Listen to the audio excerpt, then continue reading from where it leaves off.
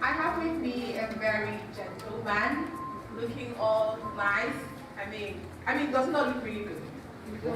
In a borrowed jacket. Oh wow, wow. My dress is not borrowed, by the way. Good morning, ladies and gentlemen. My name is Jide Benson, and I'm welcoming you to the AgreX Expo of Business Day. Okay, sorry.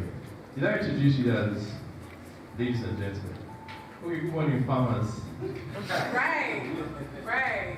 Even though you all don't look like farmers. Okay, good morning, agri-business professionals. Does that sound more like it? So let me tell you what the problem is with that. When he left office in 2007 as President and Commander-in-Chief, a certain Olusegun Obasanjo went to Canada, and on arrival at the immigration, they just ask you if you together for yourself. I mean, so we cannot have for themselves. So maybe I'll say, I welcome you farmers to the AgreX Conference 2023. This is the Agricultural Export Exposition brought to you by the Business Day Media Limited. And I think that this conference is a very beautiful one. And what is very interesting is that we're all seated here at the very maiden edition. I mean, this is the first of its kind. And I think it's a very beautiful thing that, the Business Day Media has put this together for agribusiness and agricultural entrepreneurs. All right, before we go ahead, when we were in primary school, farming was a very distinguished profession. And there's a particular song they used to teach us then, or that we all used to sing. And if you know it, please sing along. You know it already. I already heard it. Like the Igi, Orombo. I don't think we began with that song. No. That's That's just the song. singing along. Iṣẹ́ àgbẹ̀ níṣẹ́ ilé wa, ẹni kò ṣiṣẹ́ á máa jáde. Let's go. Ìwé kíkọ́ láìsí ọkọ́ àti àdá kò ì pé o. Iṣẹ́ àgbẹ̀ níṣẹ́ ilé wa, ẹni kò ṣiṣẹ́ á máa jáde. Thank you. Please put your hands together. So papas and mamas in your That's interesting. People still remember that song. But at the very heart of agriculture, I think it is the desire to feed the world, to feed the nation.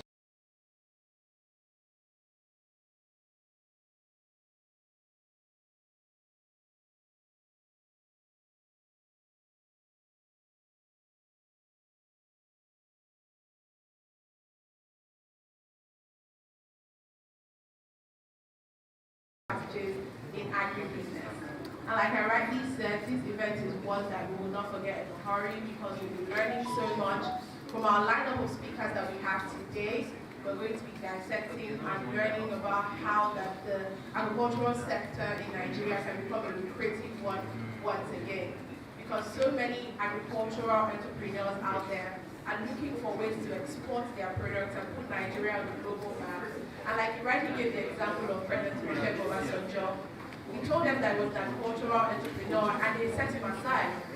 So I think that many farmers need to be put out there. That's why conferences like this are put together for us to do better as agricultural entrepreneurs and in the agribusiness space. And we're gathered here, in case you don't know where you are, this is Victoria Crown Hotel here in Victoria Island, Lagos. Once again, I want to welcome you to the AgreX Conference 2023, which has been themed Transforming the Agricultural Value Chain. Please put your hands together for yourself. Thank you very much. We have an interesting lineup of speakers today. From our keynote speaker, Akin Sawyer, he will be taking us a very interesting speech and a very interesting lecture that we'll be learning so much from on how to transform the agricultural value chain and how to make the agricultural industry in Nigeria lucrative once again.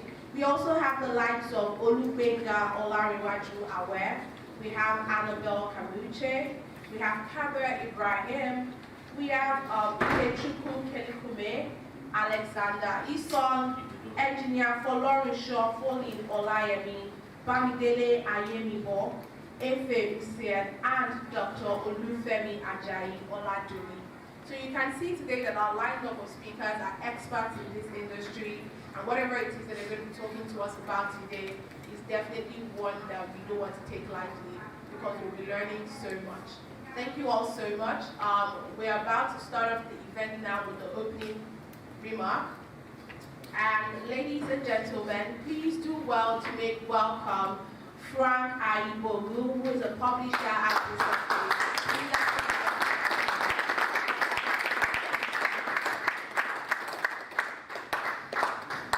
Please let's keep clapping to the guests.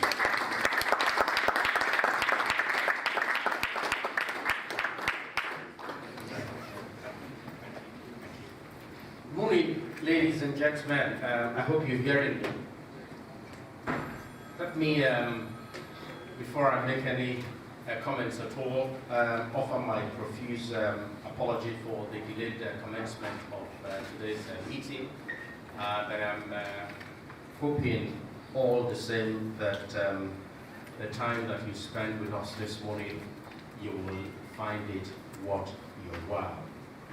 It was a very fitting time for a conference that convenes to discuss the whole ecosystem of agriculture and, of course, food production in Nigeria. Barely 2 weeks ago, the government, the new Recording in government, progress. declared a national emergency on food. I'm not sure many of us understand the import of that, but I think the simple way to look at it is, when you declare national emergency, it means that there is an emergency. Emergency is not a normal way of life. Emergency ensues when a crisis breaks out. So without any doubt, Nigeria has a food security problem. We are unfortunately unable to feed ourselves. We are unable to grow the food that you and I and all others in Nigeria need. It's good that a national emergency has been called, but we now must begin to interrogate, where do we go from here? What follows after the national emergency has been called? We've had so many government interventions in agriculture over the years, from the Shagari days, and I'm sure even for those that are old enough to know, we're probably forgetting as many of those programs and what they call, because none of them lived up to its billing. And so we're very quick to just roll over the pages and then move on. But we're in a situation today with a population of 200 million plus. It is a very dire situation, especially when you think about how, as a government, over the years, we have failed to do that which we should do. This morning I was reminded on a platform that I belong to that enough of the mooning about where we are and how we got here. Let's do more about how to move things forward. And I think it is in that spirit that we are gathered here this morning.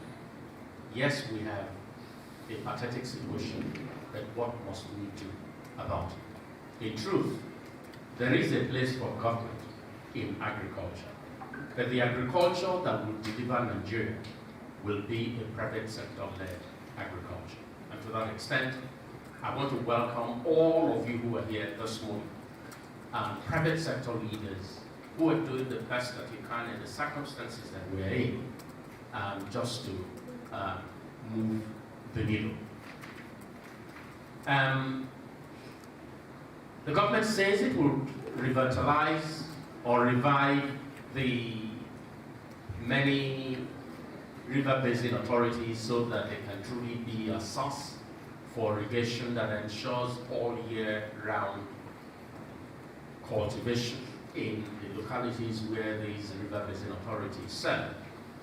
But I think it is much more than that. Policy needs to be quite clear. Policy needs to create incentives. Policy needs to provide clarity. Some days ago, I was at dinner with the president of the African Development Bank, our own Dr. Akinwumi Adesina, and he said something that made tears to drop from the eyes of those of us who were listening. A program that was made available to Nigeria and Ethiopia to grow wheat. Wheat that is heat resistance. For Nigeria, there was a package that came with $242 million, and same for Ethiopia. And also a wheat variety that ensures 5 to 5.2 metric tons of harvest per hectare. Nigeria and the government did absolutely nothing with the offer that was made to us. In fact, it was when Dr. Akinwumi called the president 2 weeks ago that Nigeria signed up to accept the offer. In the period, Ethiopia has gone on to become a wheat exporter.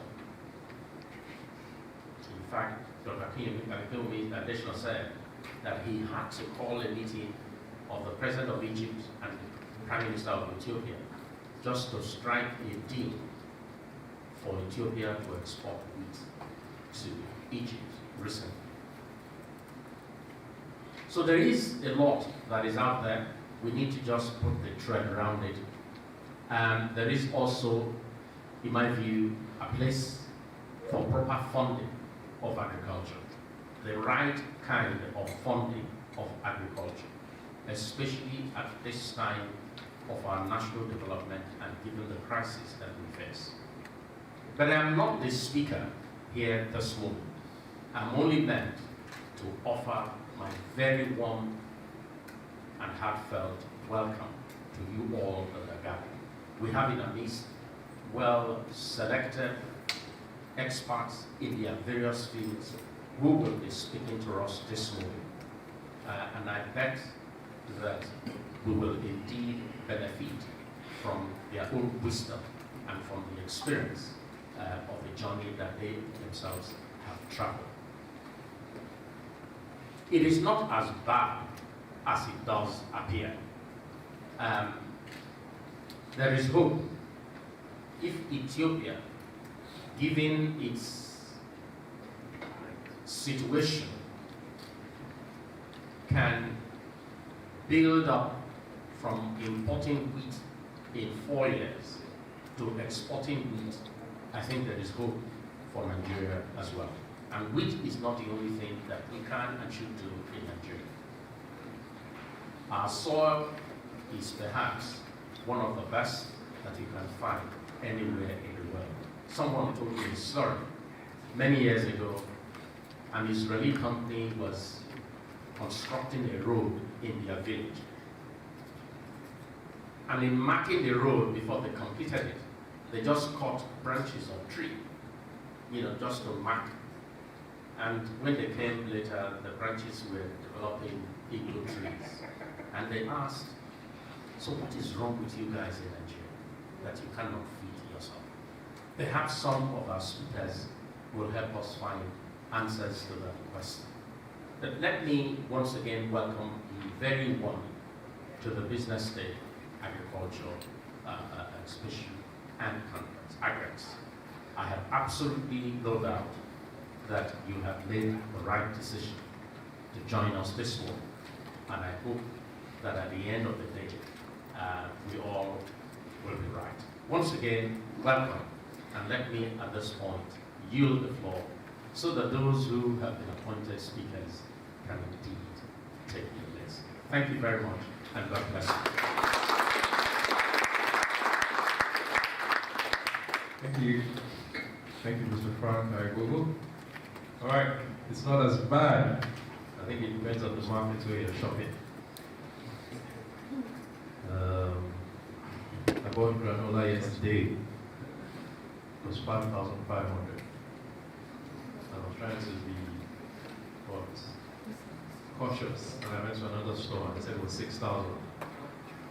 And when I went back to the place where I saw it for 5,000, I bought 6,300. So whatever you have to do now. Because by this afternoon, we don't know what the price of petrol will be. On that note, I'd like to ask that we all please move forward a bit, occupy the seats in front of us. We're still expecting a few people, so we wouldn't want them to interrupt the flow. So if there's an empty seat in front of you, please do well to occupy it. And as you move forward, petrol will not finish in your car. As you move forward, data will not finish on your phone or your device. As you move forward, your farm produce will yield beyond what you expect. Your chickens will produce more eggs than they usually do. Your feeds will not expire in storage. You guys are not moving forward. Okay. Let me send a text to President Tinubu to increase the price of petrol again. All right, ladies and gentlemen, we're getting started. Please, again, I need to reiterate that we please put our phones on silent so that it doesn't interrupt proceedings. And the first session for today is a presentation on exploring export opportunities, market insights, and trends. And this is going to be delivered by the director of the Agribusiness program at the Lagos Business School. His name is Ikechukwu Kelikume. Please put your hands together for Dr. Kelikume.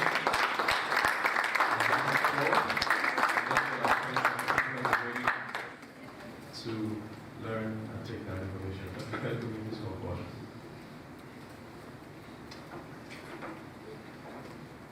All right, you stand so that I can do us the honors and give a background of who you are.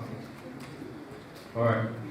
Ikechukwu Kelikume is an esteemed economist and educator. He currently teaches at the Lagos Business School. He has over 22 years of teaching experience at multiple universities, including Covenant University, University of Benin, and Lagos Business School. He specializes in microeconomics, macroeconomics, econometrics, and agribusiness.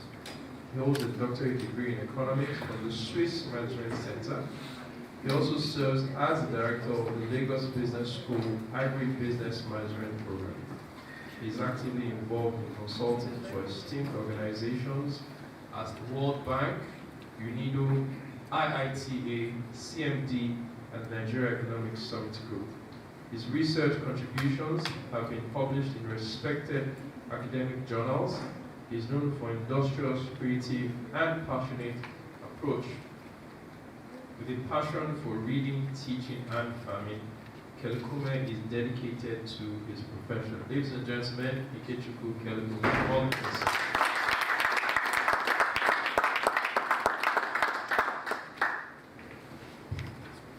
Good morning, ladies and gentlemen. Good morning. My name once again is Kelikume Ikechukwu. Some will be wondering whether I am in Nigeria.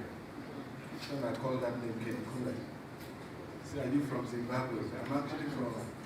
I'm from Nigeria, and I'm from Delta State.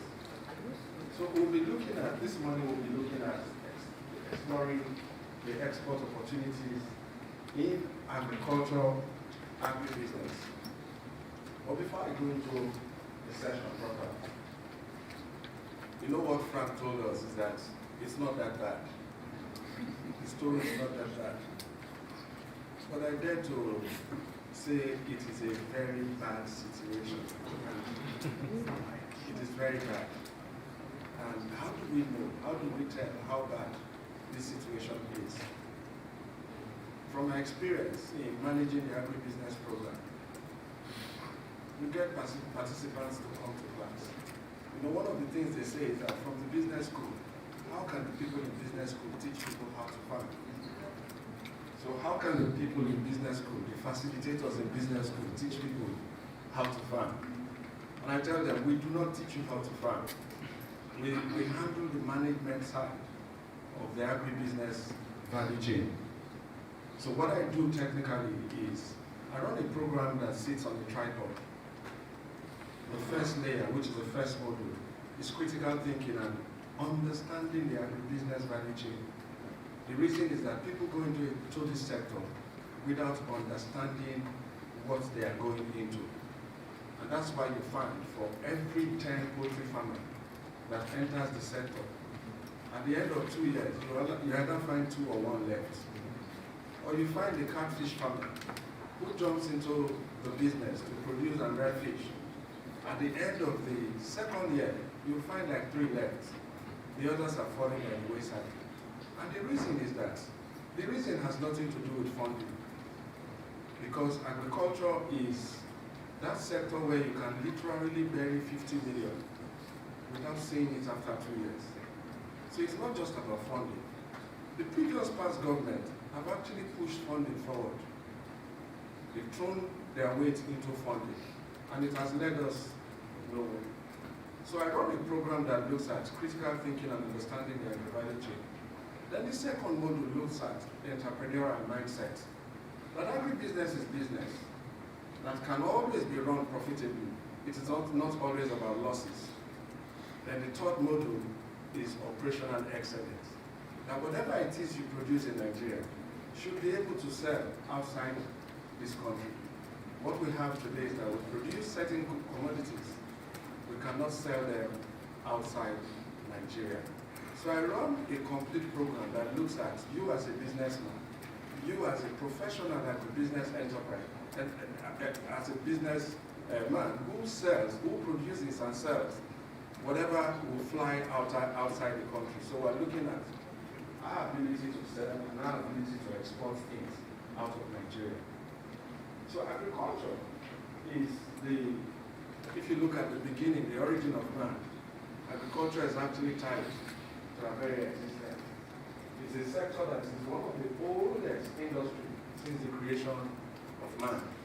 It is that sector that is linked to our basic necessities of life. It is tied to wellness. When you talk about medicine, it is tied to, because they say those herbs that you find, all your medicines are a product of the herb in the forest. It is tied to wellness.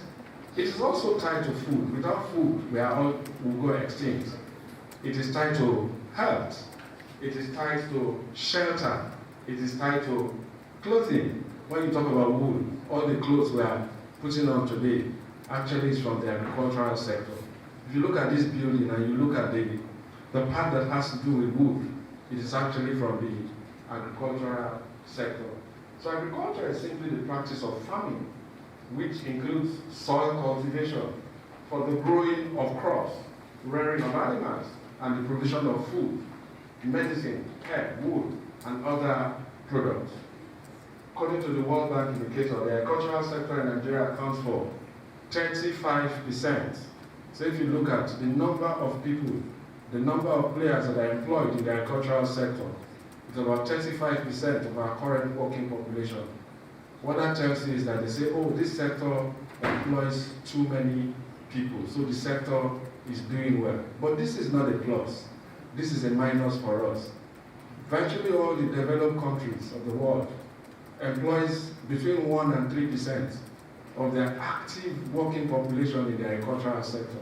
It means that what they do is smart farming and smart agriculture, and not necessarily the type of agriculture that we practice today. Interestingly, the sector is currently the leading sector contributing to the Nigerian's GDP. In Q1 2023, it is actually contributing at 22% to GDP. But then when you look at the subdivision of the sector, it is divided into 4 sectors: crop, livestock, forestry, and fishery. The interesting narrative of the sector is that crop production takes 90% of agricultural sector GDP. Then when you look at whatever comes out from agriculture, what makes it a terrible, a precarious situation is that over 50% of what is produced is actually lost to post-harvest losses. So we actually produce and we waste everything we produce. I can explain this further. When you are driving, this is the maize season in Nigeria. When you are driving your car, you see where they roast and sell maize. You will see the heap of waste. You will see the peel and the, so we just chew maize and we throw away. That part that we are throwing away has what? Has dollar value. Because you need to process them into feed for animal consumption. But we don't process them. It ends up in our waste bin. And that's the problem. We're actually producing and throwing away virtually everything that we produce. So crop production takes 90%, whilst the other sectors take 10%. So you find the least is the forestry sector. For every tree we cut down, we actually don't plant back those trees. So I'm looking at this table. Probably I'm looking at a Masonia wood. If we cut down one Masonia tree, it will take us 15 years if we decide to plant another. It will take us 15 years to harvest another one. But then we keep cutting down and we don't replace those trees. And that is why our Masonia wood today is coming from China and is coming from Turkey. So rather than produce these things, we've actually cut down the ones we have, and we're now doing what? Importing those things. Interestingly, when we started this whole conversation, we talked about agriculture. The Obasanjo, the narrative of Obasanjo calling himself farmer. But then some of us will agree that we are not farmers, we are agribusiness practitioners. And agribusiness is so structured. Just like I said, agriculture is structured into four sectors: crop, livestock, forestry, and fishery. Agribusiness is structured into four broad sectors: the pre-upstream, the upstream, the midstream, and the downstream sector. The problem with the Nigerian agricultural or the agribusiness value chain is that there's a missing link. And the missing link spans from the pre-upstream. So the pre-upstream is that space where we look at research and development. If you've ever been to Cocoa Research Institute, CRANE, you will see that there's a whole lot of gap in terms of what they are doing, in terms of what is happening in the industry, and what the research is churning out. One of the things you will see there, you will see them brandishing cocoa rum. Cocoa rum. They will tell you we've done cocoa rum. So you will see cocoa rum in their shelf. But when you now go back to the industry, no company has actually patented cocoa rum. It tells you that there's a missing link between what our research institutes are doing and what the industry is churning out. So we have seed and seed management. We have land management. Without land, it is impossible for you to go into this space. And government is the owner of land. Now, when you pick the upstream, you will discover that in the upstream space, you find a lot of players. But for Nigeria, you have over 80% smallholder farmers. So every time we come up with intervention, we are giving smallholder farmers fund. These smallholder farmers can barely aggregate a plot of land. And in agriculture, when we measure yield in terms of what? Tons per hectare. And 1 hectare is like 15 plots. So you have a scenario where the people we've been funding do not have access to land. They don't have access to land. So we've been wasting our time. So when you give money to those sectors, what you do is that you increase our population further. They marry more wives and they have more children. So we have forest management, we have pest and disease control, we have infrastructure development. So when you look at infrastructure development, if you look at a company like, I remember the company that went into rice, Costaris went into rice production. And they will tell you that the first 3 years, they lost about 5 billion. What did they lose 5 billion to? They lost 5 billion to infrastructure and road construction. They couldn't account for how that money fizzled out. So we have quality control, quality testing, and education. The biggest problem that we face today is not funding. Agriculture, as it is made up of three, we can look at it in terms of three dynamics. Agriculture is 70% science, 20% experiential learning, and 10% passion. So the scientific part of agriculture is what we actually jettison. When you're coming into this space, you think it's money, so they give you money. You just go and start. You literally bury that money. Agriculture is a science-based business. We must understand the science behind crop cultivation. Who are the active participants? That's where the government plays. The government is a big actor there. The government, multinational corporations, agri institutions, research institutions, NGOs, development banks. This is where they play. Now, if you do not play in that space where you talk about irrigation, where you talk about the river basins, where you talk about crop, the seeds, the quality seeds, if you actually don't play in that space and you push people into farming, you're actually pushing them to fail. And that's what we've been doing. So that takes us to the upstream, where we have direct cultivation. So the upstream is purely the agricultural sector, where we have direct farm cultivation, crop cultivation, livestock, fishery, and forestry.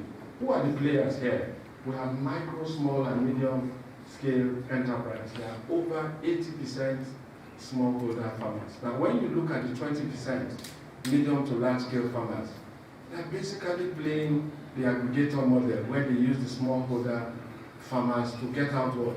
Seedlings. But then we have that same missing link here, where we're not giving them the right seed, what they plant compromises the yield, the final yield of that product. We have the midstream. The midstream is where you have so many players. Buying and selling activities takes place there. You have the fabricators, you have the distributors, sales and marketing, agro-journalism, people who are telling the story of the agribusiness value chain. We have commodity exchange, that's where you find the likes of affect. Packaging, branding, storage, and then fabrication. The downstream is basically where you find the likes of Hollands. You find it, but today they've integrated backward into the beginning of the value chain, where they put a lot of fund into research. So you have the likes of Holland, the likes of West African cotton play in that space. So agribusiness is when we look at all of this holistically. So if we go back to, because we're looking at the external sector, the whole aim of this exercise is to look at trends in our agricultural exports. So there's a positive correlation between external trade and the country's external reserve position. So if we're doing well, our reserves will actually be doing what? Be going up. Remember in the time past, we once had a scenario, a situation where we saved up to $60 billion in our reserves. But gradually we started depleting our reserves. So if your external trade balance is positive, it actually speaks volume when you look at your external reserves. So the value of a country's export, in visible and invisible trade, determines the strength of the country's currency. Today we're looking at the currency and we're asking that question, can we actually go back to the 1985 parity? Not many of us realize that in 1985, the value of the naira was higher than the value of the dollar. It was 80, I think 86 or 89 kobo to $1 US in 1985. In 1986, the IMF, the World Bank, told us that we needed to, our currency was overvalued, and that's why it was difficult to sell our product in the international market. So they said we must devalue our currency. So by 1986, we adopted the SAP, Structural Adjustment Policy Program, and we devalued our currency. So we devalued it from 87 naira to $1 to 1 naira 75 kobo to $1 in 1986. The story today is history. We consistently devalued the naira from 1986 to date. So today we are looking at 850 naira to $1. What has happened to us? What has happened? So in Q1 2023, Nigeria's total trade stood at 12 12.1 billion naira.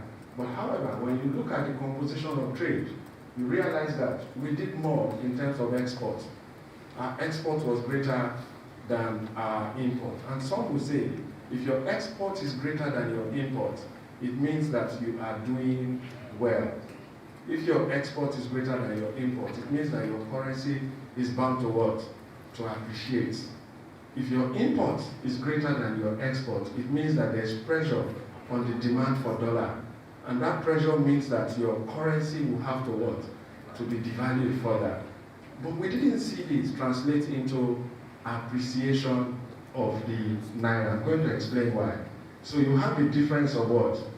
A difference. Our total export was 6 billion, 6.4 billion. Our total import was 5.5 billion. The country had a positive trade balance of 927 million naira. So it means that we did well in agriculture.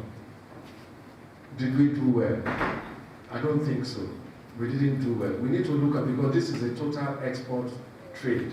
So when you single out agriculture, and you single out, you take agriculture out of oil and non-oil export, it tells you the true figure where we currently are. So does this trade balance reflect in the value of the naira? The answer is no. And we'll show you why it is not reflecting in the value of the naira. A country that is relatively import dependent will be susceptible to massive currency fluctuation. And that is what has happened to us. We are import dependent. We are relatively import dependent. This is why the country's national slogan to the manufacturing and the productive sector should be export or die. If we don't take this slogan serious, our slogan should be to those manufacturing companies, export or die. If you don't export, you are dead. If we don't take this slogan, we go nowhere. So, but what does the current trend portend for Nigeria and businesses in the country? Where are the low-hanging fruits and the export opportunities in the agricultural sector? So if we look at the spike in exchange rate, it tells you that something is wrong with what we are selling to the world market and what we are buying from the world market. And that's why the exchange rate has risen since 1986. So the naira has taken a free fall from what I said earlier, 0.86 in 1985 to 801. Currently, if you look at today's figure, it is 850. 90% of Nigerians' current export is in crude petroleum. So this is where the narrative becomes what? So 90% of whatever we do is in crude petroleum and gas. Agricultural exports and raw material exports is basically 4%. 4% and 3%. Can you see how low? How low? What we export in terms of percentage of total exports is actually 4%. This tells us that we are not doing well. We are not doing well in the export space.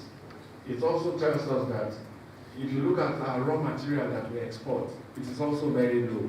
So this will not amount, this will not shift. It will not shift the value of your currency in terms of what we've put down. If you look at the past 8 years, the central bank pursued through NISRA, through Anchor Borers program, they intensified the move towards what? Diversifying this space.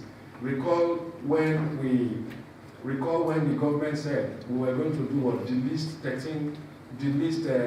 Was it 33? 43 from accessing the forex.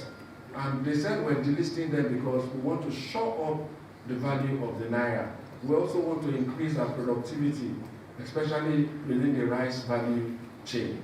And as at the time we were coming out with that policy, a bag of rice was selling for 8,000 naira. By the turn of events, the same bag of rice was 33,000 per bag, meaning that the policy was inconsequential.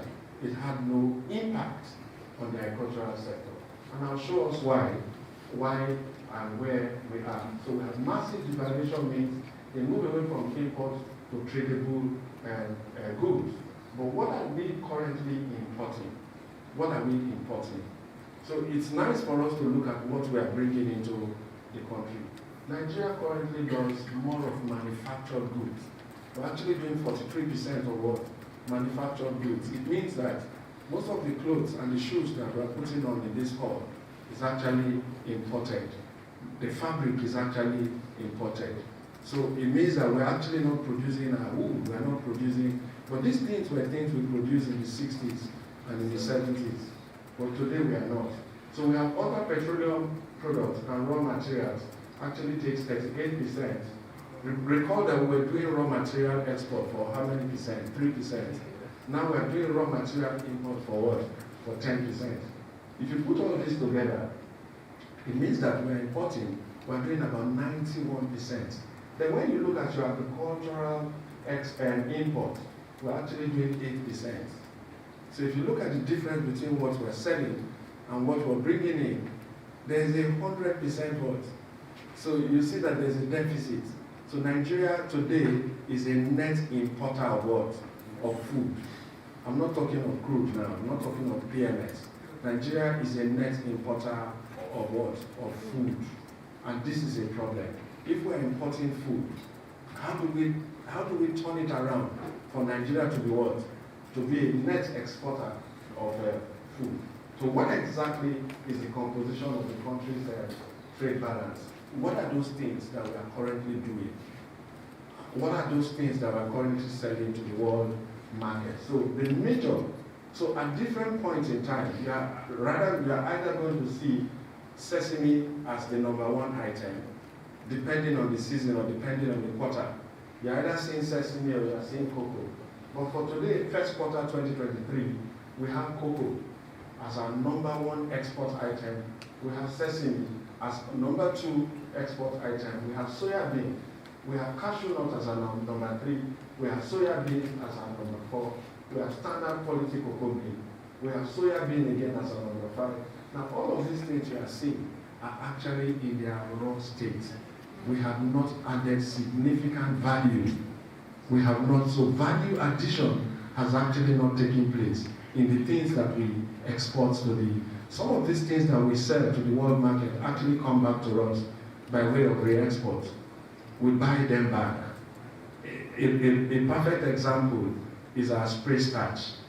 So Nigeria is the leading country. We produce about 60 million metric tons of cassava annually. But then Nigeria, in the process of producing cassava, does not produce ethanol, does not produce spirit from cassava, does also not produce industrial starch from cassava. So the process, what we do is that we produce that as delicacy, eba, gari, fufu. So in the process of making gari, fufu, you actually waste what? You waste the ethanol, you waste the starch. But those who actually export cassava chips, dry cassava chips, to the developed world, they sell the chips and they extract the starch, they extract the ethanol, and they sell it back to us. So when you look at the COVID-19 2020, when we're using sanitizers, those sanitizers were what? Spirit-based, were ethanol-based, and we were actually importing, we're buying these things into the country. So these are the top things that Nigeria, the top agricultural export products. So we have ginger, we have natural cocoa butter, we have ginger neither crushed nor ground, we have roasted cocoa bean, we have sorghum, we have down to sesame oil. So these are the things that we currently do. But then we need to look at the direction of this trade. What's the direction? What's the top 5? So the top 5 of our exports is quality cocoa, sesame, cashew nuts, soya bean, and standard quality cocoa bean. Now, the interesting part of this narrative, when we say we want to move exports, every state in Nigeria has their unique competitive advantage. So, for example, yam grows well in certain states and does not do well in certain parts. We need to come up with a vision, a roadmap for the agricultural sector. Every state needs to begin to look at their strengths in terms of their competitive advantage. Now that you're seeing sesame as one of the top crops, if you plant it in Lagos, you're not likely to do well. Your yield will be low. The soil and the climate, Lagos soil and climate does not favor the cultivation of sesame. But when you begin to move towards Kwara, when you begin to move towards Oyo, Fiditi, or Bomosho, those are places, as you go up north, middle belt, you begin to see where you plant sesame. Sesame is so easy, it's one of the lowest hanging fruits. It takes approximately 5 months for you to produce sesame seed. So if you're going to do palm oil, if you're going into palm plantation and somebody else is going into sesame, it takes 5 years for the palm oil. It takes how many years? 5 months for sesame. So this is one of the low hanging fruits. So these are countries where these products actually goes to. But then let's look at the annoying parts.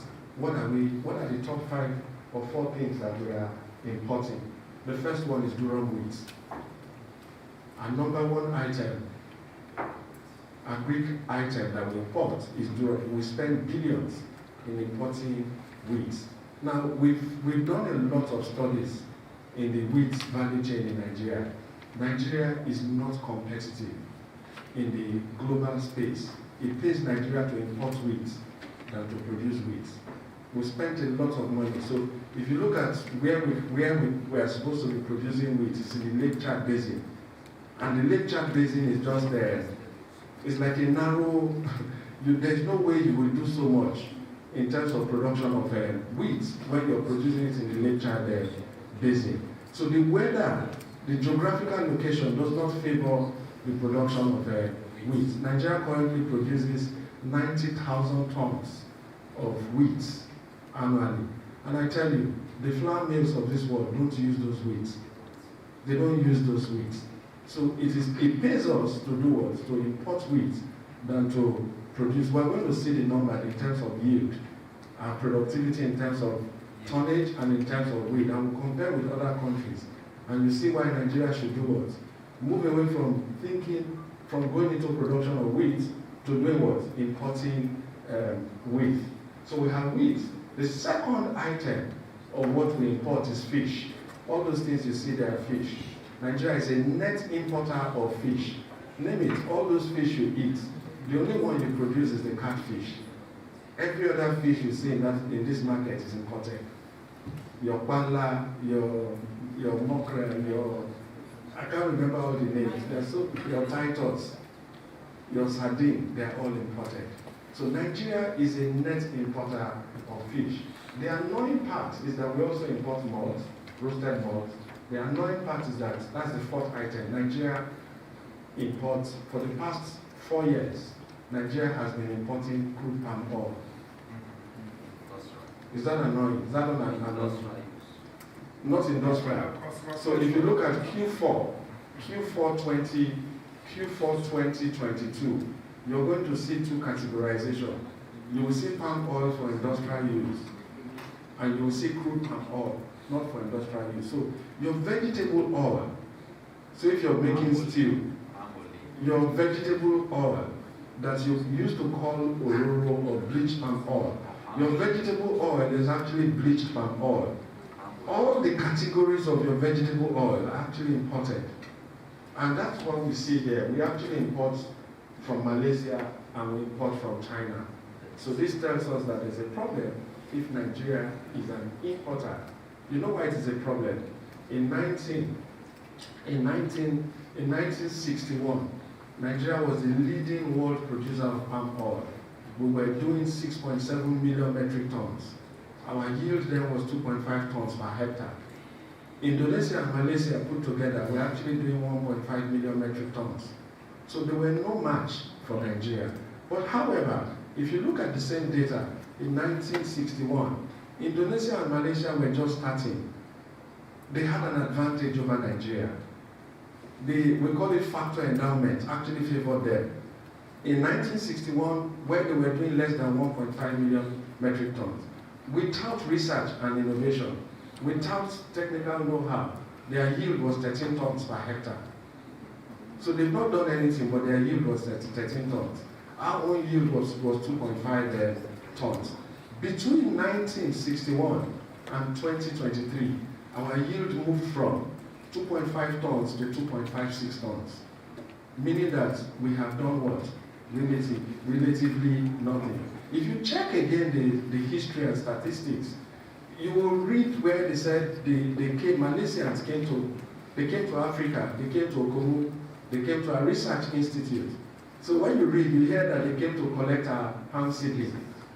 They actually came to understudy our research center because they were going to develop a research center at that time. So they did develop that research center, and today their yield improved from 13 tons to about 17 tons. Our yield remains at 2.56 tons. Our production capacity increased, but marginally, from 6.7 million metric tons to about 10 million metric tons. Whilst Indonesia alone is doing 256 million metric tons today. Now Malaysia is doing under 100 million metric tons. Now these two countries have strength in terms of production, they have strength in terms of yield. They can as well dump out of this narrative. So if you look at top competitiveness of Nigerian agriculture, I picked the first one, which is sesame. The first one is sesame. If you look at sesame, you will find that Sudan is the #1 country producing 1.1 million metric tons. However, if you look at their yield is low at 0.29 tons per hectare. But please look at Nigeria in terms of sesame.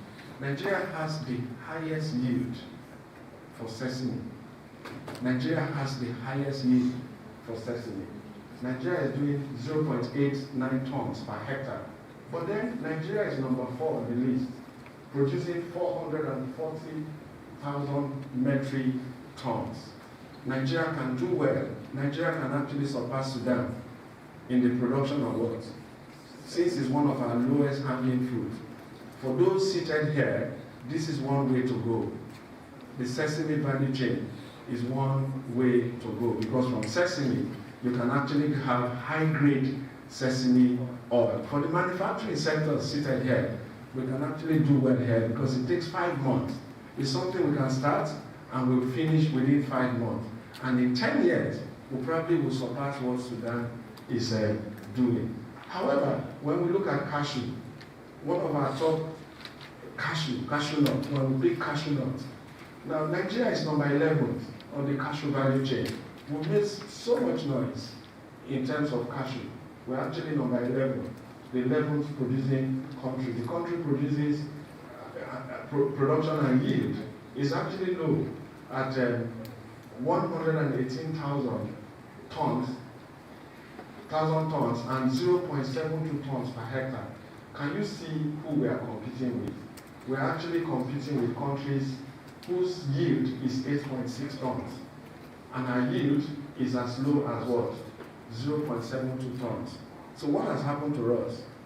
Those days when we planted cashew because if you remember, those of us that went to school in the 70s and 80s, that went to boarding house, most of our boarding house were actually laced. The Appian ways were laced with cashew. The cashew was to hold forth the ground, to stop irrigation. We use it as what? Holding forth the soil together. Now, many of those states started producing cashew. The cashew they were producing was the old variety. Most of our cashew today are the old variety. The people that planted them are even dead. So we're looking at how do we get back to, we can actually shore up our yield if we get the right seed. We get the right seed and we have the right soil, we will shore up our yield in terms of what? In terms of cashew. Another one is cowpea. Cowpea is known as beans. Is one of Nigerian staple food. We actually know cowpea. We know cowpea. The beans that we eat. The beans that, we love beans in this country. Now, Nigeria leads in the production and yield, but sadly, the product is not on the export list. You know why? Our product was banned from entering the European market because when they tested it, they found that it was laced with pesticides and all kinds of chemicals. So you cannot. So the ladies will testify to this when if you're used to buying bags of beans, when you go to the market to buy beans, the man that is selling will ask you, do I put the capsule inside the beans? The capsule is highly carcinogenic. It permeates into the what? Into the beans. So it means that the beans that we consume is not healthy. It's not healthy. So we cannot sell, even though we are number one, producing 3.6 million metric tons. The next country is doing 2.6. Even though we are number one, we cannot sell our beans. We cannot export it out. So this is one area where government, advocacy group need to come back and say, this is one product that we can sell because it is rich in fiber and protein. This is one product, this is another low-hanging fruit for us. We can show up our yield and we can do well. You can see we are high in yield and we are high in production, but yet we cannot export our beans. Interestingly, over 60% of the beans we produce annually is lost to weevil because we have storage capacity problem. So when you buy beans, you'll see that at some point you look at it, there are so many weevils in it. So this is one area where we need intervention. The next one is rice. We made a lot of noise concerning rice. We made so much noise. Now, if you look at rice value chain, China is number one, producing 214 million metric tons. The next country is India, producing 195.4 million metric tons. Where's Nigeria? Nigeria is doing 8.4 million metric tons.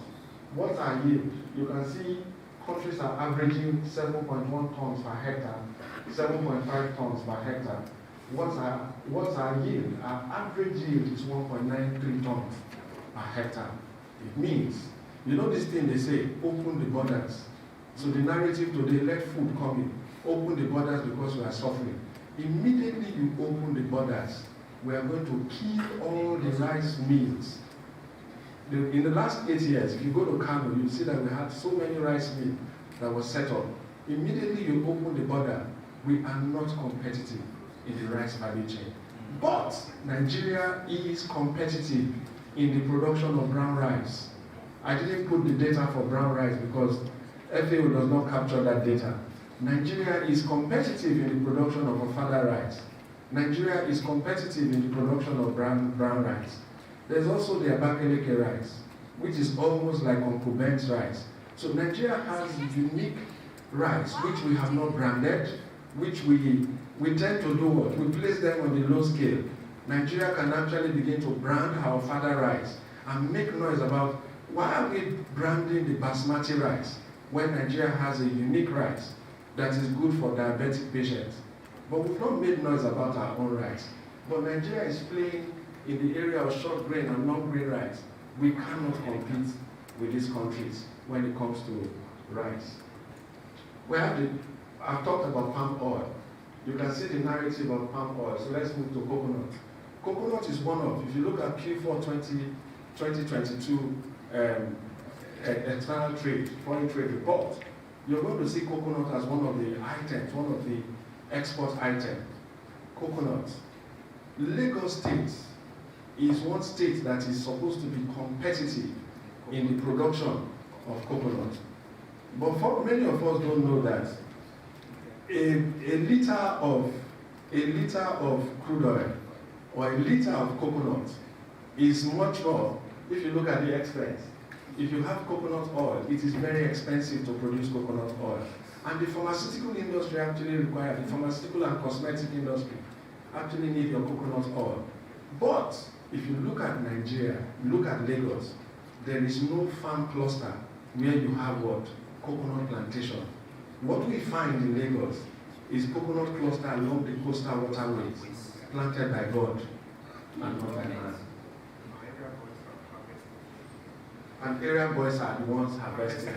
And one of the things you will see is that if you go to the seashores, you will see that they cut the coconut open, they drink the water, and they throw, that part that they throw away has dollar value. It is actually called cocoa peat. If you grate it into fine grains, it is what we use to do to nurse plants. You can actually produce them, bag them, and even export them. But Nigeria is actually what? We are known to do what? Burn them or just throw them around. So we have what? We also have cassava. This is the cassava story is that Nigeria is the leading country producing cassava in the world, doing about 63 million metric tons. But then our yield is not better than Ghana. We are doing 6.9, an average of 6.9 tons per hectare. ITA will tell you that we have varieties. We have over 46 varieties. ITA will tell you that we have varieties where you can do 30 tons. 30 tons per hectare, depending on your location. But however, what we are doing is averaging 6.9 tons. But when you look at Ghana, Ghana is actually doing 22.46 tons per hectare.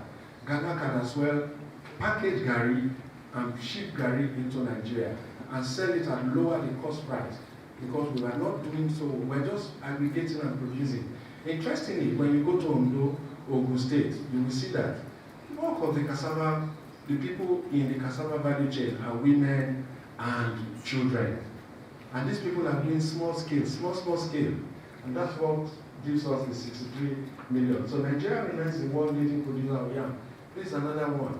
You cannot produce yam outside a certain region in Nigeria. Nigeria does 50 million metric tons of yam. Now look at the countries. Yam is for West Africa. You can't take yam, you can't produce yam in US. You can't produce yam in most of those countries. Now we have Nigerians all over the world. So this is one commodity that we can what? We can actually export. But recall the story of Nigerians exporting yam, and they said the yam decayed before they even got to Europe. The reason is not just because of the moisture content. The reason is that the knowledge part of what to do is missing. So you cannot just package yam and send yam out. The Lebanese have been in this yam business for years, sending yam, hundreds and thousands of yam. They don't farm yam. They go to mile 12 to buy yam. They clean it and wax it, and they're able to export it. So what is missing here is knowledge, the knowledge of the sector. So like in terms of maize, so this is another one where we talk about maize. In terms of maize, Nigeria is actually not doing well. Nigeria currently produces 12.7 million metric tons. There's a deficit of about 4 million. So what we consume is about 16 million metric tons. What we produce is about 12.7 million metric tons. And our yield is so low at 2.12 tons. So how do you compare? How do you compete with countries like the United States, where their yield is very, very high? How? You cannot export maize except you do it right. And if you do it right, you probably will be able to. So maize, the maize value chain will do a lot of what? Waste. So Brazil tops in soybean. So look at soybean. Soybean was amongst the crops that I listed that Nigeria is exporting. But when you look at the top countries there, you will see that Nigeria is least in production. Nigeria is also least in what? In yield. It means that there's something we are not doing right. Current challenges. The country has no clear vision or direction in the agricultural sector. Low budgetary allocation to the agricultural sector. So we just pay lip service. Remember, African leaders actually said that African countries should budget about 10. They share in the agricultural sector. Budgetary allocation to the agricultural sector should be 10% of the budget. What we did is that we've been coming down. In 2022, we did 1.11% in the agricultural sector. So what that means is that you compromise research, you compromise innovation, you compromise technical change. It means that you're still doing what? The mundane, subsistence, unskilled farming practice within the Nigerian system. So we have the presence of weak institutions, the presence of poor agronomic practice, the practice of subsistence farming persists in most of the rural communities. We have weak linkage between the agricultural sector and the manufacturing sector, and we have high incidence of insecurity. People go to the upstream sector to go and farm. They run away from their farm because of kidnappers. We need to address insecurity. If you do not address all of this, we go nowhere. So government has a role to play in repositioning the agricultural agribusiness value chain. We need to strengthen the value of the naira. For you to do that, you can only attain through the elimination of the supply chain bottleneck. And I have listed some of those bottlenecks. We need to close those gaps. It's the value of the country's exports and not the imports of manufactured goods that will shore up the naira the Nigerian currency. The missing link in the agricultural sector is not funding, but knowledge and information gap. Government must invoke the slogan, export or die, to the manufacturing sector to boost productivity and agriculture. And it's not as simple as that. When you say export or die, you need to do what? Incentivize the manufacturing sector. The subsidy that you're taking out across board, you need to bring subsidy back to the agricultural sector. You need to give them what? Single-digit loans for those that are practicing within the agricultural sector. So agriculture is 70% science, 20% experiential learning, and 10% passion. Nigeria must embrace smart and innovative farming technique to be able to compete globally. Thank you very much.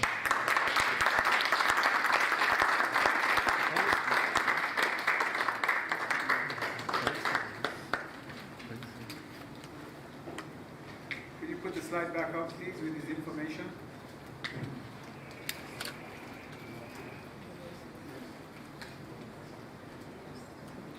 Excuse me.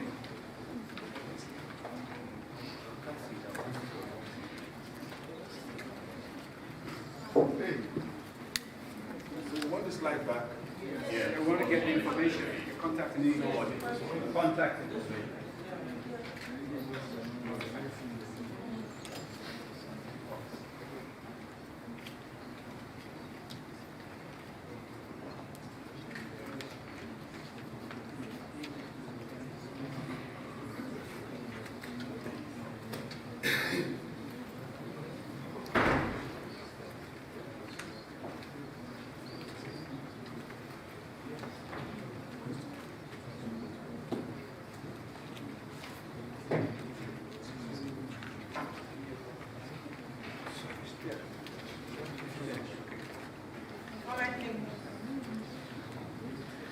All right, ladies and gentlemen, please let's give Mr. Kalikumeri a sounding applause again. Thank you very much. I think that was such an insightful segment, and I know that many of us will have questions I would like to ask. Please, if you have any questions for Mr. Kalikumeri, please can you raise your hand? He's here to answer some of your questions. All right, so we have a couple of people here, so we're just going to be taking quite a number of questions. We're not going to be taking so much. Please, can you raise your hands if you have a question? Okay, please, can you? Yeah, thank you. Mr. Kalikumeri, please, I think you have to come up because people have questions for you. Thank you very much for the. Thank you very much for the wonderful session. So you made mention.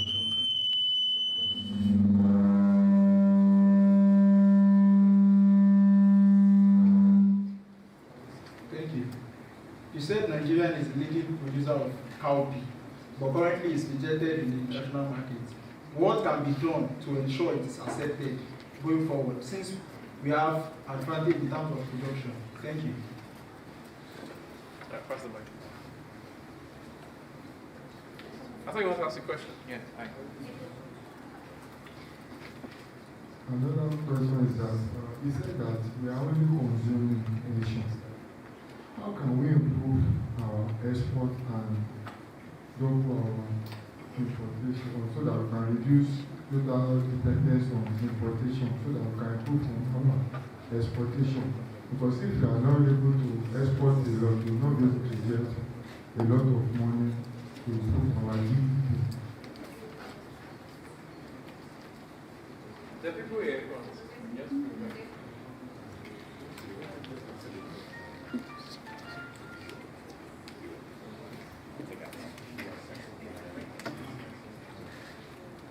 Thanks.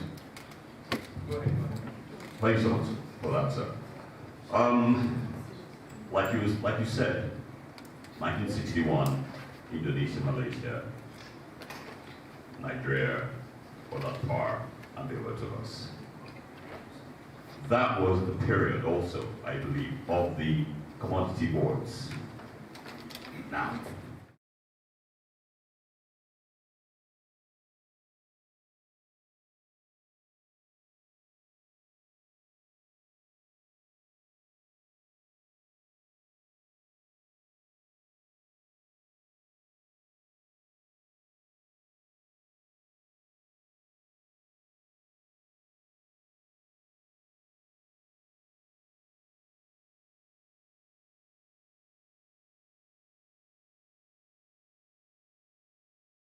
60s, 70s, I think early 80s before IBB scrapped the commodity boards.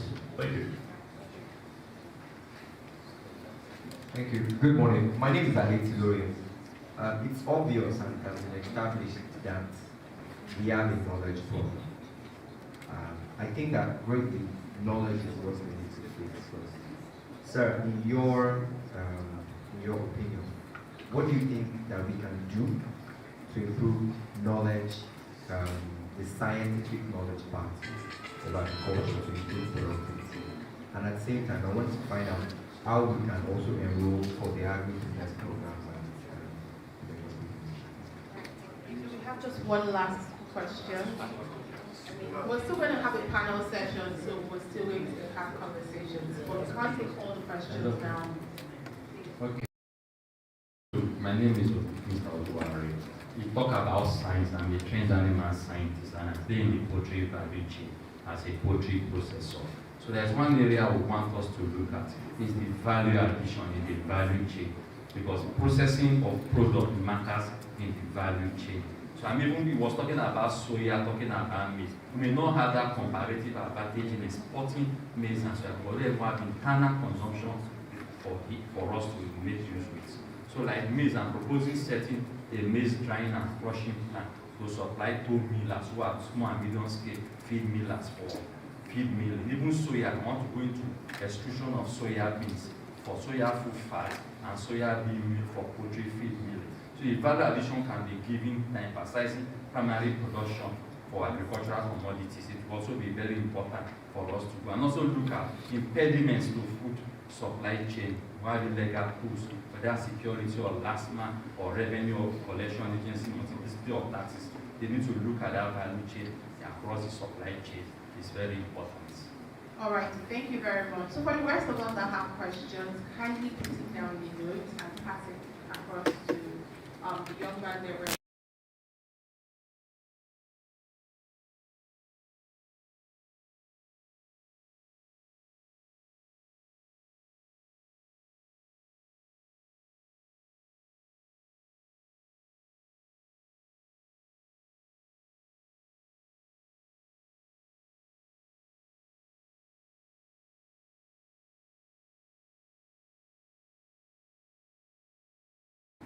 Remember at one point in time, most of the state governments went to Songhai in Benin and they cloned the Songhai farms.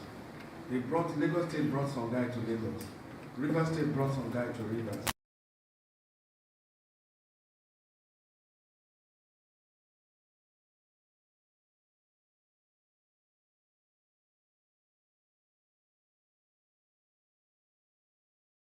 Has no business in running business.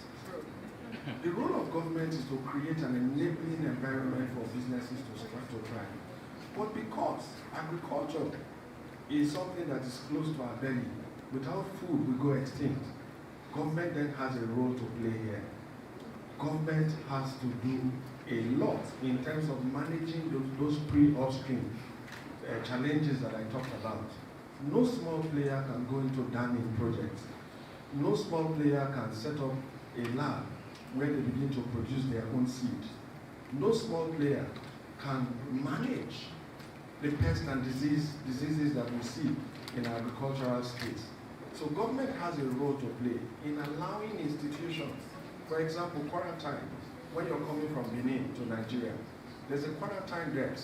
The quarantine debt is supposed to stop you from bringing in crops. You know, when you bring seed from another country, or you bring plant from another country into Nigeria, crop pollination will take place and it will distort your own research, what you've done, provided for your own country.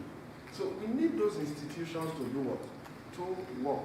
Government should play their active role in governance and leave businesses to the private sector. Then the second one, you talked about commodity board. Do we go back to commodity board in the 60s? I don't think that is the answer. A lot has changed. We are now in an era where some private firms have entered, they are now playing the role of commodity board. We have the AgreX Commodity. We have the Abuja Commodity Exchange. Now these companies are now playing that role. So all we need to do is to increase or get more players from the private sector to begin to build warehouses across the 36 or the agroecological zones. So when we do that, AgreX is doing quite a lot. AgreX Commodities, they are building those clusters and putting those warehouses today. I doubt if government, because government has failed in the time past, I doubt if government commodity board can actually address the problem today. Then the second one is, so the second one talks about cowpea. What exactly can we do, given that we cannot sell our cowpea? The challenge here is that it's not just cowpea. Your maize is laced, I didn't talk about it. Your maize is laced with aflatoxin. Your peanuts, groundnut, is laced with aflatoxin, meaning that those things we consume, we buy a bottle of groundnuts.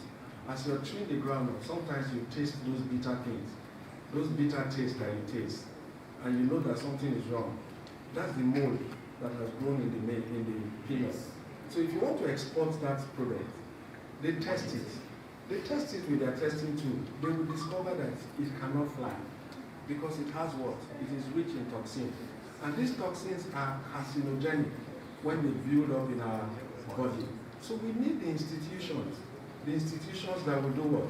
Begin to work on the people that are processing these things to do it right. Currently, we're not doing it the right way. So if you must sell beans, if you must produce beans and export beans, it is not just about you doing it right. It is about us coming to say, Nigerians, we must all what? Those in the cowpea value chain, there must be standards. There must be standard on the kind of chemicals that you're going to use, the kind of fertilizer you're going to use, the way you store those beans. If you don't have all those standards in place, there is no way you can sell your beans outside Nigeria. And that's why we produce for our own market, and we consume half of what we produce. Because what you see, that figure you saw, mostly we lose about 50% to weevil and to pests.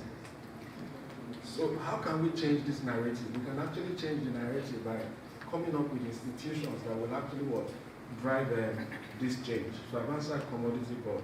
The next one is about the knowledge base and those who are interested in the LBS AgNP model. So what we do is that we've successfully created, I think that's the only program that has this onboarding. So we started with AgNP 22 today, and I tell you, today's class, we're in AgNP 22, that's the 22nd class. We don't let them go.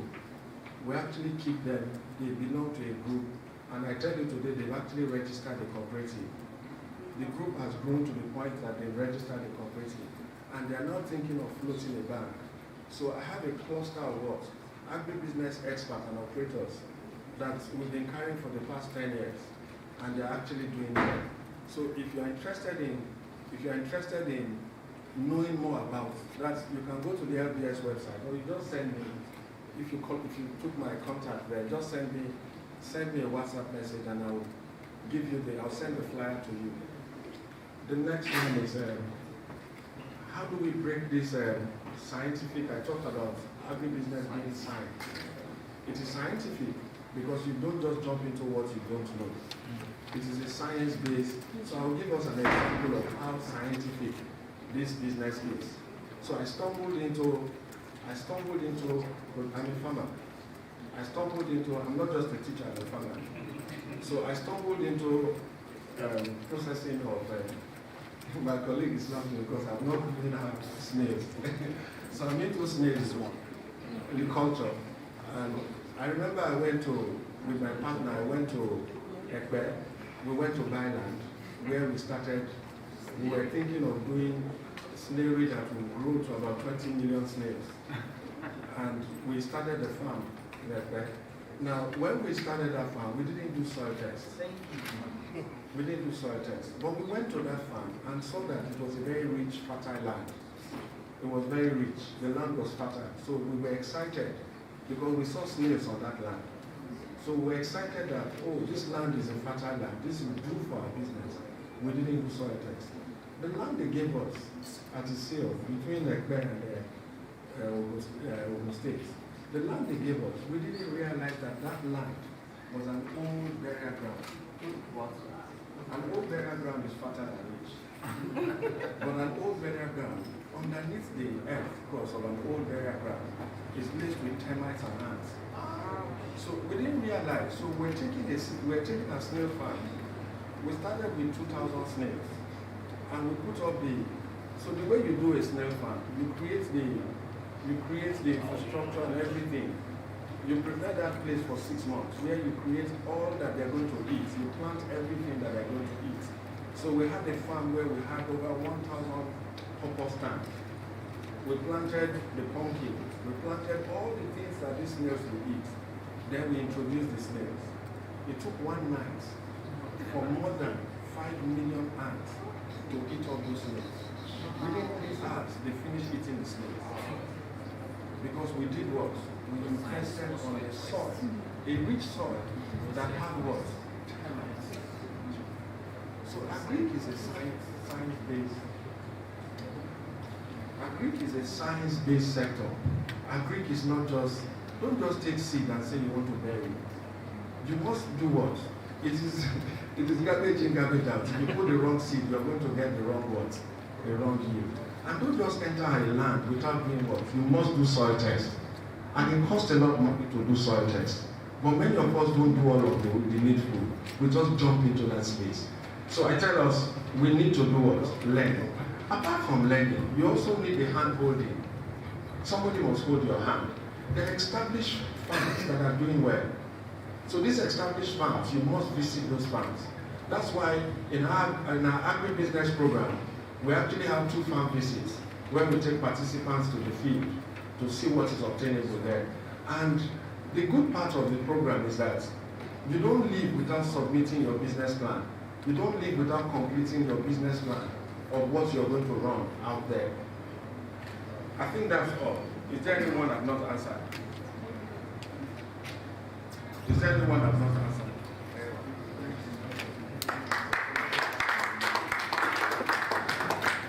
Thank you very much, Mr. Pelikume, for that amazing lecture you just gave us. Please let's put our hands together again for him. Thank you very much, sir. I mean, I learned so many things from everything that he said, but one thing stood out for me about the government invoking the export or die slogan, because we really need to do better putting out our products as agricultural practitioners. I know that conversations like this are very important. I mean, while Mr. Pelikume was speaking, he spoke about how Nigeria, we import so much and export so little, and that's why conversations like this are necessary so that we can push again the agricultural sector to be a lucrative one. And I think that Business Day deserves a resounding applause for organizing and putting together this kind of event. Now, Business Day is Nigeria's leader in business and information and everything else within West Africa. They give us proper information, first-class news, every day, week in, week out, day in, day out. Thank you very much, Business Day. So before we continue, or before I bring up our next speaker, I would like to mention again that we should please put our phones on silent, and please, if you'd like to use the convenience, it's just right behind you there. Pretty much. All right, so our next speaker is our keynote speaker, and he's going to be coming up right about now. But before he comes up, I will be reading his profile. Akin Sawyer is a seasoned life sciences marketing and supply chain specialist with a strong focus in pharmaceutical and fresh produce exports.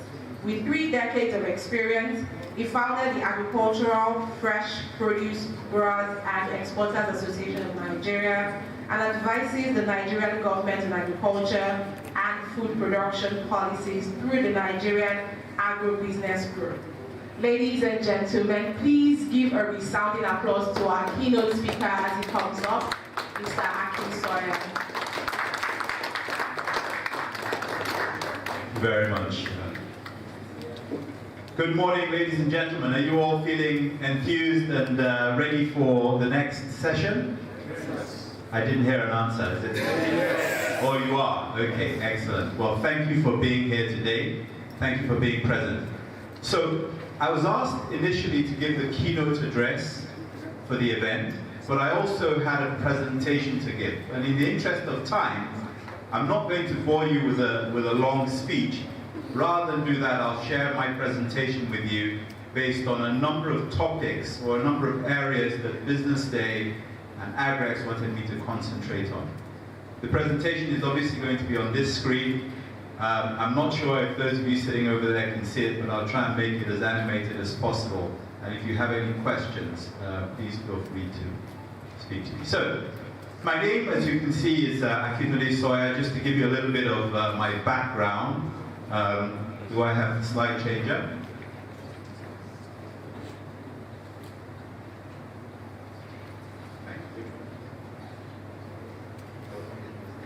Okay, so can anyone spot a grey hair in that photograph? No. Can you spot one on the stage? Yes. Oh, okay. So you can see that I went to a lot of trouble to show you my best side. This is my background. So I have worked for a number of multinationals, so I'm fairly used to understanding systems. I'm sort of product of systems research, education, knowledge, science. So most of the things I do, I take that sort of approach. I've worked for companies like Glaxo in the UK, Boehringer Ingelheim in Germany, DHL in the UK and in the Middle East. I headed up Medtronic, which is the largest medical technology company in the world in West Africa for a number of years. I worked in Saudi Arabia for Ibrahim Investments, so I have a little bit of an understanding about finance and how to structure transactions and deals. And I was the guy who at one point managed the National Health Service supply chain across London. So I managed 74 hospitals in London from a supply chain perspective. That was after the British government outsourced it to DHL. So that's the NHS supply chain piece. So 12 years working to support the Nigerian agricultural industry for export readiness. That came out of my time with DHL. And I can tell you a little bit more about that if you want to know. And this resulted in a desire to help facilitate innovation in the Nigerian agri space, because I think that's what we need. Okay, so what am I going to talk about? I'm going to talk about 3 key areas. And we've heard quite a lot of information from Dr. Kalikume about the dire situation in Nigeria as far as the agricultural space is concerned. But we also heard him talk a little bit about hope and provided us with some background as to the things we need to do and those who found us in a particular position and have surpassed us. So there's some motivation. But what is the background to the landscape in Nigeria? Okay, so as bad as it sounds, there are still opportunities. There are still major opportunities for us. Nigeria has, as you can see on the screen, and for those of you who can't, 68 million hectares of cultivatable land. Now, that amount of land represents 5 times the amount of land available, the amount of arable land that Kenya has. Kenya is a major exporter to Europe of agricultural produce, particularly in the fresh produce sector. So we have the potential. In fact, I can tell you that Nigeria is the largest producer of fresh agricultural produce across sub-Saharan Africa. The problem is that we don't export a lot of it. A lot of it isn't deliberately planted. We're second only to Egypt across the whole of Africa.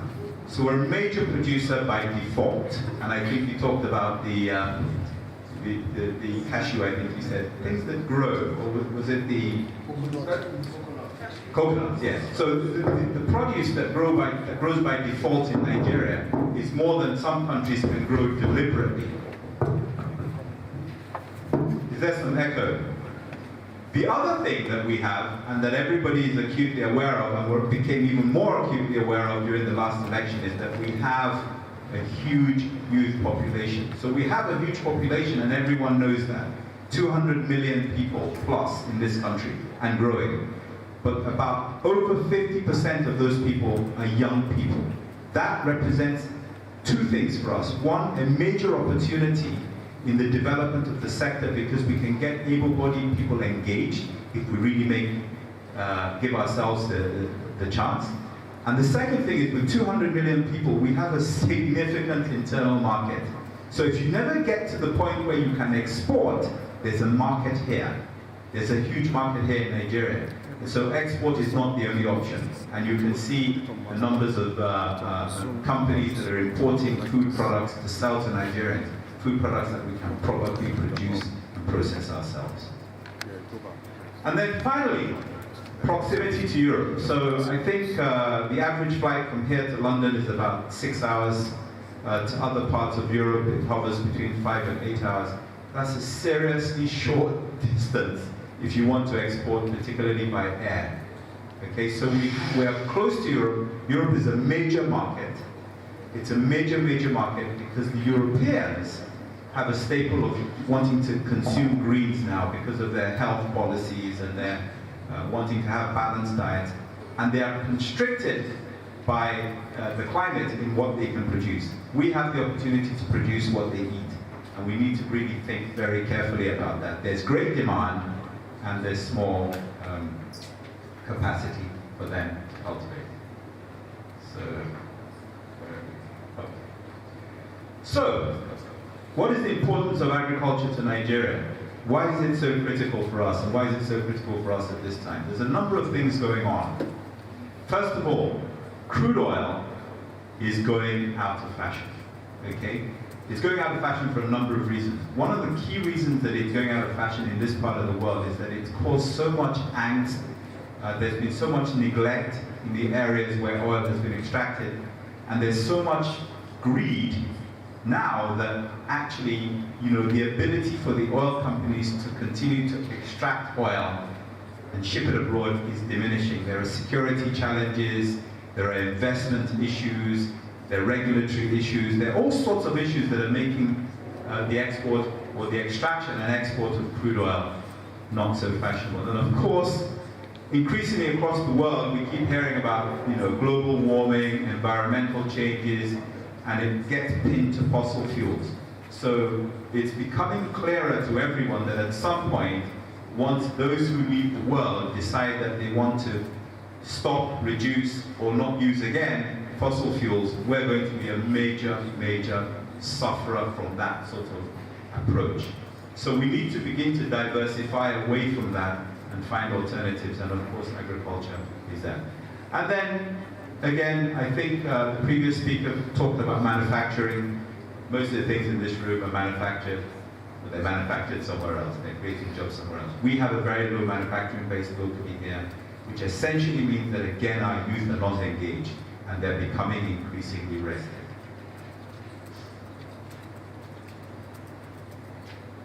Okay, so I've kind of described this, but you can't emphasize it enough. We have become overly dependent on oil in this country, and we're starting to feel the effects of it. We have an infrastructure deficit. If you look at the roads, so if you look at roads as an example, the roads in America are not built for people to go to Disneyland. They're built for the transportation of agricultural produce. Moving food around America is what the roads are built for. Okay? Yes, it's a byproduct that people want to move house, they want to go and live in another state, they want to go to Disney. But actually, if you don't have good roads, you can't move agricultural produce around any country, because that's the primary way in which you move produce. Of course, there's rail and other things, so we clearly are suffering from that. There's very little by way of produce processing equipment or plants. You can't add value unless you're processing. It affects your ability to extend shelf life of products. It affects your ability to be able to hold and eliminate things like seasonality, so that when you can't produce because of the climate or the weather at a particular time, you have to be able to hold the produce and push it out into the market or push it out into the country from a food security perspective when you don't have the ability to produce at that time. So we have equipment issues. We also have transport, storage, and infrastructure issues. So Again, we need to have adequate storage facilities around the country. They have to be the right type of storage, temperature controlled, humidity controlled. You have to be able to hold produce to prevent the aflatoxin attacks that you have on produce. You have to be able to keep produce safe and keep them in situations where you can actually extend the shelf life and begin to use it as you see fit. The final thing on that slide was commercial farms. Again, if we want to get serious about agriculture in this country, we need to begin to look at how to commercialize farms. With the numbers of individual farmers and subsistence farmers we have here, we need to think about other solutions about how we bring them together and create commercially viable entities that can be invested in and can produce appropriately. There's a lack of capital for many farmers or for many commercial farms, or the ones that even exist, who actually need funding and capital. And we need to think carefully about that. We don't just fund everybody who has a farm. We have to fund entities that have a realistic chance of being successful in what they're doing. And of course, I talked about transportation and storage, and I have a little bit of experience in that in my background at DHL. And I can tell you that's absolutely critical. How you store and hold and how you transport in any business is really, really key. So, additionally, so just still staying in the sort of gloom phase, sort of downer phase of the challenges that we face, there's obviously a low ability for foreign and local investors to recover their investments. So any investor anywhere in the world who's going to put their money or their investment into any sort of venture will look at how they're going to recover that investment so that they can actually repeat it or scale it. If they don't get their investment back in the first instance, they're never going to come again. It's really interesting looking at Dubai. One of the things that the Dubai government did when they decided that they wanted to begin to attract foreign investment is they had a plan, and their plan was, look, when people come to Dubai for the first time, they'll stay in a hotel, $200, $300, $400 a night. If they like it, if you give them a good experience, they'll come a second time. When they come the second time, they'll stay in an apartment, a hotel apartment, where it's a little bit cheaper and then they can stay for longer. The third time they buy timeshare, the fourth time they buy an apartment. So it's about drawing investors in by giving them a sweetener. The first time they make the investment, you ensure that the experience is good. And I just think that's a useful little story for us. There's multiple taxation, graft, and rent-seeking from officials. We can't get away from this. When you get to the airport, you see officials opening up suitcases. What have you got there? Is it yam? Is it cocoa this? Is it cocoa that? That individual is taking produce out of the country, either to consume it or to sell it. That's a good thing. We need to formalize it, of course, but you can't have people being penalized for trying to export, albeit informally, and we need to think carefully about that. There's multiple taxation when you have trucks moving around the country carrying produce. They're probably not in very good shape. You see Federal Road Safety pulling them aside, delaying their ability to get from one place to the other, which has an impact on the produce because the produce has a shelf life. They're delaying its ability to get to market because they're looking for one piece of paper from the Ministry of Transport. So there's graft, and sometimes they'll even take a pineapple or two. There's lack of training here for people involved in value chains. So just talking about the science of agriculture, people need to be trained, retrained, updated, refreshed about what they're doing. We're not in a static environment. There are others who are learning, who are doing research about how to make things better, faster, smarter, quicker, more effectively. We kind of get stuck in this in the 60s, in the 50s, in the 70s. There's a constant churning out of new ideas and training going on in serious parts of the world which we don't see here. So all that academia side of this becomes really important in terms of getting people up to speed with what they're doing. Standards. The world is built on standards. When you see people go online and they shop, they buy a pair of shoes, it's blue, it's size 9, it's this size, it's this shape, they pay and the item arrives, it's because there's a degree of standardization. We have no standards in agriculture. You see a pineapple this size, you see one this size, okay? all the people who sell these types of products in Europe, they have fixed standard shelf sizes. They've trained inadvertently their customers to look out for a certain color of pineapple, a certain size, a certain shape. So it makes it difficult if we just ship stuff out that you know, the crown of the pineapple is leaning to one side. It's fine, it's a healthy pineapple, but it's not going to leave the shelf because nobody's going to buy it. It's visual. People buy with their eyes. Okay? So there's the standards in terms of how it looks, but there's also the standard around the quality.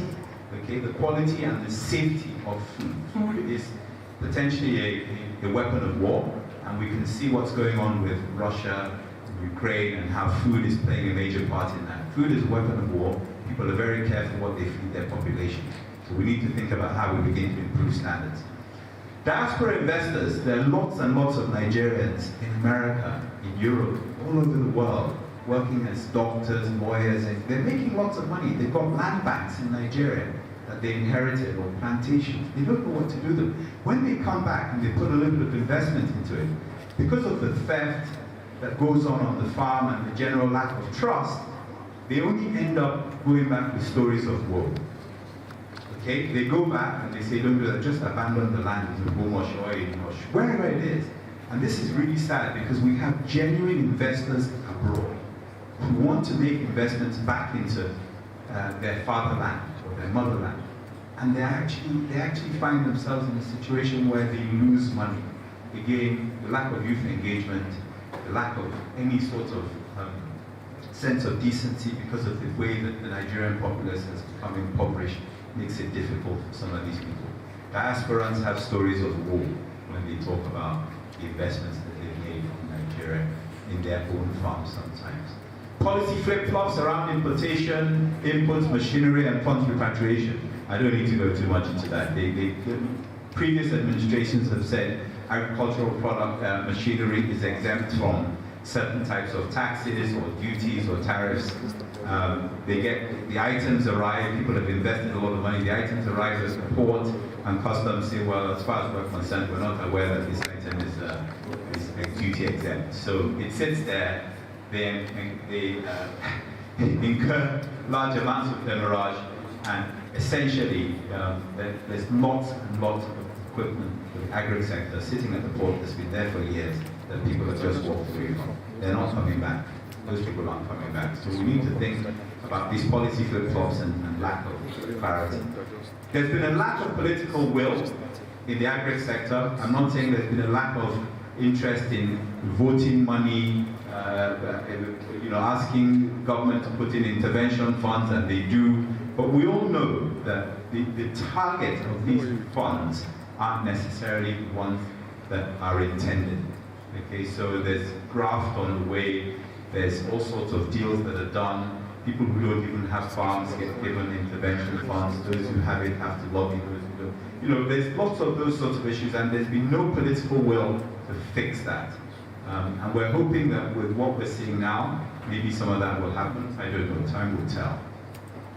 And then finally, the very last line on this particular slide says that there's been a disconnect generally between the federal government and the state governments in terms of agri policy. Now, you see that sometimes where you have two different parties, one at the center, one at the state, there can be disconnect. But even when you have a party at the center and one at the state, there's still all sorts of politics going on and politicization of the process. So, maybe one can be a little bit more positive. So, look, what I wanted to do here was to be able to show that actually this is a value chain. There are specific issues, but the issues can be tackled if we approach it as a private sector group of people in a particular way. Okay? It's by no means the only solution, but it's the approach that I think we need to start taking more seriously. So, I think that cooperatives are fantastic, and I was happy to hear my colleague from the Lagos Business School talking about a class that has created a cooperative and is now looking to get a banking license. It is absolutely critical that we begin to work together. If you look at the most successful agricultural enterprises across the world, they're not necessarily big, large companies. Some of them have brands, but they have cooperatives. So there's a large group of farmers or farming interests working together, sometimes under one brand, under one banner, under one umbrella, to promote, support one another, promote a brand, promote an idea, negotiate deals with their own governments, and even get into export arrangements directly with recipients on the other side. And of course with those who might provide them with training and research information to help them do what they're doing much better. So, I see an opportunity for a lot more agri-business service providers, okay? The business of agriculture needs to be serviced. It needs to have people who can come to it and help it get to where it needs to go to, whether it's on a proactive basis or on a rescue basis.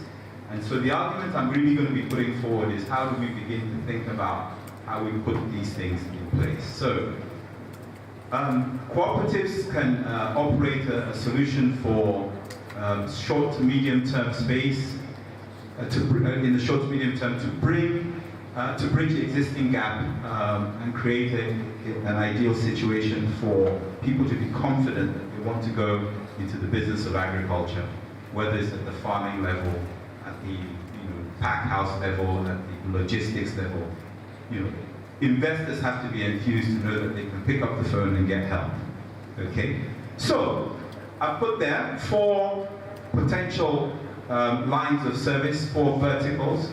The first is farm management services, so organizations that are able to provide farm management services to commercial farms. And commercial farms I've put there deliberately because again, you need to aggregate the farms and be able to go in, work with them as a group, a little bit like we're trying to do here today, impart knowledge as a group, maybe a little bit more targeted and focused depending on the need of that particular group. It could be geographical, it could be value chain based.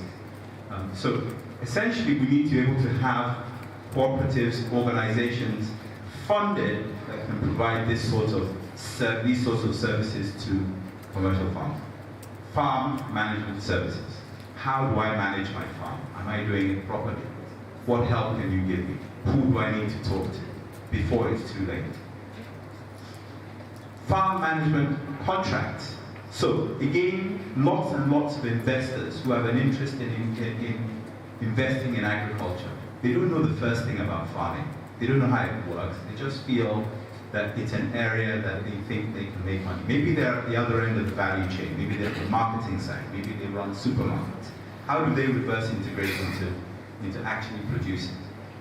Someone who's running a supermarket or a supermarket chain doesn't necessarily want to go and become a farmer. It becomes a huge distraction. Who can they contract it to? They have a piece of land, they're prepared to fund it. Are there companies today that can, effectively pick up that sort of contract management service and deliver it? You see it going on in the hotel space here. Somebody puts up a building to a particular specification, they bring in the Marriott or the Hilton or Meridian or one of these operators to come and run it for them. We don't have that. We don't seem to have companies that can go and effectively contract with those who have everything else and really operate the farm. Farm setup services. Again, how do you, I want to set up a farm today. Where do I start? If I wanted to build a house, I'd find an architect. Someone who can actually tell me that, okay, yes, you want a kitchen on the ground floor. This is the best place to put it. This is where the services are. Somebody that actually measures, understands, creates, conceptualizes something that's going to work based on experience having done it many, many times before. So the setup of a farm and an investor in a farm are again 2 slightly different things. And here what we find is that the guy or the lady who has the investment finds themselves doing this trial by error. Should I put it here? Should I grow this here? How's this going to work? We heard the story again about the snails. You can put your foot wrong majorly if you don't have people who can give you good advice and help you with the setup. Where do you start in the first place, even if you're going to run it yourself? So these are gaps and opportunities in the agricultural landscape in Nigeria. It's something that needs to be thought about carefully. And then finally, produce evacuation services. So I've seen too many farmers, too many farms, too many agribusinesses that begin to produce the 20 million units or whatever it is that they were farming, and then just to get it out of the farm in time, just to get it out of the farm in the appropriate way becomes a problem. So you find lots of produce rotting on farms. The business of evacuation of produce, and I talked about roads in America earlier, being built for agricultural produce, that's what they're built for. The problem with not having adequate infrastructure means you have to plan a lot better. You have to think about it. So we also need organizations, companies that can actually help you think that through. You've hit a bumper harvest, how do you evacuate? How do you get into the port? How do you get into the supermarket? How do you get into the processing facilities to process the material that you've got? Because all of these things impact your bottom line. If you cannot evacuate, it's a big issue. Okay, so what are the solutions that I am proposing? And again, it is extremely important that we remember that this is not the only issue we have in agriculture. This solution is just one solution, and part of the brief is to say, look, how do we begin to think about where there are gaps? How can we so, co-ops, cooperatives operating farm and agribusiness service, managed service model for commercial farms. In order to be able to provide world-class farm management services, these are the sorts of things that we need to be thinking about. And I think it's important that we're thinking about it across the board, even in the existing businesses we have. So, partnerships with good service providers abroad. Knowledge is often found across borders. We need to begin to work with foreign partners, to attract foreign partners into what we're doing so that we can have an exchange of ideas, so that we're not operating in silos. We need to employ specialist staff, both local and international. And if you had a co-op that was able to actually bring in the staff, keep them on the books so that they can serve multiple farms, multiple cooperatives across the country, then it gives you the specialists that you need in one place or in multiple places so that you can actually deploy services to farms. Part of that means acquiring, as a cooperative, adequate office space, yards. It's interesting, I noticed the Lagos State Public Works Corporation was created and set up to fix roads, on a rapid basis as the potholes develop. Nothing like that seems to exist for agribusinesses, for farmers in this country. There isn't a telephone you can pick up to say, hey, look, my farm is flooded. What can I do?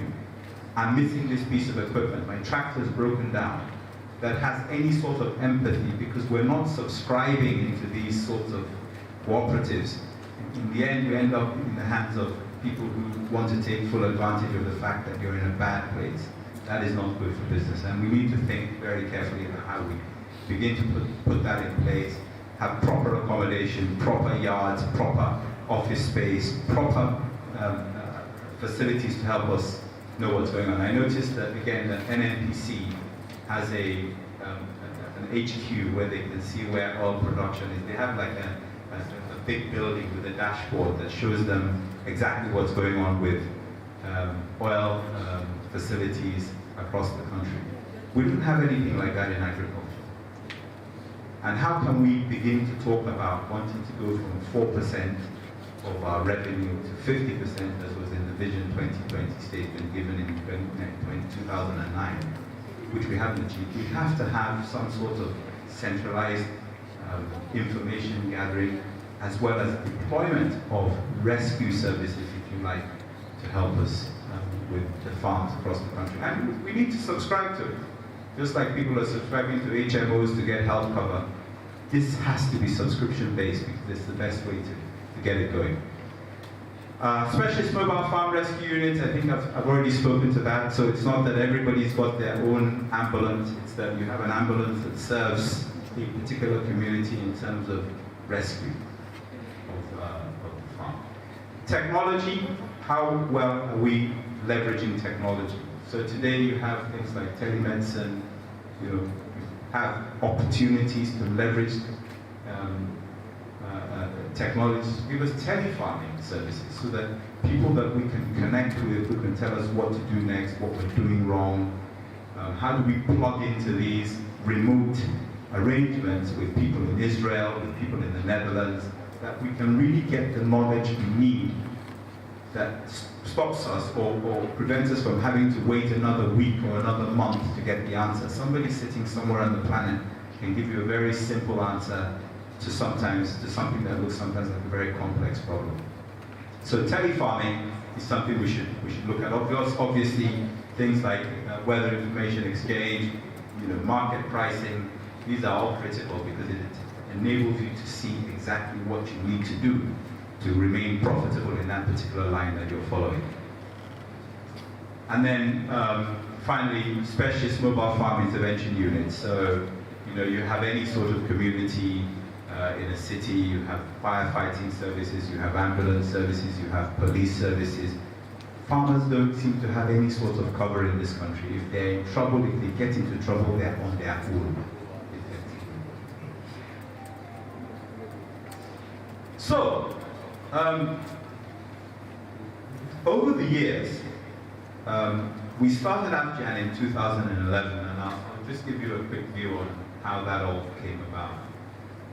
I used to work for DHL in the Middle East, and when I moved back to Nigeria, the head of DHL for DHL Aviation, which is the 5th largest airline in the world, because they have their own aeroplanes, called me and said, look, actually, it's a French guy, how is it that in your country we have aircraft coming in on a daily basis?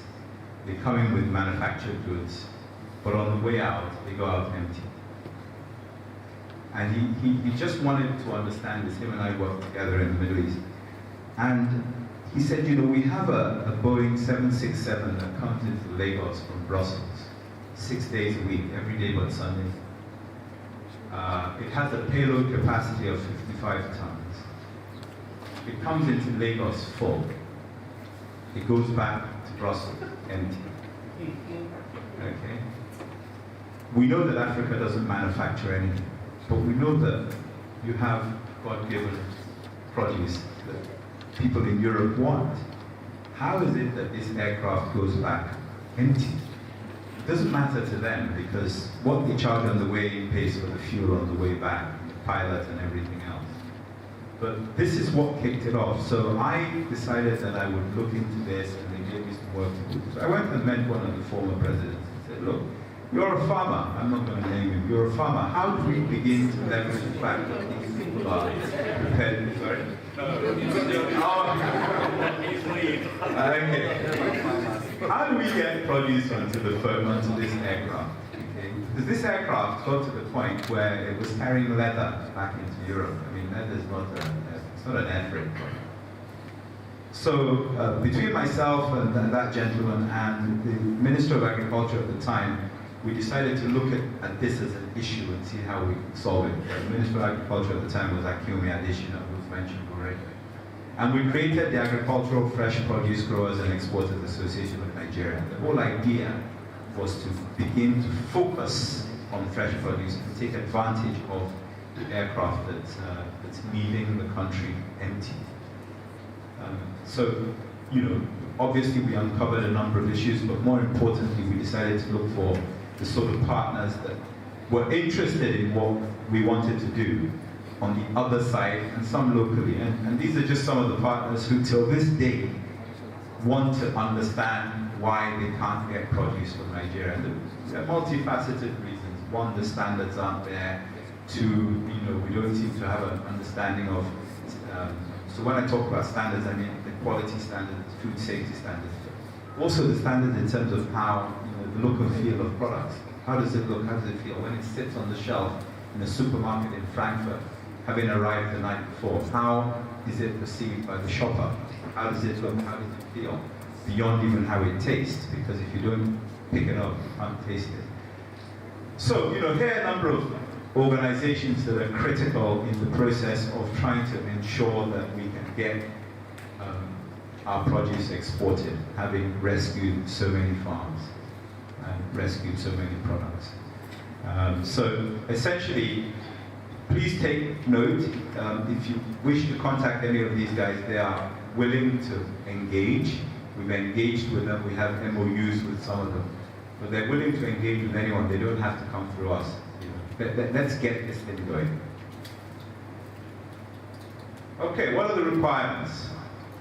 So, really, it's a sort of summary to say that, look, we need cooperatives that can provide 365, 24/7 quality and technology-enhanced farm unit services to farms. The cooperative shouldn't just sit there having long, idle chats on WhatsApp about nothing, about the problems that they face. They should be able to be action-based. They need to be able to do things. They need to be able to find solutions. They need to have a secretariat that actually can help solve some of the issues and the problems that they're facing. We need internationally trained management specialists who, again, can make up a body of experts, a crack team or teams of experts who have knowledge in the most difficult environments about how to make these things work so that when they get here, it's much easier for them. Okay, Kenyans are able to run long distances because of the altitude and the culture, the way that they sort of been brought up through their own existence. And so we need to find people who can help us take us to the next level. And I think the Malaysians found us when it came to palm kernel or palm oil. These services need to be on demand, at farm locations, so you can pick up the phone or send a message saying, I need this person here now. That's what we would do if we were seriously ill. When the business is down. Am I running out of time? I'm out, okay. So let me speed up because time is important. Yeah, so essentially that's just saying the same thing, that we should really begin to focus on having, even out of this group, some sort of agreement, some sort of way forward to say that what are the interventions that we want to be able to effect once we've done these things. And below here is really just talking about farm management services, equipment and supply services, pest management, the use of pesticides, seed banks, point of soil and agri-produce testing, and certification services. So essentially, every consignment of produce that goes into Europe effectively has a passport that says that this produce is safe. So the certification services are important. Are there any certification people here? You're here. Okay, great, thank you. So I think we should make a beeline for them if we're talking about exports. Right, so essentially, look, there's no proposal, there's no suggestion that doesn't need effort and sometimes some money, okay? But what I would like to encourage coming out of this event is for you to think about, how you find, organize, group, identify, and create, these sort of farm intervention units, because it all starts on the farm. And to think about, what are the things that are lacking? What are the things that have brought agribusinesses down, literally? Because if we can begin to look at that, we should be able to make progress in terms of making a success of agriculture. And I think that was my last slide. So thank you very much for listening and for your engagement. Depending on the time, I'm happy to take questions, either about the presentation or about anything else. I'm afraid we can't do that now, but we will also. So I hate to be the man that stands between you and your coffee. So. All right, thank you. Thank you very much, Mr. Sawyer. And thank you very much for a very interesting telephone number, 2340. Yeah, I'll share that. All right, we're going to the first panel session. It's going to be moderated by Ikpo Oladenge of Business Day. Is Ikpo around? Please come forward if you are. The panelists are going to join us in hybrid format. 2 of them are here, and 2 of them will join us virtually. To join us virtually, I'd first like to, are they on standby? I'd first like to introduce Dr. Forjo Olaimi, who is the lead consultant and CEO of SAMOP Agro Consults Limited. Please put your hands together for him. Please say hello, Dr. Olaimi. Good morning. Good morning. And then we have Ibrahim Kabiru, who is National President of All Farmers Association of Nigeria. Afan, please say hello if you're there. Good morning. Good morning. And the two panelists for this hall. Good morning. Annabelle Kabuche, who is Group Managing Director of NICER. Annabelle, please come forward.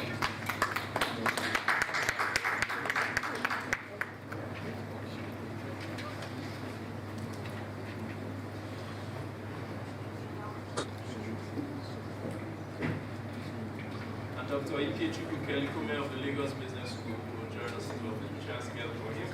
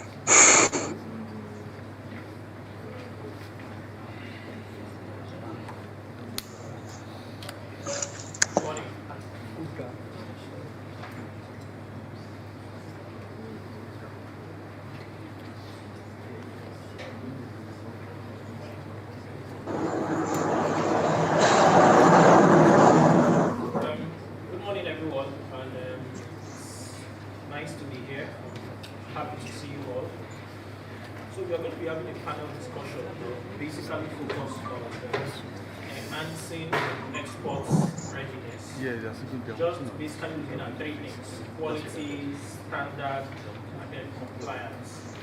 Now, the aim of this panel session is to make sure we have a robust conversation about how to make Nigeria's export value chain more viable. Is to make sure that can you hear me? Okay. We can hear you.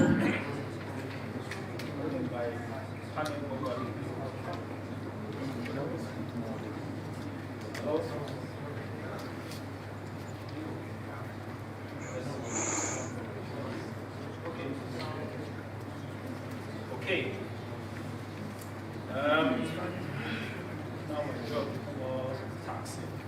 Okay. Can you hear me now? We can hear you. Okay. So once again, my name is Dipo Oladende.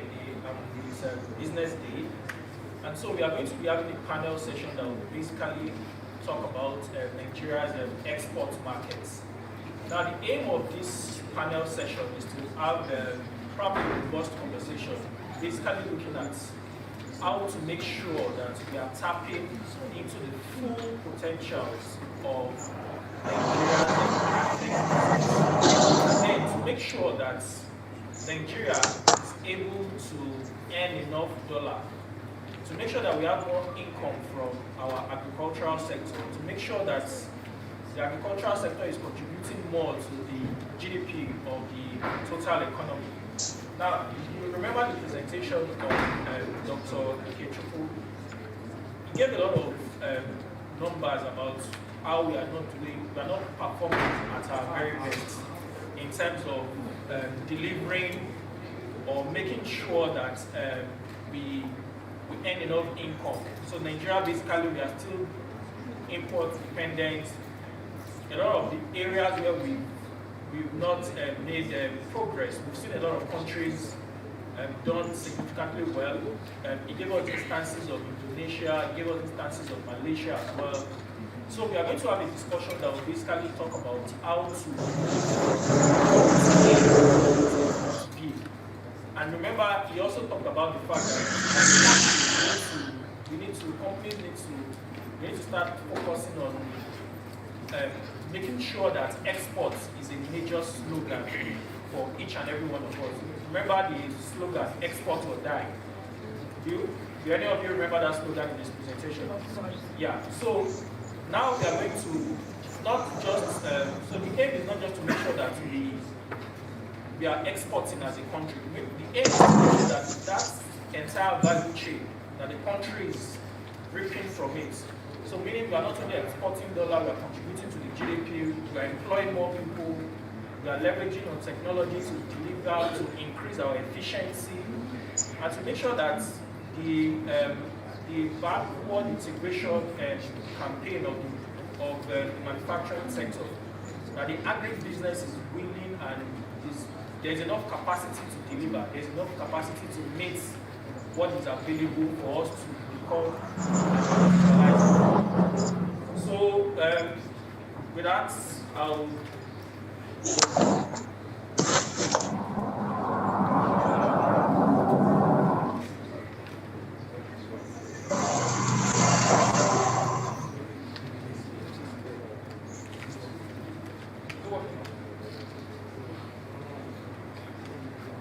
not yet. Okay. So, can you hear us?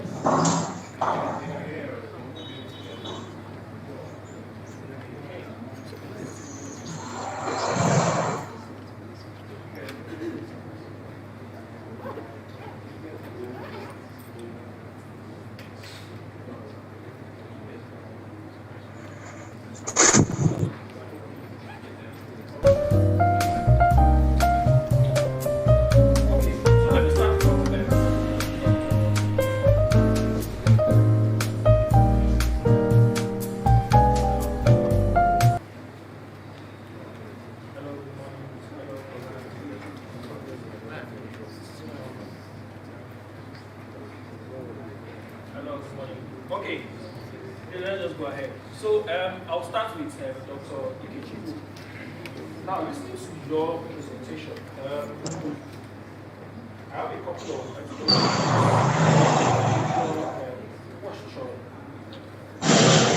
Talk about Nigeria, where to increase the competitiveness of Nigeria's export sector.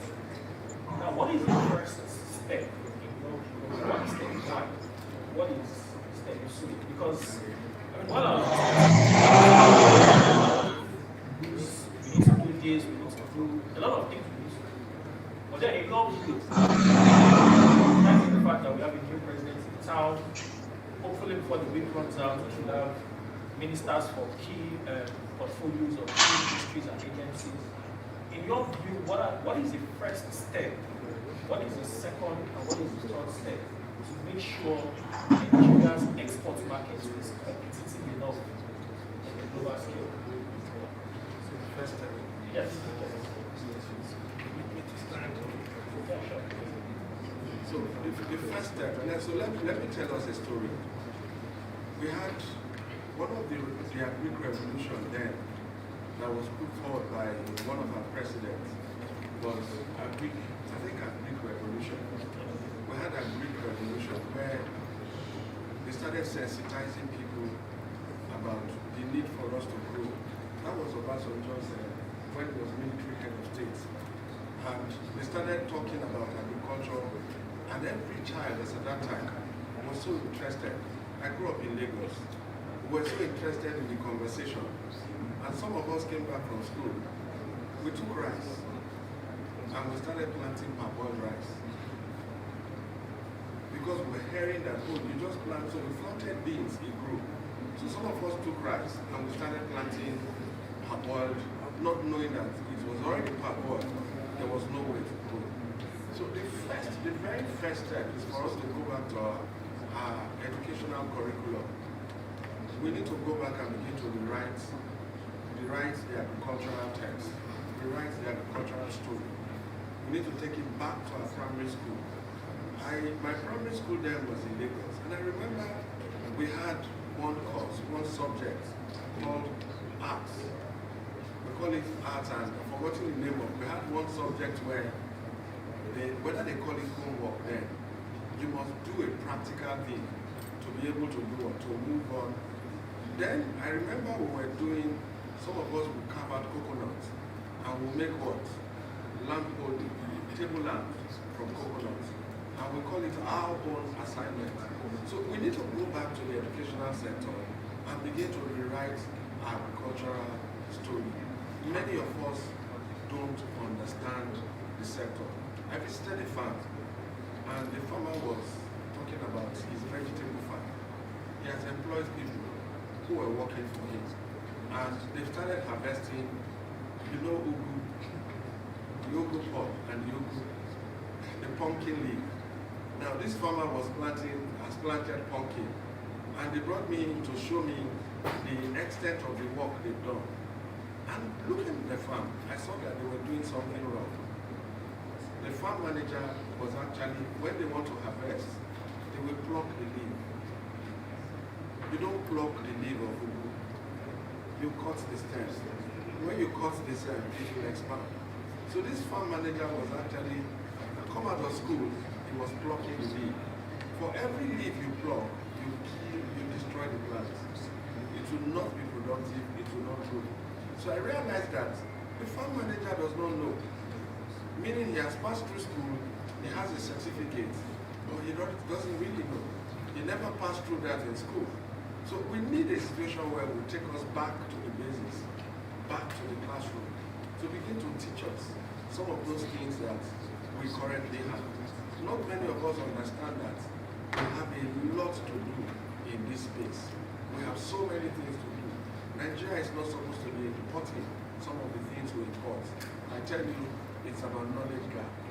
There's a knowledge and information gap existing in this space. I'll give us another story. A young man got the anchor Borasilo in Abuja and went into, he was one of my students. He wanted to show me his farm, his young farm. I have planted, he has done mold and he has done the reed and he has planted this yam. He even told me that they are near harvest so that we should come and see the yam farm. When I took the entire class to visit his farm, we got there and I saw that this man had made a very costly mistake. He buried yam, planted yam, and when the yam was sprouting, it sprouted with 5 eyes, 6 eyes, and he left it like that. He allowed them to crawl on top of the leaf, and he was expecting that he would have what? Tubers, heavy tubers underneath it. So I looked at it and I told him, you've made a very costly. He said, don't say it. I said, you've made a very costly mistake. Your yam has 6 eyes. So you're going to have what? Small tubers buried inside the ground. And he said, no, it's not true. I said, give me your shovel. And I harvested one heap and brought out small tubers. And the guy sat down, he said he collected loan to do this. And he has farmed a large acreage. And he did the same thing, the same mistake. So you can see this man lacks what? Knowledge. He lacks knowledge. He doesn't understand how you cultivate yam. When you plant yam, you're like nursing a baby. The day you planted yam, you're like nursing a baby. You will watch that yam from that point to harvest. Because you will tender the yam. When it brings out 6 eyes, you will remove the 6 and leave only what? Only 1. Before you tender the yam, you will show whether the yam will have what? 1 straight tuber. When you buy yam from the market and you see different branches, know that the farmer who planted that yam does not understand. So we need us to go back to the classroom. We need us to begin to understand the sector, especially those of us going into the upstream value chain. Then there's the other part. I talked about the midstream value chain, which is the value addition part. So I talked about the midstream value chain, which is that I do not want to be a farmer, but I want to play in that space. And it's so simple. I want to play in the space where you just brand your product. So I perfected the act of what? Designing and branding your product, such that your product can sell anywhere in the world. So if that's my business, I need to go back and learn about branding, about packaging. Oh, I want to be able to do what? Take your product and market it. I need to go back to the classroom to learn about what? Marketing. About the last mile. How do I move product from this point to this point. So my number one choice of how to solve this problem is that we need to go back to the classroom. We need to go back to the farm. We need that part to understand the scientific part of agri. Then we need the hand holding. I must hold your hand. If there's anybody here who is going into snaring, if we don't hold your hand and you invest money there, you will lose the money. So you need what? You need information. We need to hold your hand. Then there's the passion side, which I said is 10%. What most of us do is that we substitute that passion side.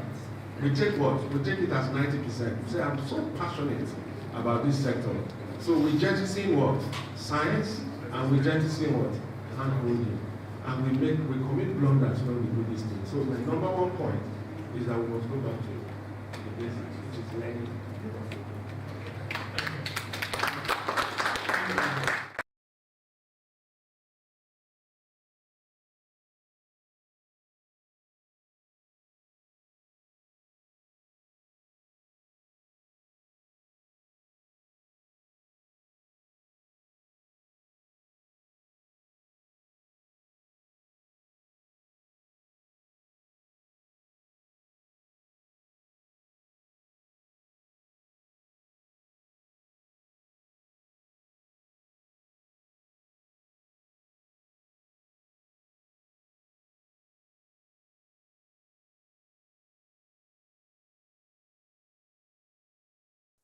Can you hear me?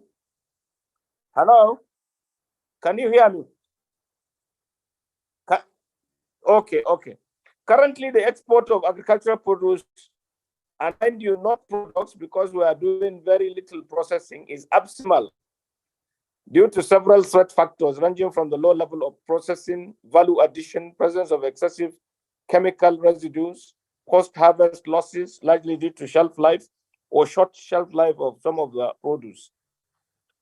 And then we have transportation costs or logistics generally. To be able to really harness what we produce, we must be able to align ourselves to global gap, good agricultural practice, farm infrastructure assurance, general hygienic practices, general management practices or manufacturing practices. We must look at traceability. We must do proper documentation on our farms, and we must standardize our produce. Now, naturally speaking, we have a very large population. Our people have concentrated on feeding the nation. And luckily now we have after. What we should do generally is to scale our production to first feed our country and then export to African countries before going to those countries where we have a lot of our produce rejected. Now, the education of the farmer is very, very crucial here, because the large producers or processors will have to get a critical mass of our people who produce for them, and then they will offtake. Now, in doing that, they will now educate the farmers on the do's and don'ts for the things that they produce to be accepted in the export market. If we don't do that, we end up having a lot of the things that we produce rejected because of use of herbicides, insecticides, pesticides, and lack of really adhering or complying with international standards. And that is very, very important, because most of the people simply subsist by what they do, but you cannot continue to do that. That's why our situation is very dire. That's why we have a very large number of people in poverty. To be able to really get out of this, government has to invest very much in educating the farmers. That is extension work. We must have extension services given all over the place to all the farmers, free of charge. And the people who want to export have to project some seed types and come along with them extension service rendered to the farmers so that they will produce optimally and for them, for the export market. And even for the Nigerian market, we must be able to to adhere to food safety, because we want to have a healthy population. Otherwise, we may not be able to play our part in technological breakthroughs and all that. So there is a lot of work to be done for the Nigerian farmer to be able to play competitively in the global space, especially when it comes to exportation to Europe and to the Americas. In Africa, because the new Africa continental free trade area has come to stay and we are players, we might be able to optimize our income from export. And what the current government has done on the emergency on food security is a very welcome development. If security on the farms and everywhere is ensured, and mechanization comes in, we will be able to scale up our production to the extent of feeding the 200 million mouths that we have to feed, and then being able to export, because it is foolhardy to imagine that we can export when internally we don't have food sufficiency. So it's the gamut of problems, and like Oliver Twist, the farmers would always ask for more, but essentially Mr. Akin Sawyer has given a lot of light on what should be done to make very competitive and to make Nigeria be able to earn foreign exchange from there. And the speaker from the Lagos Business School also did analysis to what we should do, and then to look at our the 6 geopolitical zones to be able to optimize what is staple in them, to be able to scale it up to a level where they will have self-sufficiency and be able to export. It is very crucial to have sufficiency at home before beginning to think of exportation. Generally speaking, I think the agribusiness component of the agricultural value chain is important and is very, very germane, because the farmer will get the best out of what he or she does by good marketing and good sales of their produce. They will simply get out of poverty. There are many advances that have been made. I remember the issue of the cowpea that were there. We still have a deficit of over 500,000 metric tons in Nigeria, but there is a lot of work being done. There is the PBR cowpea, the pot borer resistant cowpea that is in place. It's a game changer. It would make us quite sufficient in cowpea, and we will be able to export it at least on the African market. If Europe, and other places do not necessarily need our cowpea, but within Africa, we should be able to sell and make good money. Then there is the issue of soybeans. There's ginger, sesame, and all that can be optimized to be able to really earn foreign exchange from that. But we must be able to process to be able to really prosper generally. Because when we sell whatever we have in its primary form, we get very little or nothing, because we in turn buy those things that are processed at a very exorbitant prices. Take cocoa, for instance. We export cocoa in its raw form, and it comes back as chocolate and other things, and we pay a lot of money for it. Milk, we should be able to harness what we have here to be able to export milk to the African countries here in the first instance. A lot of work has to be done, and the farmer is ever willing to get there, because we are looking at agriculture as business.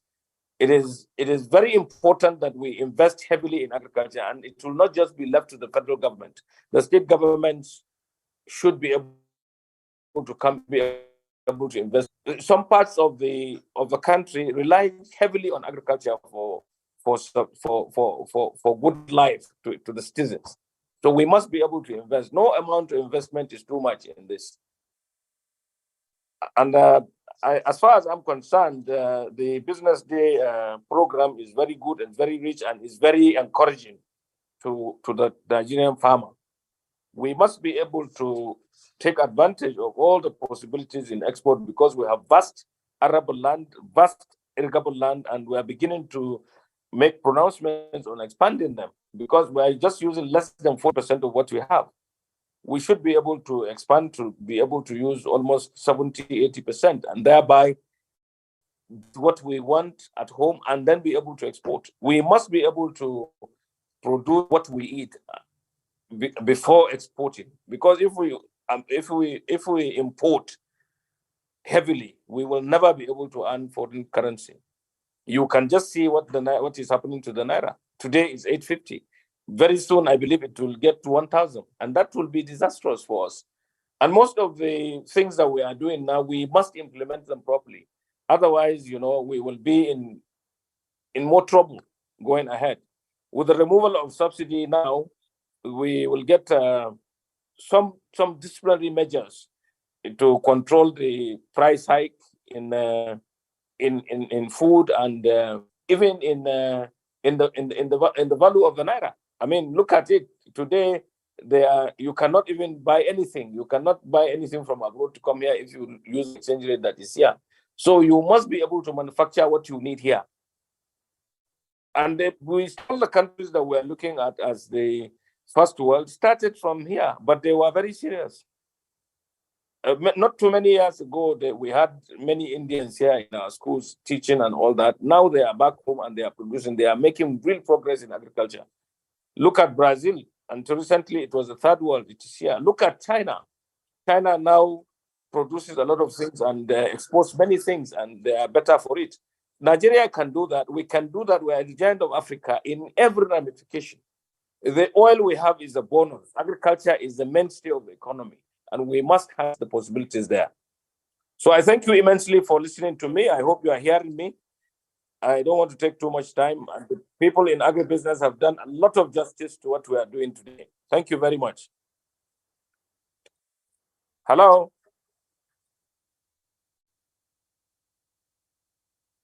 Can you hear me? I hope I was not speaking to myself. No.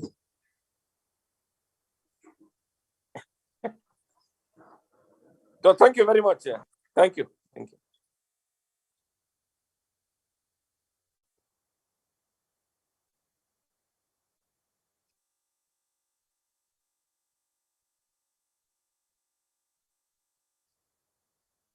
You played massive role in these aspects. So can you share your view of Nigeria's export markets? I mean, you've heard you have talked about going back to school, going back to the basics. Alaji Ibrahim have talked about we need to feed ourselves first, and we need to make sure that the market is viable for us to export. So in your view, can you just give us by less than 3 minutes, just talk us through Nigeria's export market, where we are now, where we need to be in terms of standard and compliance. Thank you very much. Okay, so for Nigerian agricultural sector, the export, unfortunately, there is a huge gap as it relates to standard compliance with international standards and certification as proof of compliance. I think the first thing we need to do as a people is to even have our own regulation for primary production in Nigeria. Sun has some standards that they have set up for tomatoes, for fresh vegetables and all of that, but we don't have a regulation that insists that people or farmers at the primary level must comply with a certain standard. We don't have that. So you find farmer A doing a certain kind of thing, farmer B doing something else and all of that. And that is why even if you come to a particular community and you take products from different farms, you realize that the quality of those products, even if they are the same, they have different qualities. Some people are using pesticides, even within Nigeria, pesticides that have been banned from being used in Europe and in America, and they are still being used here in Nigeria. How they get it, of course, only God knows. But we need to, and even for people who are using pesticides that are allowed, some of them don't even wait for the life cycle of the pesticide to go off before they harvest. So you find out that there are a lot of pesticide residue. When they come to the farm, they find out that there are a lot of pests, and they maybe the manufacturer says use 1 liter for 1 hectare, and then in their wisdom, because of lack of knowledge, they believe that they can use 2 liters so that they are able to save their crop. Until we have standard for primary production, just like Ghana has Ghana GAP, we are able to domesticate the global GAP and have our own Nigerian GAP. that every farmer must comply with, and there will be punishment attached to non-compliance, even for food that we are eating in Nigeria. Because it's one thing to say, oh, we want to have more food to eat, but we don't want to eat today and die tomorrow. We want to be able to have the same standard of food that is eaten in Nigeria being exported out of the country. Until we get to that stage, we have not started. And then for the food that is being exported out of the country, for all exporters, it's important that we have what is called market intelligence. What is market intelligence? Being able to understand the standard that the market that you are getting into you need to comply with as it relates to the product and then the region. So for instance, if you want to export fresh vegetable to Europe, I heard when the second speaker was speaking, he said, oh, there is a lot of opportunities for you to export fresh produce into Europe. The first thing you have to think about is how do you comply with the global gap standards, because you want to be able to sell in the supermarket chains. And for you to be able to sell in the supermarket chains, you require global gap. You might say, okay, I'm doing natural farming, I'm doing farming organically. You need to comply, and you want to sell it in Europe or in America or in Japan or in the Middle East as organic, labeling it as organic. You have to comply with the organic standard, maybe according to the USDA, the EU organic regulation, the Japanese agricultural standard, for you to be able to export it there. So if, for instance, you label it as organic and you don't have certification as proof of compliance from a third-party certification body that has accreditation to certify sale, your product will be rejected. We also have seen issues of pesticide residue. That was the issue with the beans. We've had Japan give us a lot of alerts as it relates to our sesame seed coming into Japan for pesticide residue. We've had issues with Mexico being our major export destination for hibiscus, talking about pesticide residue and all of that. We need to, it has to be a conscious effort for anybody who is going into export to understand the standard, understand the minimum pesticide residue level for the region where you want to export, and understand how to be able to walk through it. So we find a lot of exporters that aggregate. You cannot aggregate. In other parts of the world, people set up supply chain structures. You have to be able to do what is called traceability. Now, by 2025, Europe is insisting that for every product coming into their country, they need you to be able to show that you are, this product is traceable. So traceability means that from the farm, there must be record of the location where this product is coming from, what has happened at the farm, what has happened in terms of logistics of it, up until it gets to their destination. Not a lot of exporters even know where they get the products from. So they buy from the local market, the Dawano market in Kano, or any of these local markets, they aggregate it, it's coming from different locations and all of that. That is why sometimes when our products are rejected and we say, oh, it's barrier to trade, the question is, if we are asked to retrace back where these products are coming from, we are not able to do it. We don't even know the farms. We don't even know what the farmer used. The farmer does his process and doesn't keep record. How are we now going to be able to prove that whatever it is has become is actually a barrier to trade? It has to be a conscious effort. We have to now begin to look at it as a business and then look at everything that needs to be done for us to comply. Thank you. Round of applause. Dr. Follow-Cho, can you hear me?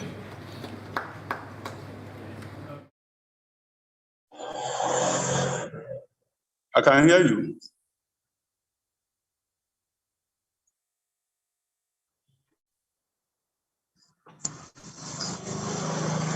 Pardon?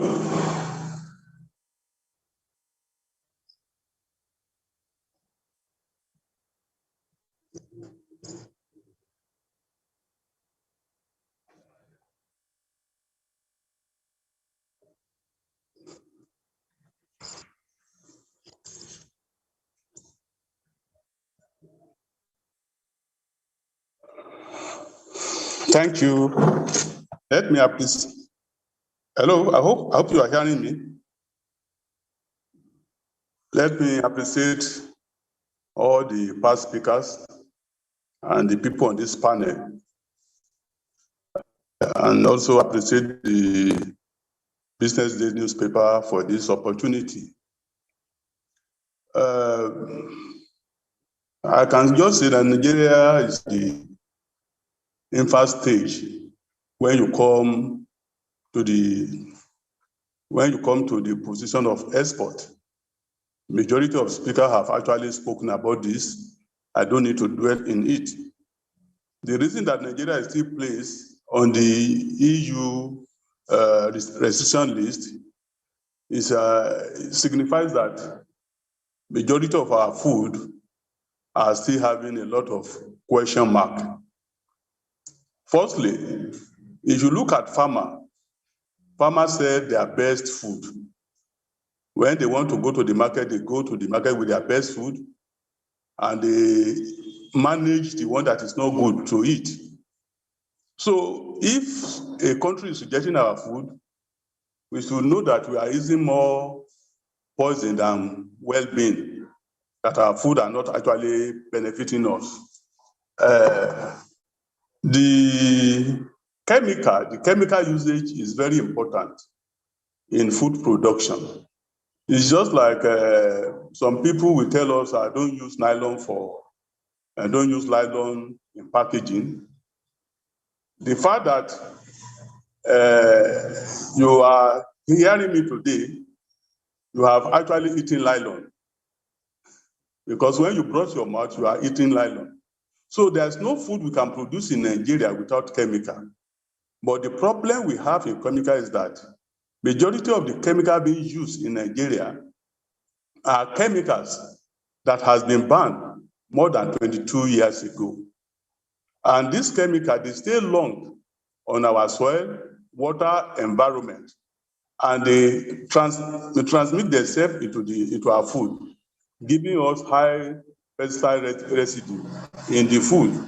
And also, those are some of the products. For us to reduce the chemical composition in our food, one of the things we have to do is that we must implement the ban of those toxic chemicals that has been banned for over 22 years ago. We must look for the source. Where are they coming into this country? And how can we stop them from coming to this country? We should also do an evaluation of the chemical we are actually using now. And anyone that does not conform with the FAO or WHO standard, we should ban such chemical.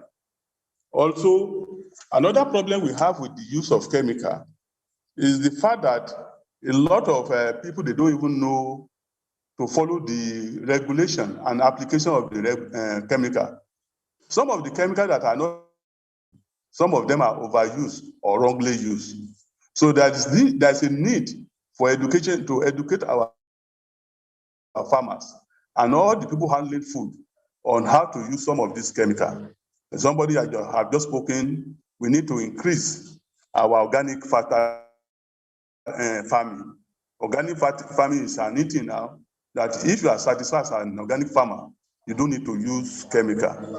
And another way we can minimize some of this chemical is by promoting the alternative pest control, like the IPM, the use of hermetic bag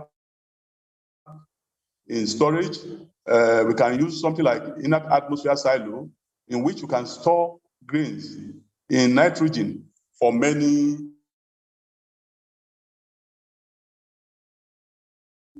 years without the use of research. To have done a lot of job in that. We also use the biological control method now, in which we use plant extract. Something like this dongoyaro, a lot of things has been extracted there, and they can be used to control some of these pests. More importantly, there is a need for sensitization campaign on the danger inherited in chemical usage and the merit for safe alternative method of food preservation. Those are one of those things that we should do so that our food can be, so that the restriction placed on our food can be removed. Also, for us to get a lot of quality, those exporters to be able to send quality food for export, I want to start with one thing. They said Nigeria, the whole world now is a global village. And if you want to dance in the market square, you need to start practicing from home. You first of all start practicing from home. When they know that you can dance well, your people tell you, okay, go to the market square and dance. So if you want to be an exporter, a successful exporter, you must be a successful domestic seller. If you have not started selling at home, to market at home, it's not even good for you to think that you want to be an exporter. And when I said that selling to the market, I'm not saying that you can just be selling to the Wana market, Yibo market, and Bagi market. You have to look at some of these multinational companies like NBC, Guinness, Nestle, that are using food products. Say to them, these people, they have their standard, which are almost equal to that of international standard. Reach their market. Then the other thing that you need to do is just paperwork and some information. If you can make the market of those big companies in Nigeria, you can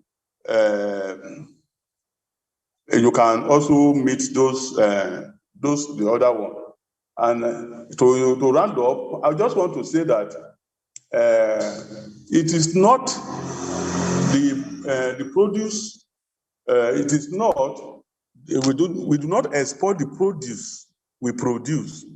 The produce, what we export, is that produce that has been made to meet the international demand. It is the produce we have actually conditioned and adapted to meet the international demand.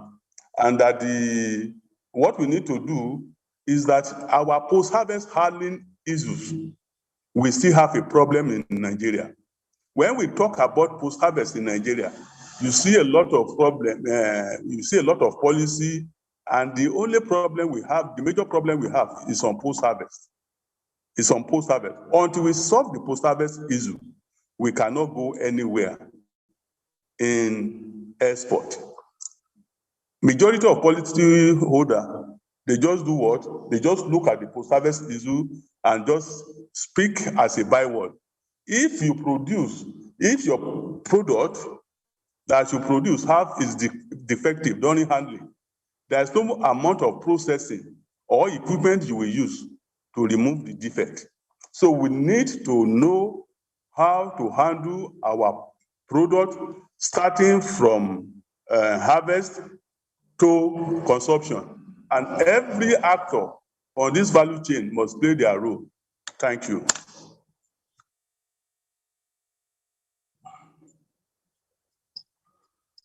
Question, and thereafter we'll take 2 questions from the audience. Now, my first question, I'll start with you, and then thereafter Doc make his contribution as well. So, is on what will be the role of the government in all of this?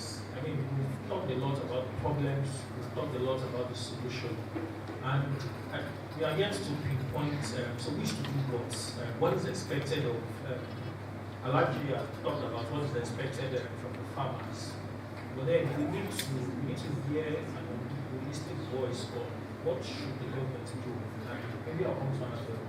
So in your view, what are the no-agreed fruits the government's decision can be that can make Nigeria start tapping fully into this agricultural export business? Thank you very much. So I think the first thing the government needs to do is to create policies that will help investors to invest in the agricultural sector. They need to consciously create policies. So for instance, they can give tax holiday to people, manufacturers who manufacture products that are agri-based. They can also give some sort of incentives so that becomes like an attraction for investors to want to go into it. They can also, just like they said before that products that are equipments that are imported into Nigeria for agriculture will be duty free. That should now be implemented. So it's one thing for the government to say something, it's another thing for the implementation of it. So they should ensure that whatever conscious policy they make in agriculture, they will ensure that they are properly implemented so that that becomes like an attraction for whoever wants to get into it. Thank you. Thank you very much.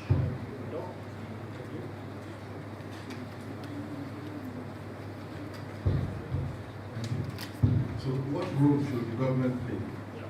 Now, if you look at the value chain, the agribusiness value chain, government role begins with the pre-upstream. And the pre-upstream is that sector where government addresses the issues of climate change. There are farm communities today that they have climate change issue. No individual can battle climate change issues. Government will also begin to address the issue of rain-fed irrigation. Most farmers wait for the rain. Now, but there are technologies that can actually, there are irrigation technologies that farmers can now lay their hands on. So governments need to begin to look at how do we move the narrative away from rain-fed irrigation to tech-driven irrigation, where farmers can now have drip irrigation within their farm clusters. The top thing that government has to do is come up with a vision. Now, if you're going to come up with an agricultural vision is not a 4-year plan. Sometimes it's a 30-year plan. If I take the tree crop, you know we've been cutting down our trees. And when you cut down and you don't plant, if I take the paper, all this paper in this room, this paper are a product of the pulp tree. Now, if you're going to plant the pulp tree, you come up with a vision that we want to plant the pulp tree. It will take us 15, 16 years to start harvesting from the pulp tree. But I must have a vision to say, this cluster or this zone, we need 10 million, 100 million pulp tree. Government has to bring the seedling. Government has to introduce the seedling to communities. Government must come up with a clear-cut vision for the agricultural sector. Because there are some commodities or there are some products within the tree crop value chain. Now when you plant today, if you plant mahogany and you plant iroko, you're not going to see the dividend of those products until you're looking at 50 years. No individual has the incentive to go and plant those things. If you plant the palm or you plant the mangoes, the fruit crops, some of them they take between 12, 15 years. No individual has that incentive to go into those sectors. We need the government to play a key role here. But there's another myth. The bankers give loan. Government does not give loan. The banks give loan to this sector. There's a problem. When we say there's a missing link in terms of knowledge gap, the bankers don't understand the people they are giving loans to. The bankers don't understand the sectors they are giving loans to. So we need the knowledge to be driven to those bankers. Those bankers need to come back to the classroom to begin to understand. If I must give funds to somebody who is going into the tree crop, who is going into the palm trees, for example, he's going to start making profits at the 9th year. So no bank will give you money to go and do what? Plant and wait for you to what? You know, the first 5 years, you're just cultivating, you're just planting, you're just sowing seeds, you're just paying salaries, you're getting nothing. By the 5th year, when you start even harvesting, you're also not making profit. We need the government intervention between the government and the bank, not just to give a single-digit loan to the agricultural sector. We need the banks to come and understand and understudy the sector that they play. Thank you very much. Thank you. Round of applause. Please, in 30 seconds, you have 30 seconds to sum up your question, and you tell us who your question is for. We need you to introduce yourself and the platform or the organization you represent, and tell us who your question is for. And please make sure you do that in 30 seconds. Thank you.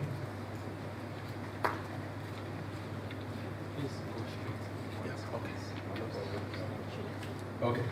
I'm Abiodun Olani from AgreX Africa Network. straight to the question, my concern is about the primary processing.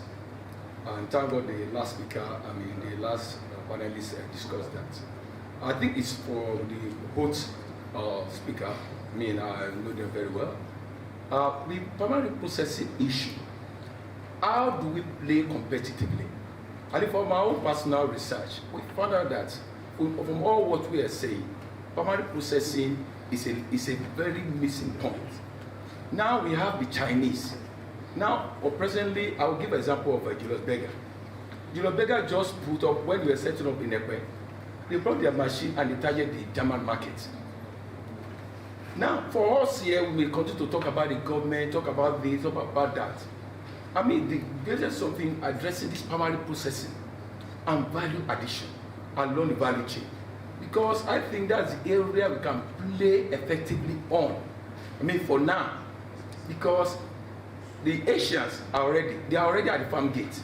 There's nothing we can do about that. The question is, what part are we doing about the primary processing? Question. Both. So it's not just about looking at the primary process by saying, sorry, can we just take a final question? Sorry, good afternoon again. My name is Ben Jewere, I'm a lawyer. I disagree with, to an extent, with Engineer Colon Shaw and some of the things that have been said here. We're talking about standards. At the same time, we're talking about the export market. Government coming in, sorry, it's more of a comment, and maybe something can respond to it. Government coming in can play a dual role. Those that want to produce for the local market and those that want to produce for export. We cannot be talking about satisfying the entire Nigerian market before we start exporting. If you satisfy the entire Nigerian market, where you don't get the effects that we say we are running after, you'll now use Naira and start chasing the Naira, the dollar, and then the dollar will hit 3,000 Naira. Yes, it will hit 3,000 Naira, because all you're doing is local production to satisfy the local market. The government needs to come in deliberately. You want to produce a local market, this is the standard for it, no problem.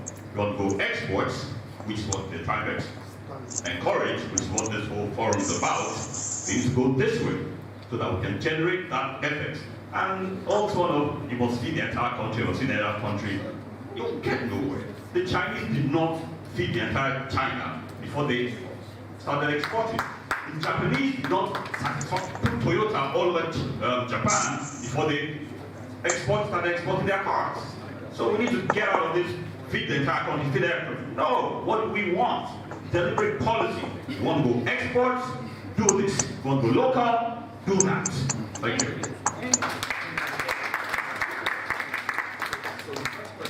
About primary produce. Now, you mentioned Julius Berger. Now, this sector that we play is not for the Lilliputians. It's not for small-time players. It's for 1,000, 2,000 hectare farmland. So what we should be doing is, how do we bring in the private sector into this space? And when you bring in the private sector, you're going to adopt the Presco model. Presco is in Edo State. Okobo is in Edo State. Now, this model is such that they didn't drive away the community. What they did was that they integrated the people. So they came with knowledge, they came with technology, they came with everything. They came with quantity. Their yield is above our Nigerian average yield. And they came into this market and they created schools around those clusters. And they started mentoring, teaching, and they said, you know what, we're not taking your farmland. We are not going to take your produce. So you have a big elephant who is now off-taking everybody. And it's a win-win.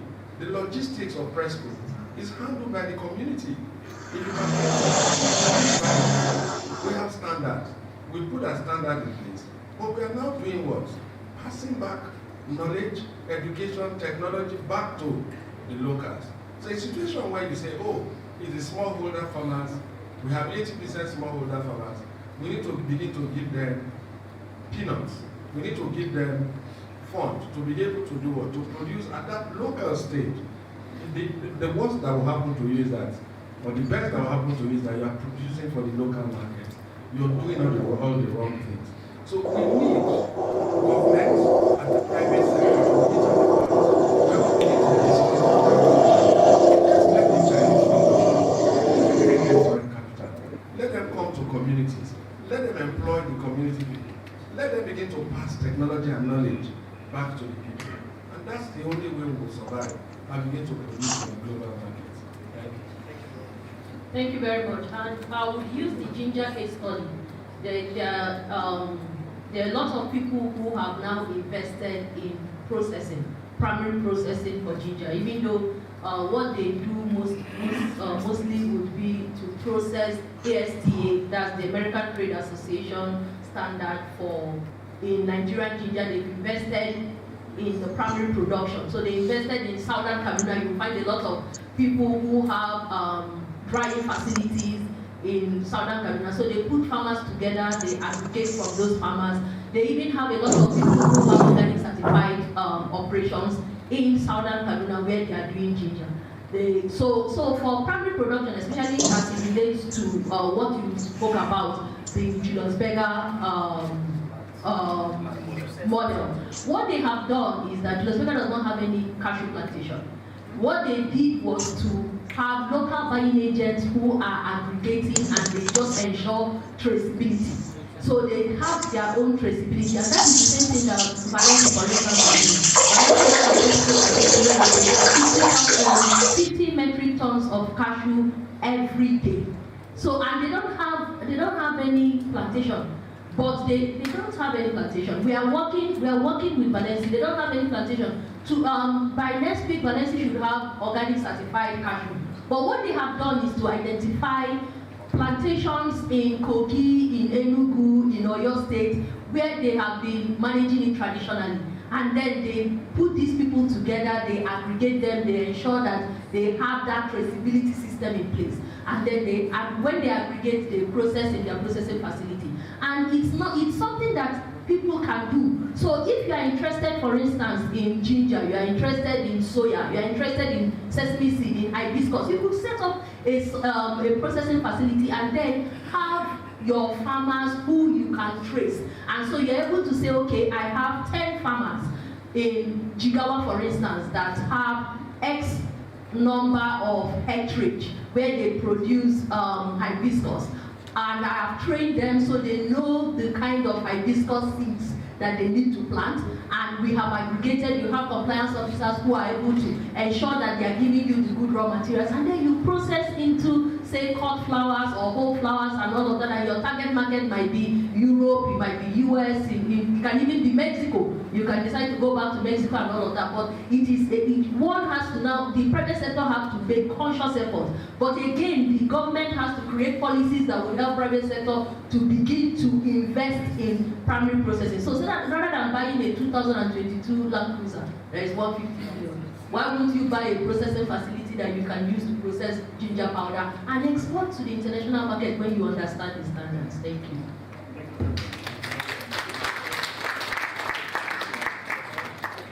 I don't know if I'm sure you still want to react to you.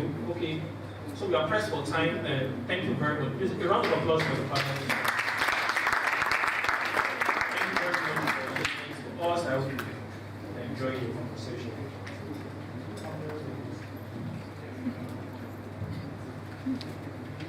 Please, a resounding applause for our panelists once again. I think they've done such an amazing job and they've done justice to the conversation. Thank you so much. Okay. I think you want to take a picture now? All right.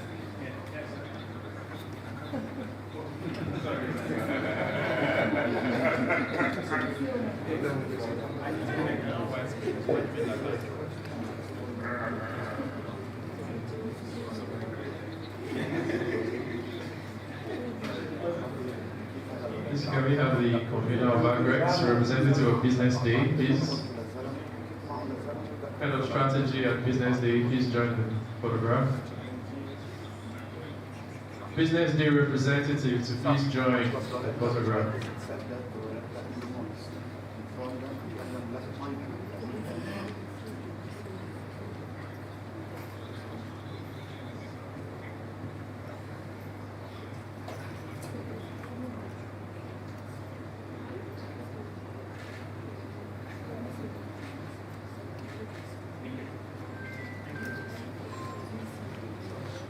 All right, thank you very much to our panelists for such an insightful conversation. I hope we're learning a thing or two. How many of us can agree that we're learning? We're taking home really insightful knowledge. How many of us are waving our hands? Thank you very much. Thank you very much. Now, if you're just joining us, I'd like to let you know that Dr. Silikumi is from the Lagos Business School, is a doctor of agribusiness. And right about now, we'll be having someone from the Lagos Business School give us a very short and precise.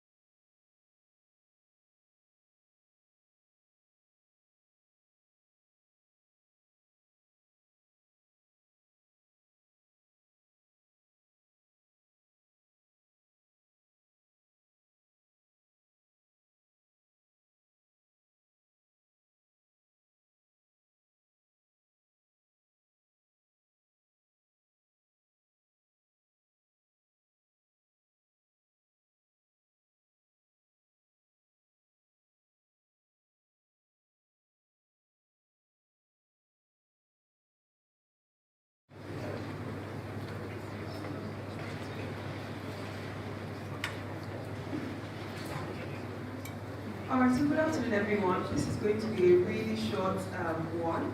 My name is Henrietta Onwuzie and I lead Students in Entrepreneurship at Lagos Business School. We've spoken a lot today about many challenges we have in the agribusiness sector and of course potential solutions. The reason I'm here today is because it's important that we actually begin to implement the solutions.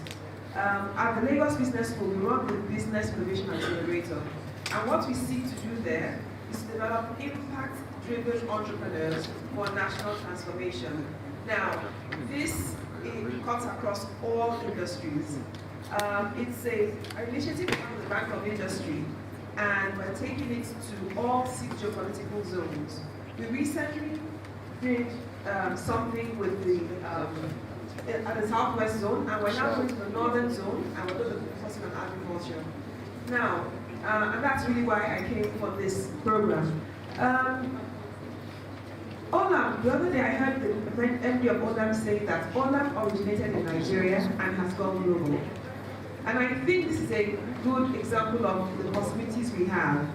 And the reason I believe Olam is successful is because they understand the science of farming as well as the science of business. And this is what we're trying to do at Lagos Business School. So we have a program that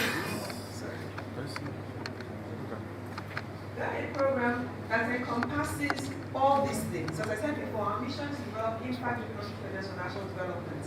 All those playing in the agri sector should have an entrepreneurial mindset that allows them, first of all, attend meetings like this, and of course,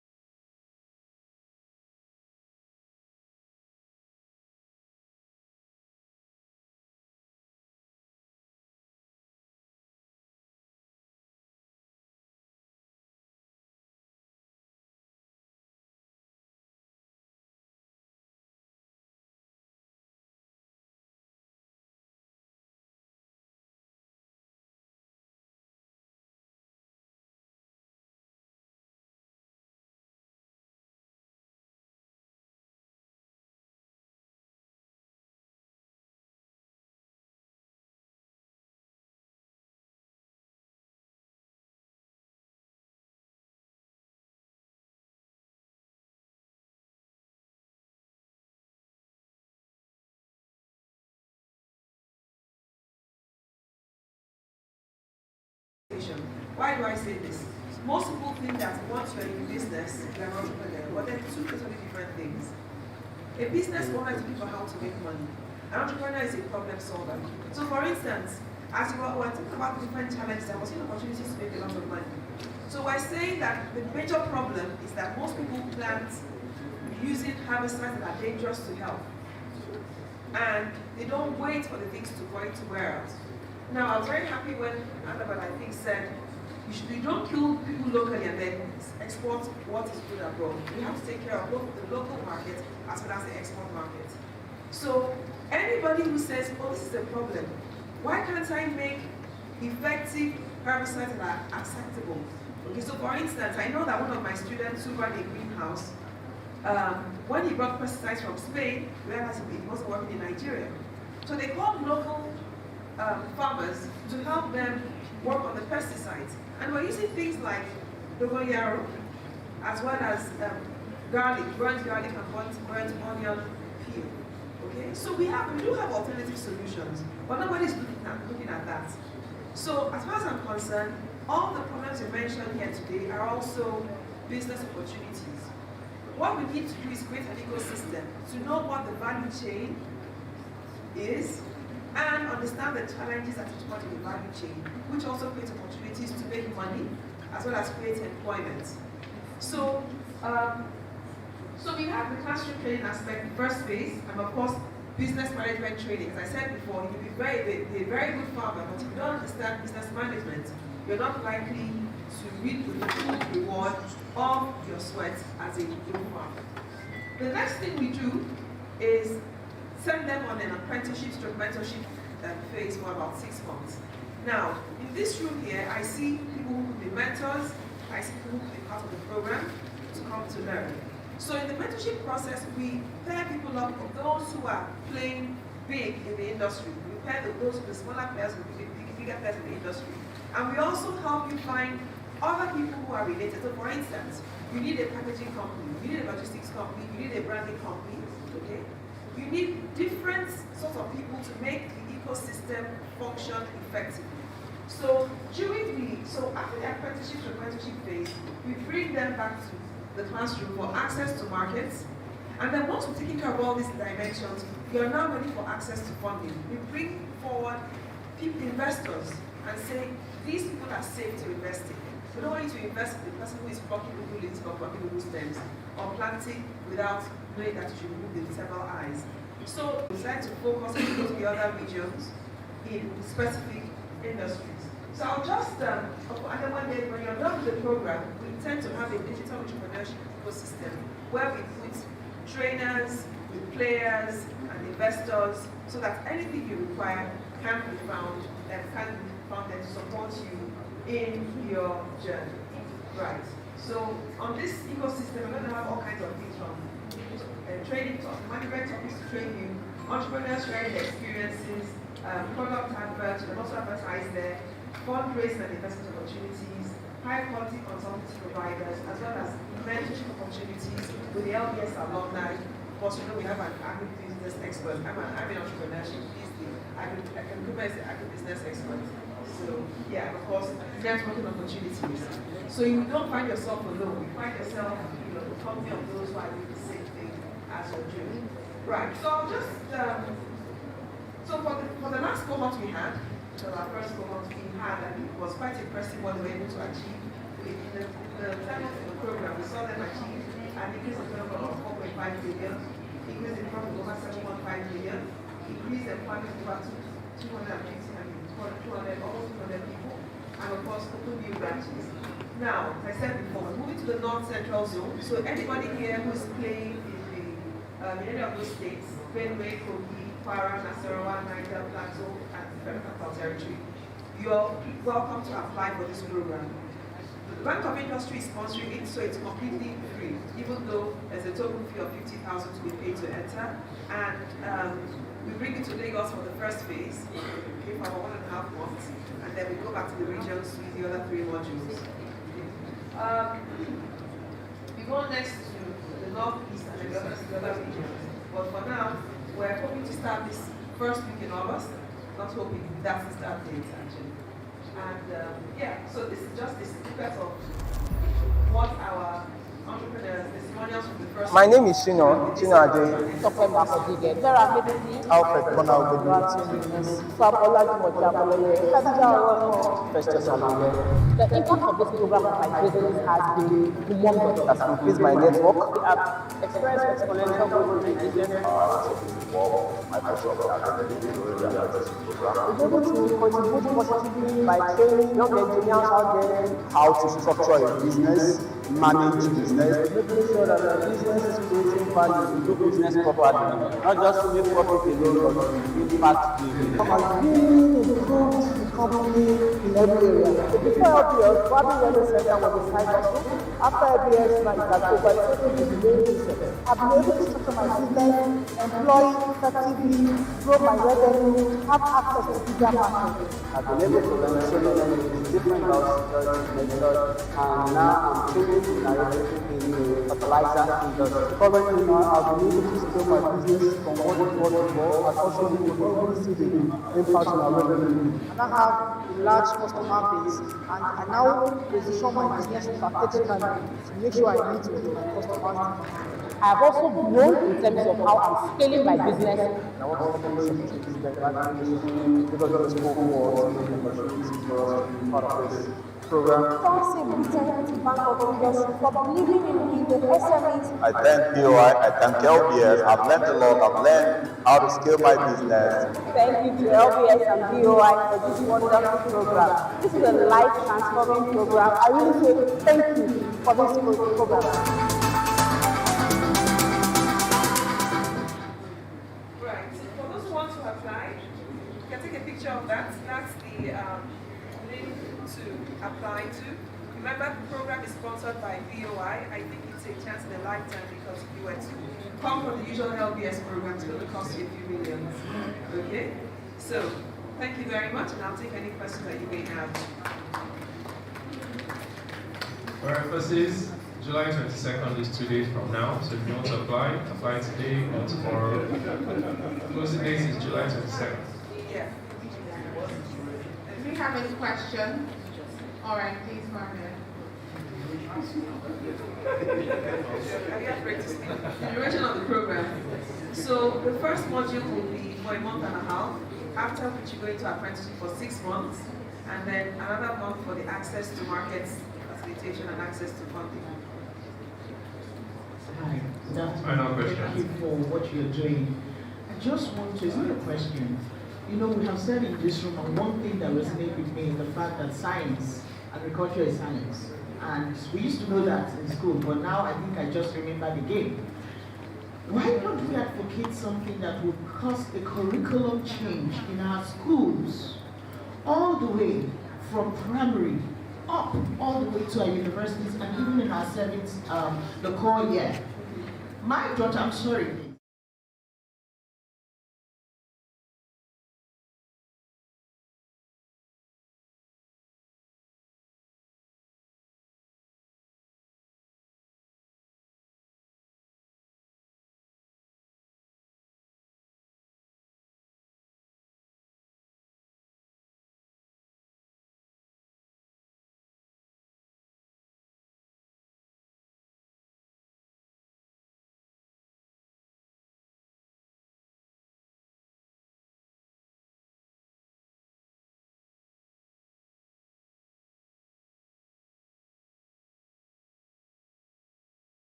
Letters to do the implementation.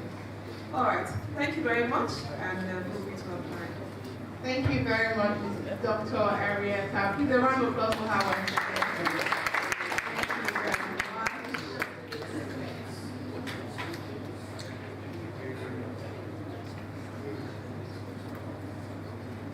Alrighty, ladies and gentlemen, we are about to get into the second panel session for today. We're gradually coming to an end. The event is gradually coming to an end. But right about now, I'd like to bring up the following people for the next panel session, and they will be discussing on enhancing export financing through supply chain optimization. a comprehensive approach to trade support. So first off, I have here Bamidele Ayemibo, the lead consultant at 3T Impact Trade Academy. Please a resounding applause for him. Thank you very much. Thank you. Yes.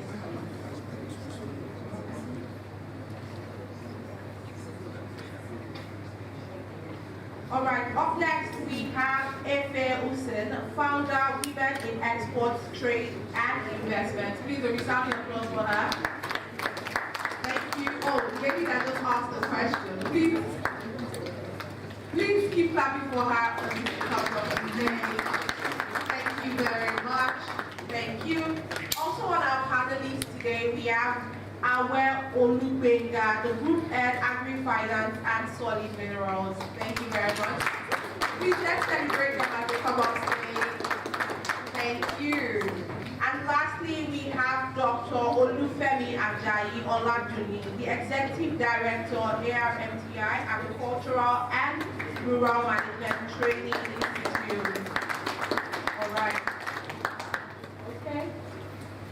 And of course, I'm not going to be, moderating this panel session. We have a moderator in person of Dipo Olade. Please a round of applause for Dipo as he comes on stage. Dipo, please where are you? All right. So the conversation we are going to be having on this panel session is enhancing export financing through supply chain optimization, a comprehensive approach to trade support. So is Dipo close by? All right, please let's celebrate Dipo as it comes. We did a very nice job with the panel session. It's about to take us again. Thank you very much.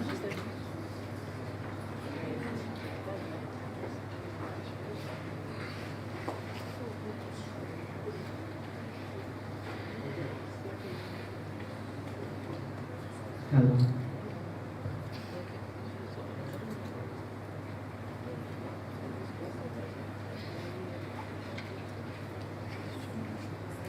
Okay, I'm back here again. So, the first conversation we had earlier was Nigeria's export markets, and this time around we have a much loaded panel members. Thankfully, they're now here with us physically, so not virtual. So I think we will start from a bit of an introduction. So I'll give each panel member just 10 seconds or a minute to tell us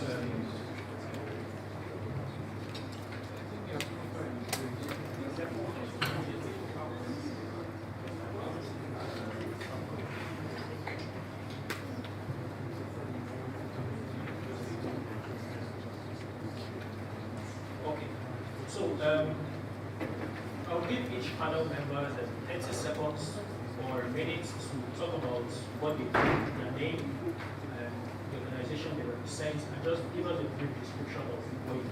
So starting from my far left. Okay. All right. My name is Delia Imibo. I'm lead consultant at Key Interest Consulting. We basically train, consult, and support businesses going to export, both the existing and of course the establishment. Thank you very much. My name is Efe Hussein. I'm the president of the Women in Export, Trade and Investment. Basically, we aggregate women, like we have all been discussing in this hall today. We train them, we try to empower them, and then connect them to market opportunities across the globe. Good afternoon. My name is Bengawe. I'm a group head at Agri-Finance and Solid Minerals in the Alternative Bank. That's a non-interest banking arm of Sterling Financial Holdings. I'm a commodity trader. My name is Olufemi Oladuni.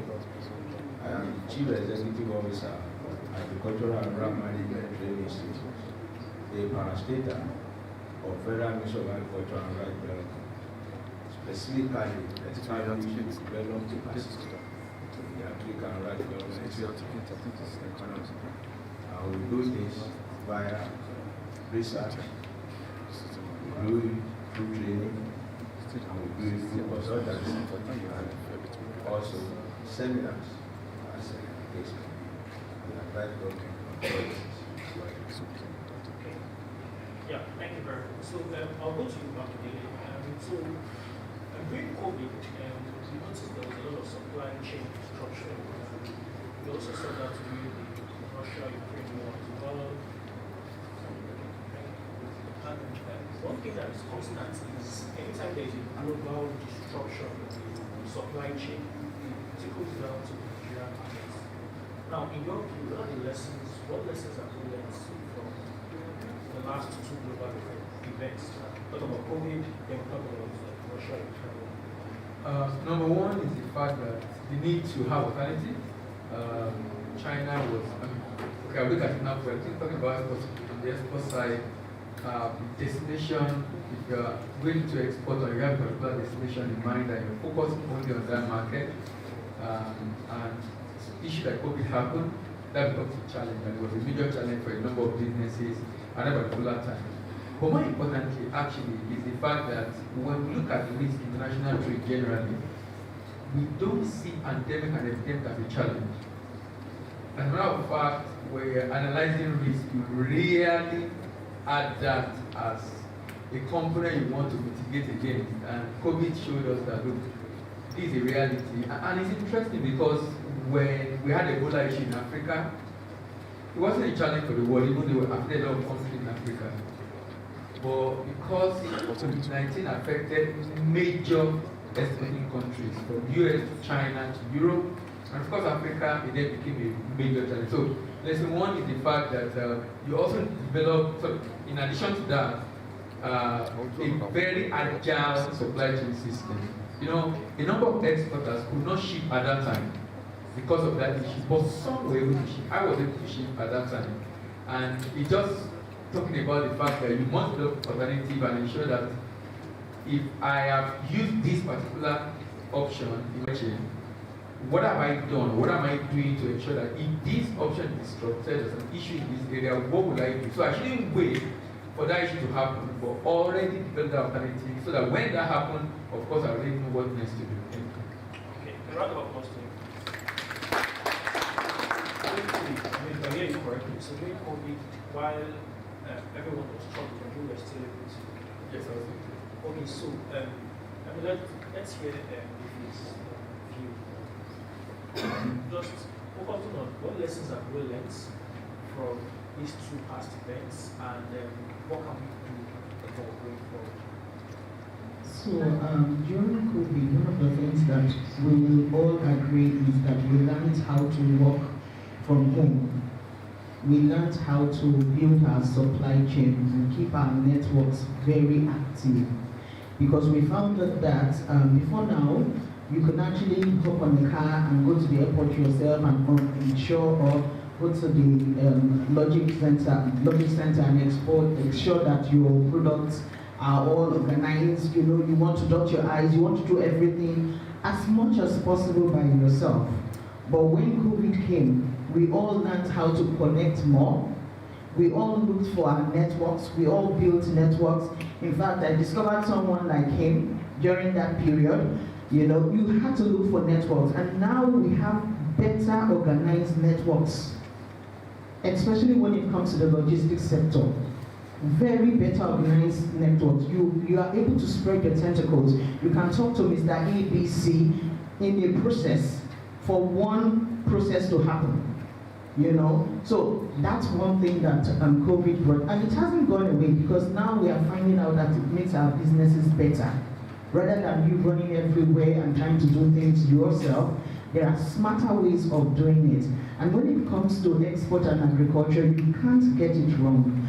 During the COVID, one of the steps that our women took was to reach out to these transporters, the God is good, they are God-raised kind of people that goes across states, and see how we can organize with them to have vehicles dedicated for our women that goes into the villages at least to a certain aspect, not village, but to a certain point where they can go to and aggregate and get these goods or get these farmers to a safe point, because people refuse to go to the farm. There are a lot of distractions in that aspect, and then let people are able to arrange the supply chain for us, which we didn't think about before COVID happened. So yes, we need a smarter networks and also ensuring the expansion of our networks and processes. Thank you. Round of applause, sir. Okay, so I come to a lot of Nigerian firms. Okay.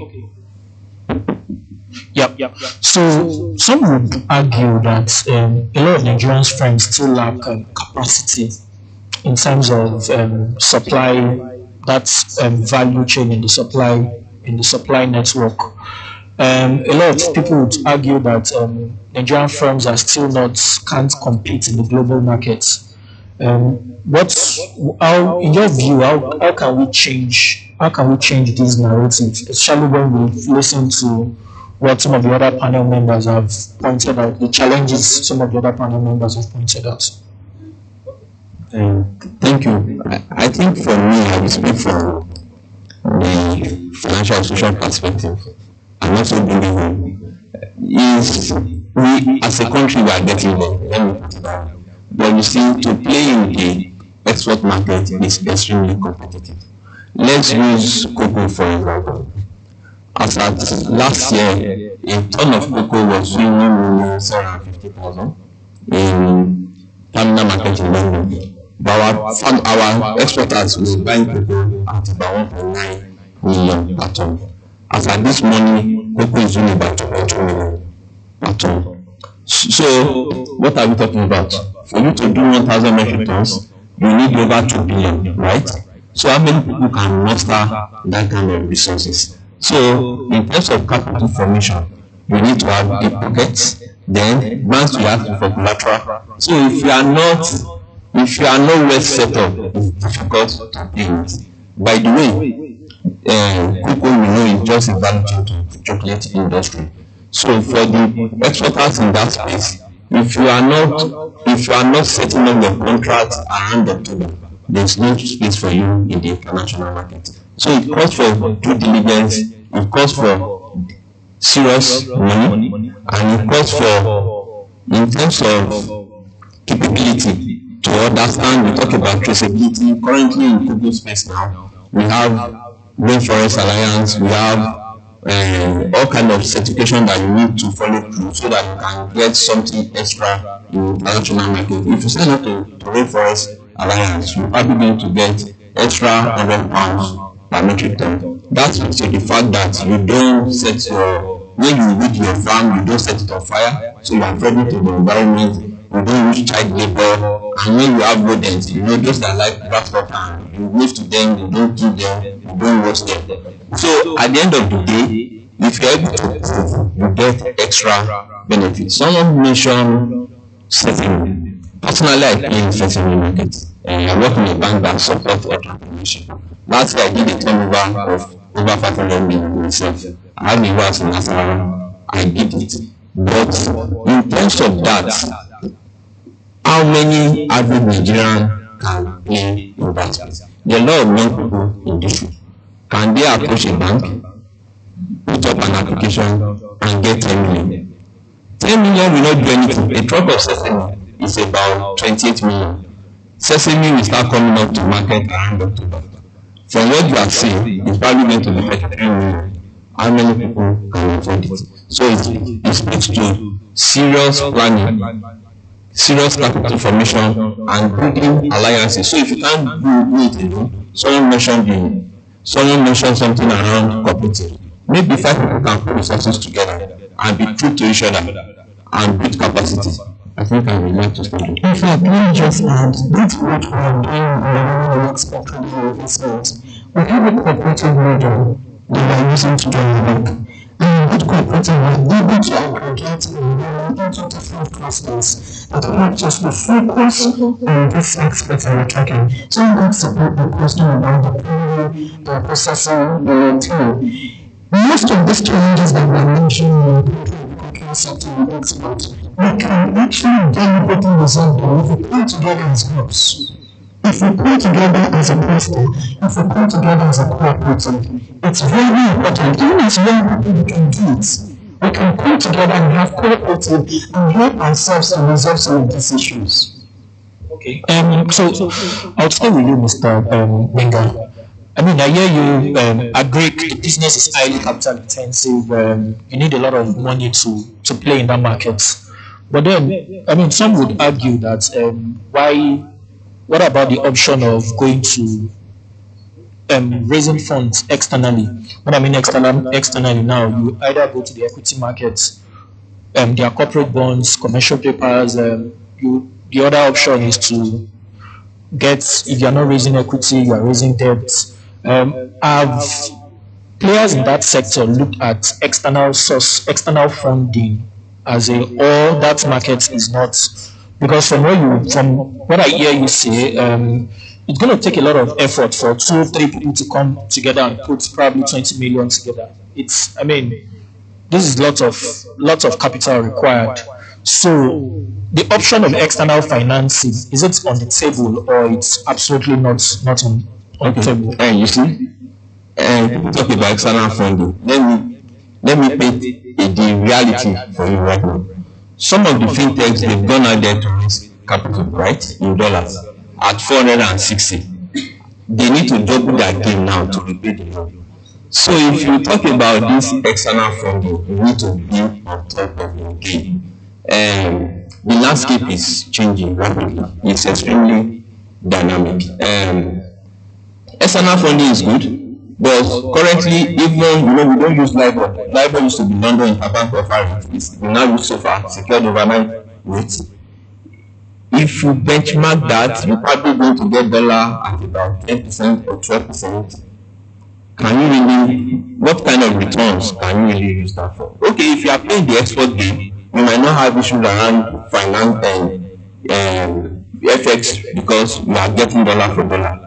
But if the game is local, if you are getting funding at double digits, how will you pay back? And you know that the landscape now is extremely fluid.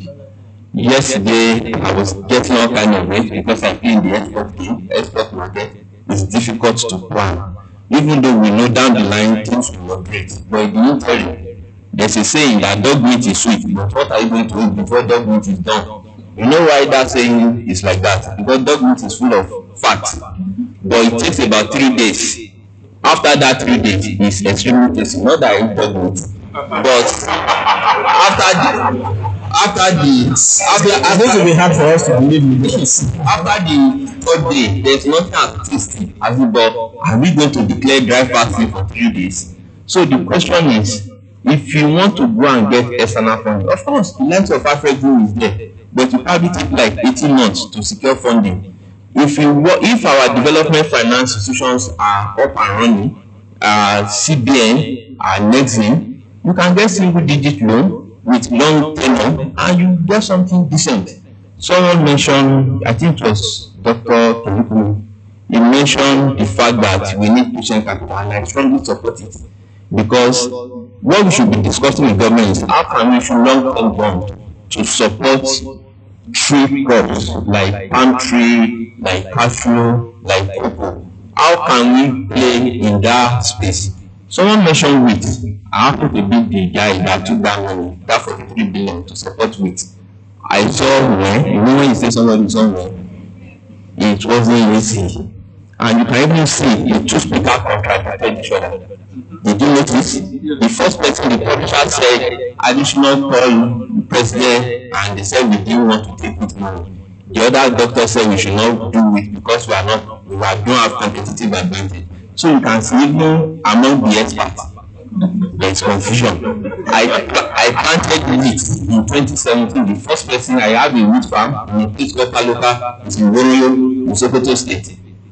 The way people are looking, I don't think anybody knows that place. I can't get to that place now because it's full of bandits.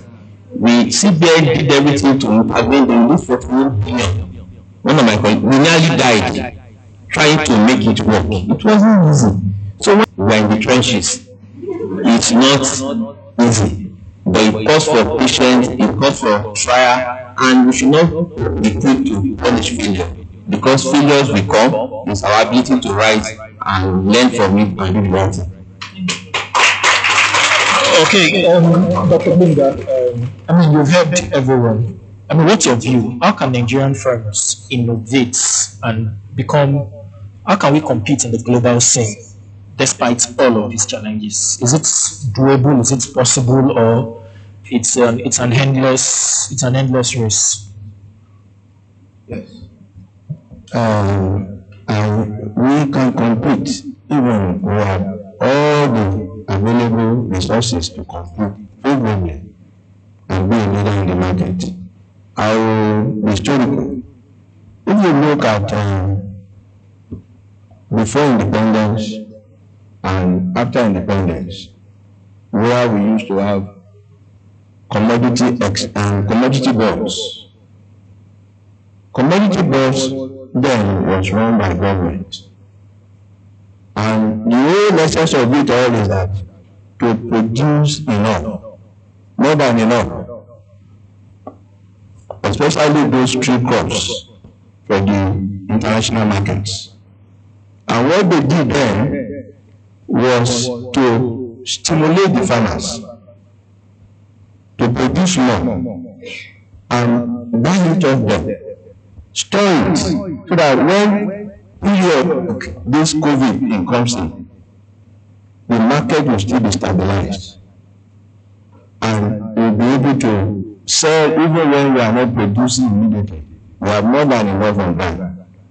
And that is the way we should be thinking of having a commodity exchange market that will take all these factors into recognition and build it up with government policies surrounding it, and the private sector will have to do the rest. So that at the end of the day, we will not be talking of even the local market that there is none because there is COVID. People are not able to go to the farm. People are not able to farm. Then we have what we can sell and what we can put at the market and stabilize the price. Because price is the engine. He's talking about if you have taken loan at 460 external, now you must be looking for 800 and something to pay back. I mean, there's no way. You have to think, I don't know which financial calculation you want to do. That is the big one. So we need to have resources that we can stock ourselves, produce more than what we need. We should not be thinking of subsistence production. We should be thinking of market production, market-led production, where you produce based on the market, not based on your stomach, so that we can be able to stabilize the market even at war time. It will take some time before it is noticeable, like we have war in Ukraine and Russia now. Yeah. Thank you. Thank you very much. A round of applause for you, please. Bamidele, so there is supply chain optimization. We've heard all the speakers. We've talked about the challenges. Some have pointed out the way forward. But in your view, what are the low-hanging fruits that are yet to be explored in terms of Nigeria optimizing the agribusiness supply chain? So just 2 minutes, please. If we're going to be able to grow the sector, we need more funding coming in. Funding coming in now.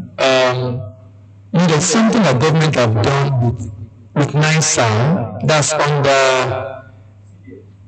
I'm talking about de-risking the agri sector. What we've not done is to extend that to the export sector. Because if I'm going to be able to optimize my supply chain and I'm able to buy as much as I want within the period I want it, considering the fact that we have a very short period of the harvest season, then you need funding available as at when you need it, in such a manner that the bank is not afraid to give you that money because the risk are significantly minimized. So in many countries, what you try to see is export credit insurance. We've advocated for this for a while with, like Minga was saying, with lateral banks and the ECA, like Nexim Bank. You know, if a bank knows that, look, even if you are, people are shipping to some of these countries we have issues, from Venezuela to Ukraine to Sudan, as much as the country have challenges, it's an opportunity for countries, other countries to take advantage of it. But we are not able to do it because banks are going to tell you, oh, there's a country risk. But a business in the UK can ship to that country because the government is going to ensure the export proceed. Now, what that does is it then makes it easier for me to get enough funds to be able to source for the product efficiently and be able to deliver to this market, because my risk has been significantly minimized, such that even if the money does not come as at when due, the bank is still willing to give me money because I'm able to insure the risk. So we need to find a way, encourage, what's the name?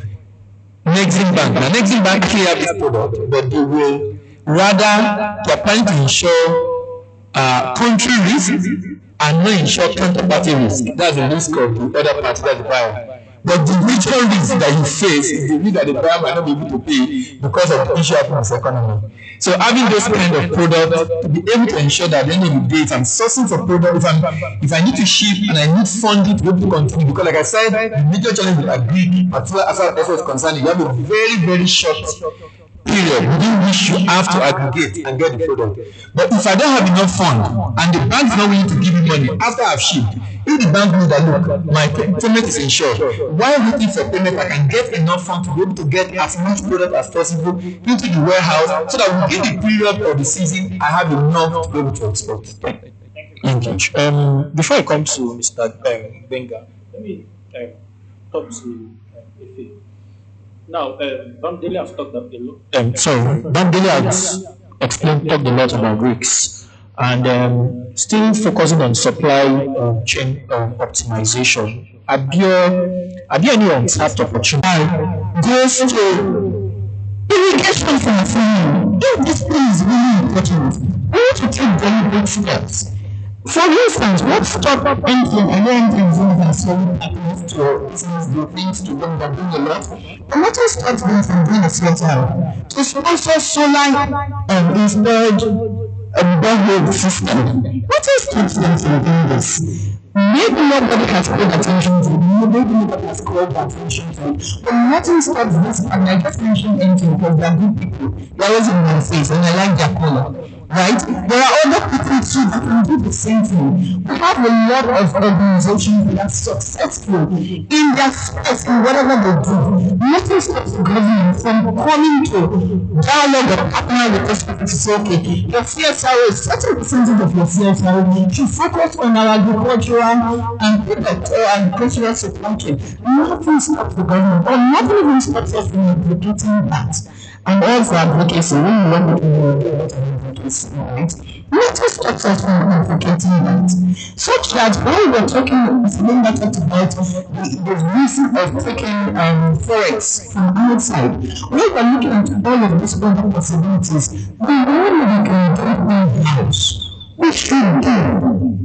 We still stop us from taking some of these little steps to ensure, is it our generation, in all these villages, we can do it, so is that we can have it work. Thank you, sir. Thank you. A round of applause for that, please. Mr. Benga, supply chain optimization. Now, my question for you is, if you were the Minister of AgriX or the President, what would you do differently compared to what is being done presently? Okay. Well, we are lucky to at least contribute to this information. But before I go on, I would like to address one thing you mentioned, and I've read it, and I've committed to it that anywhere I am, and I hear it, I must react to it. Commodity board and commodity exchange. Please, it's extremely important for us to understand that two different things. Commodity exchange is a platform, is a marketplace. It's different from commodity board that is archaic, that has proven to be inefficient. Sorry, I'm saying it. But I thought the advisory council of the president. No, you'll be running commodity for commodity exchange, but we are trying to explain that they are two different. I'm transaction advisor to Lagos Commodities and Futures Exchange, also the one in Abuja and another one in Abuja. So I'm passionate about this. See, commodity board, they just set price. Commodity exchange is an ideal place. Like what you see, that's Nigerian Exchange Limited, that they bring buyer and seller and run your own team. 2019, before COVID, I was fortunate to be in Stanton to attend Africa Investment Forum. Ghana Commodity Board came cap in hand to solicit funding to offtake cocoa because they ran out of liquidity. Because what happened is this: if you guarantee price and you don't have money, how will you offtake from the farmer? And a commodity exchange is perfect because they operate what they call two-way quotes. So when the market is hot, you supply grains because you have it in strategic grain reserve. And when the floor is falling, you bring it, you buy so that the floor is sorted. It's like a Nigerian Exchange Limited that the price cannot be more than 5% on a single day. So we are also explaining to government that maybe we can have commodity board at subnational level, in which case you say, okay, whatever is coming from a state, you can be the one to buy, but trading should be on the commodity exchange because that's what gives visibility to the outside world. So a Marubeni can place another 100,000 metric tons of soya beans. Everybody will see it. If you want to buy shares today on the exchange, you don't need to be knocking on doors. You just call a broker and you post your order. That's what is done in Malawi. That's what is done in Ethiopia. That's what is done in South Africa. Please, we can't go back to the era of having there may be 5 guys in a room setting price. That's not efficient. That's not going to work. So back to my primary function, that if I'm the president or minister of finance, you see, the way it works is this: for this to happen, we need to really ramp up on production. So see, the input is very critical. In the emergency, they declare emergency now in food security. What we are hearing is they need to give fertilizer. It's the farmer in the north. We now move one page. If he or she is not for fertilizer, they will not do anything. Again, part of the problem is in our history. The guy that the MC started by singing a song. That's the problem. The picture of a farmer with bow and cutlass on his shoulder is a cake. We should just do away with it. We need mechanization.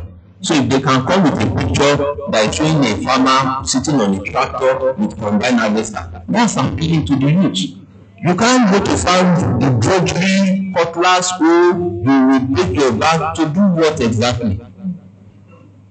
So the way you frame it is important. You need to make it cool. You need to make people willing to. So when you want to show a farm that they have used a seed planter to plant, is on a row. So when you want to harvest, you have combine harvester, and you can be cool like your guy in city center, that you are not seen as you've lost out in the good things of life because you are a farmer. It doesn't work that way.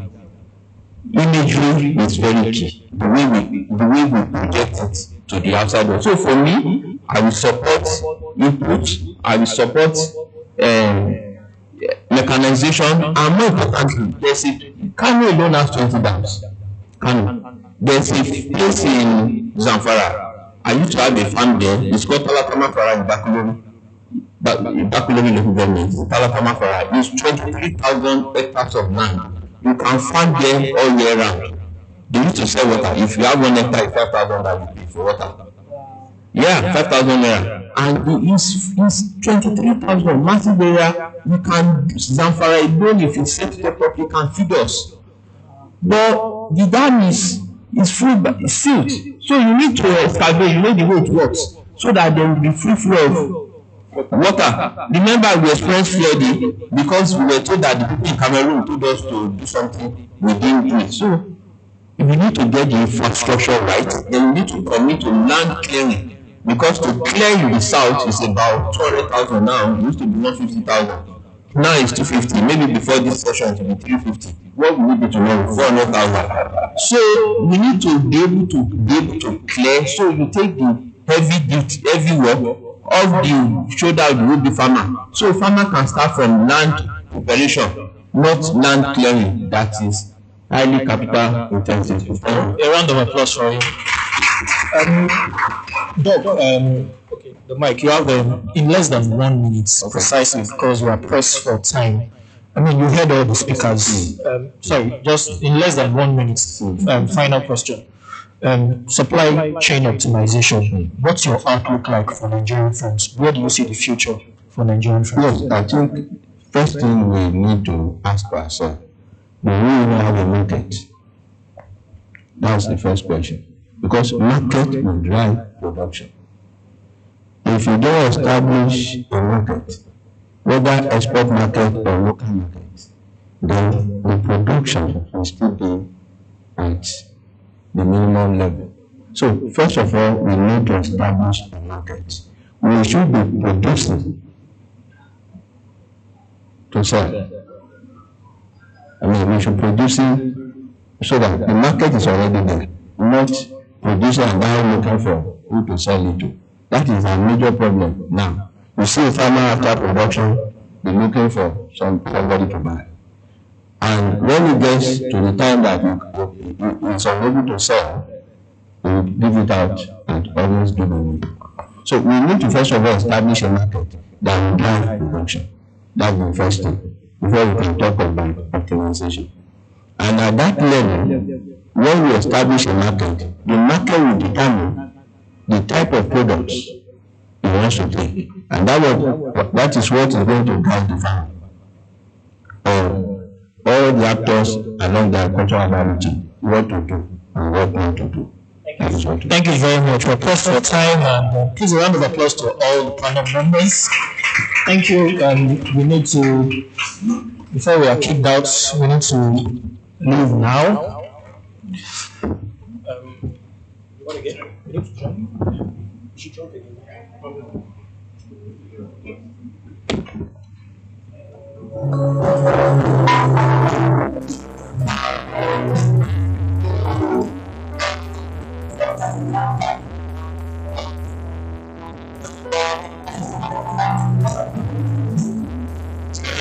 Business Day join them.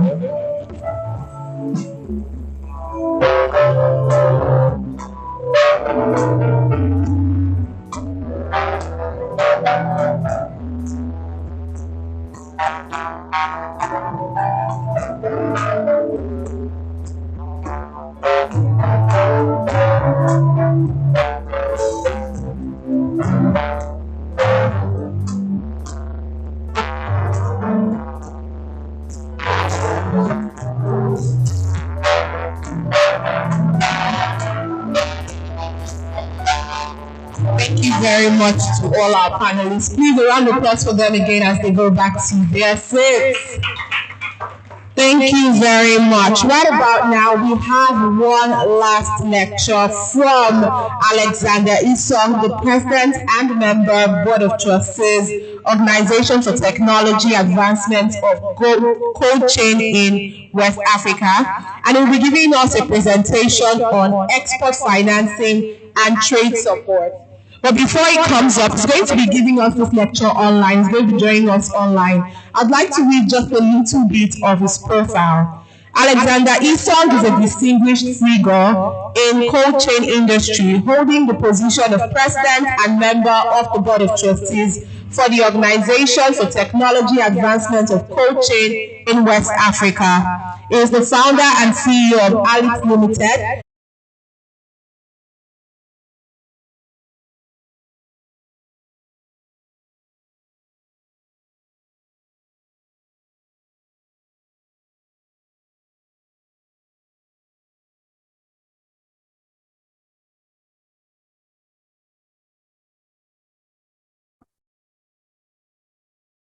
Hello?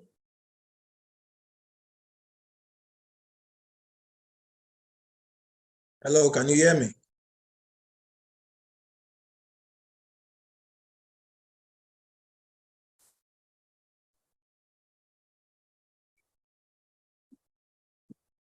Yeah, hello.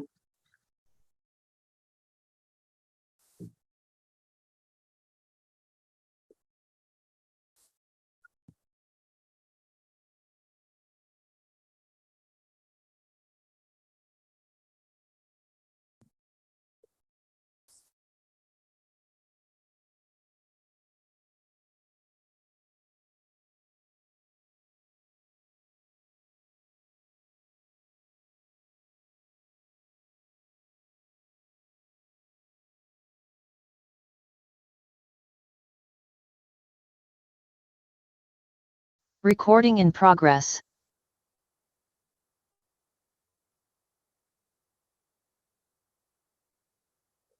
Yeah, it looks like I can't hear you. I think you guys lost me or I lost you. I don't know which one is it. yeah, I'm online. I can't hear them too.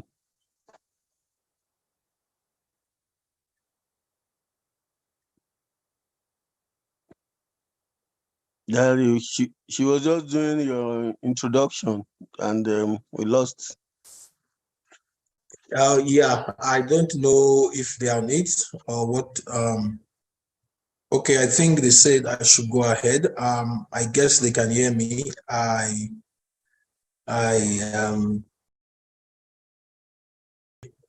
think they should. I just got a message that I should go ahead. Okay.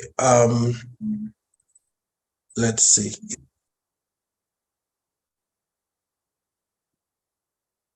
Okay, that's fine. I don't know if you can see. I don't know if the slide. Do you have the slide with you, or I will just go ahead that way and um, anyway. Good afternoon, ladies and gentlemen. My name is Alexander Isong. I'm the president of the Organization for Technology Advancement of Cold Chain in West Africa. I'll be speaking today on expert financing and trade support, which is something I know much about, but I know something about. And let's just go to the basics so that we are able to encapsulate this all. Export, the basics. When the country imports more than exports, they run a trade deficit. So we all know from the past speakers, they've been able to elaborate about all the problems that we have concerning the trade and the trade deficit and trade support and things like that. So what I'm going to try to achieve with what I'm trying to present today is how Nigerian companies are going to be able to export our produce. But before that, I just want to give like a structure. But I know most people in the room would understand what trade is all about and exporting of agricultural produce. But just to give it, just to give the conversation a robust landing, I'll just go through the slides, and I think to make it faster, more pleasurable for everyone. Okay, now basics. Yeah, this deficit is paid for from the country's foreign reserve. As the foreign reserves get depleted, the country's currency suffers economic growth, and fewer jobs are created, less wealth is created. This is widely understood and recognized as exporting more will lead to improved economic growth and more jobs and more wealth.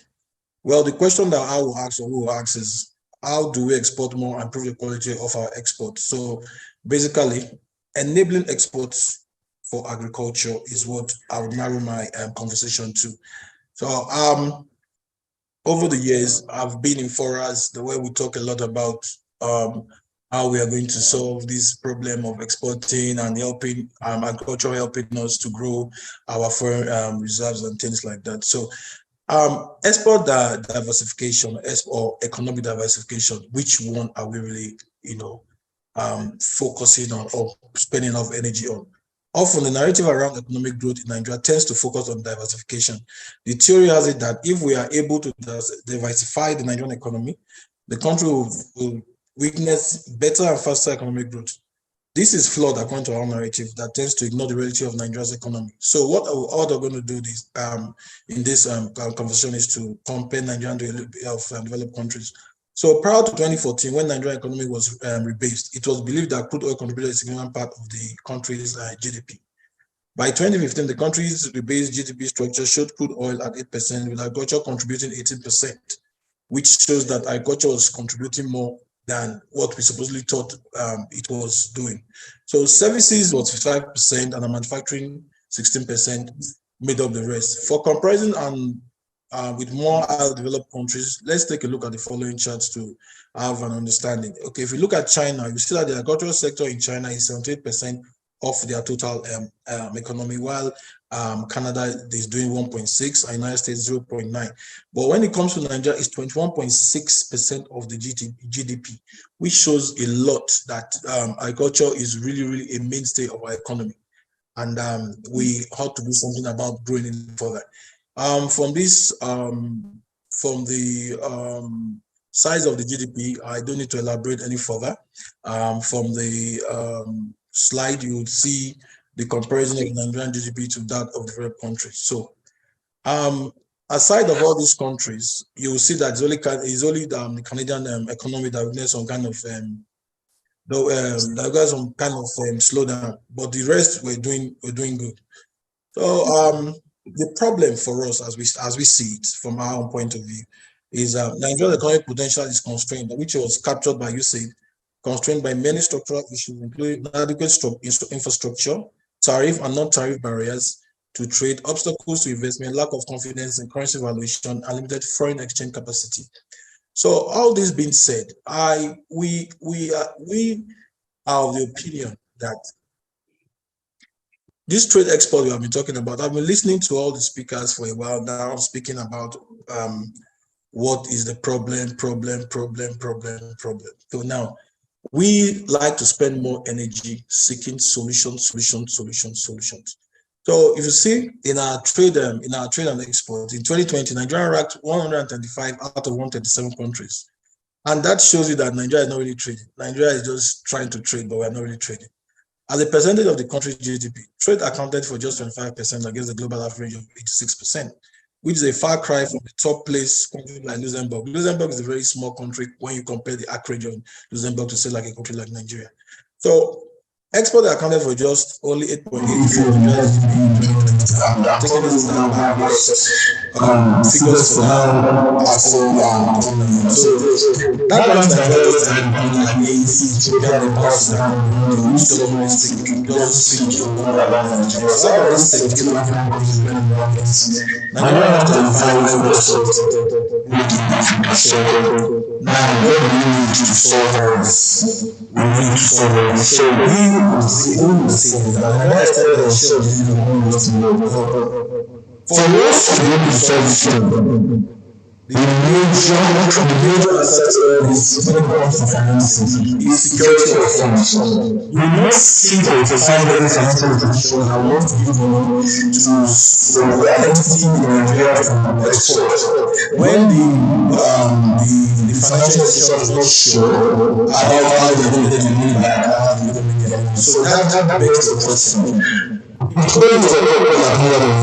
is it the kind of product that we sold and make and get rid of? The answer is practically no, because as we all know, our funds are not perishable because 60% of what we produce is the remaining 50% that comes out into the food systems are not even certifiable enough for us to use that sell it and make the next one so that we are able to grow our foreign exchange. So what we do, we have to do what we need to do to really starting from the beginning. Starting from the beginning means that certification of the farms must be a prerequisite for every farm in Nigeria.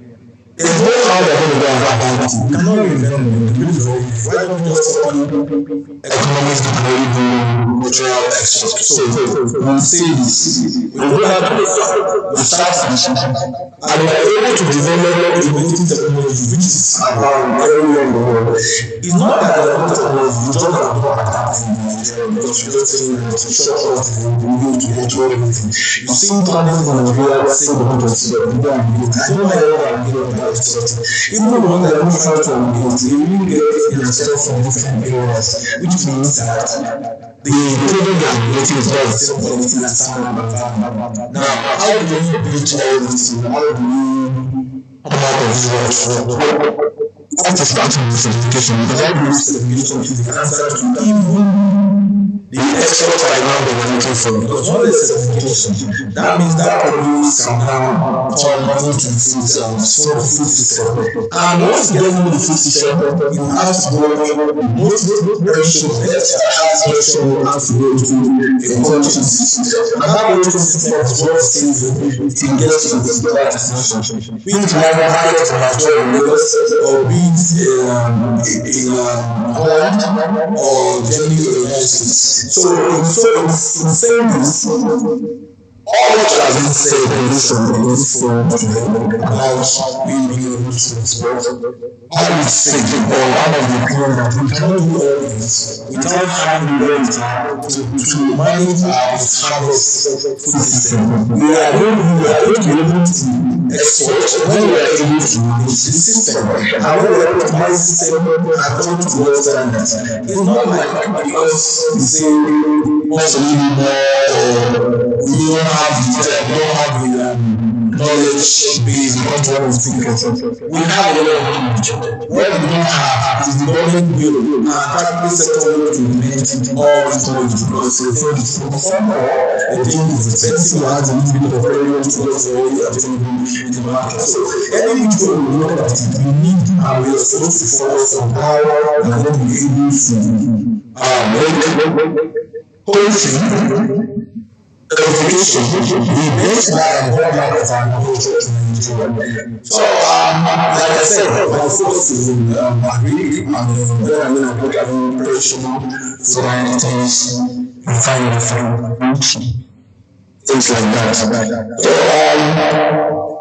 poultry as a country should bring commercial produce export. Almost any commercial produce farm in these they are listed for endowment electrical mobility.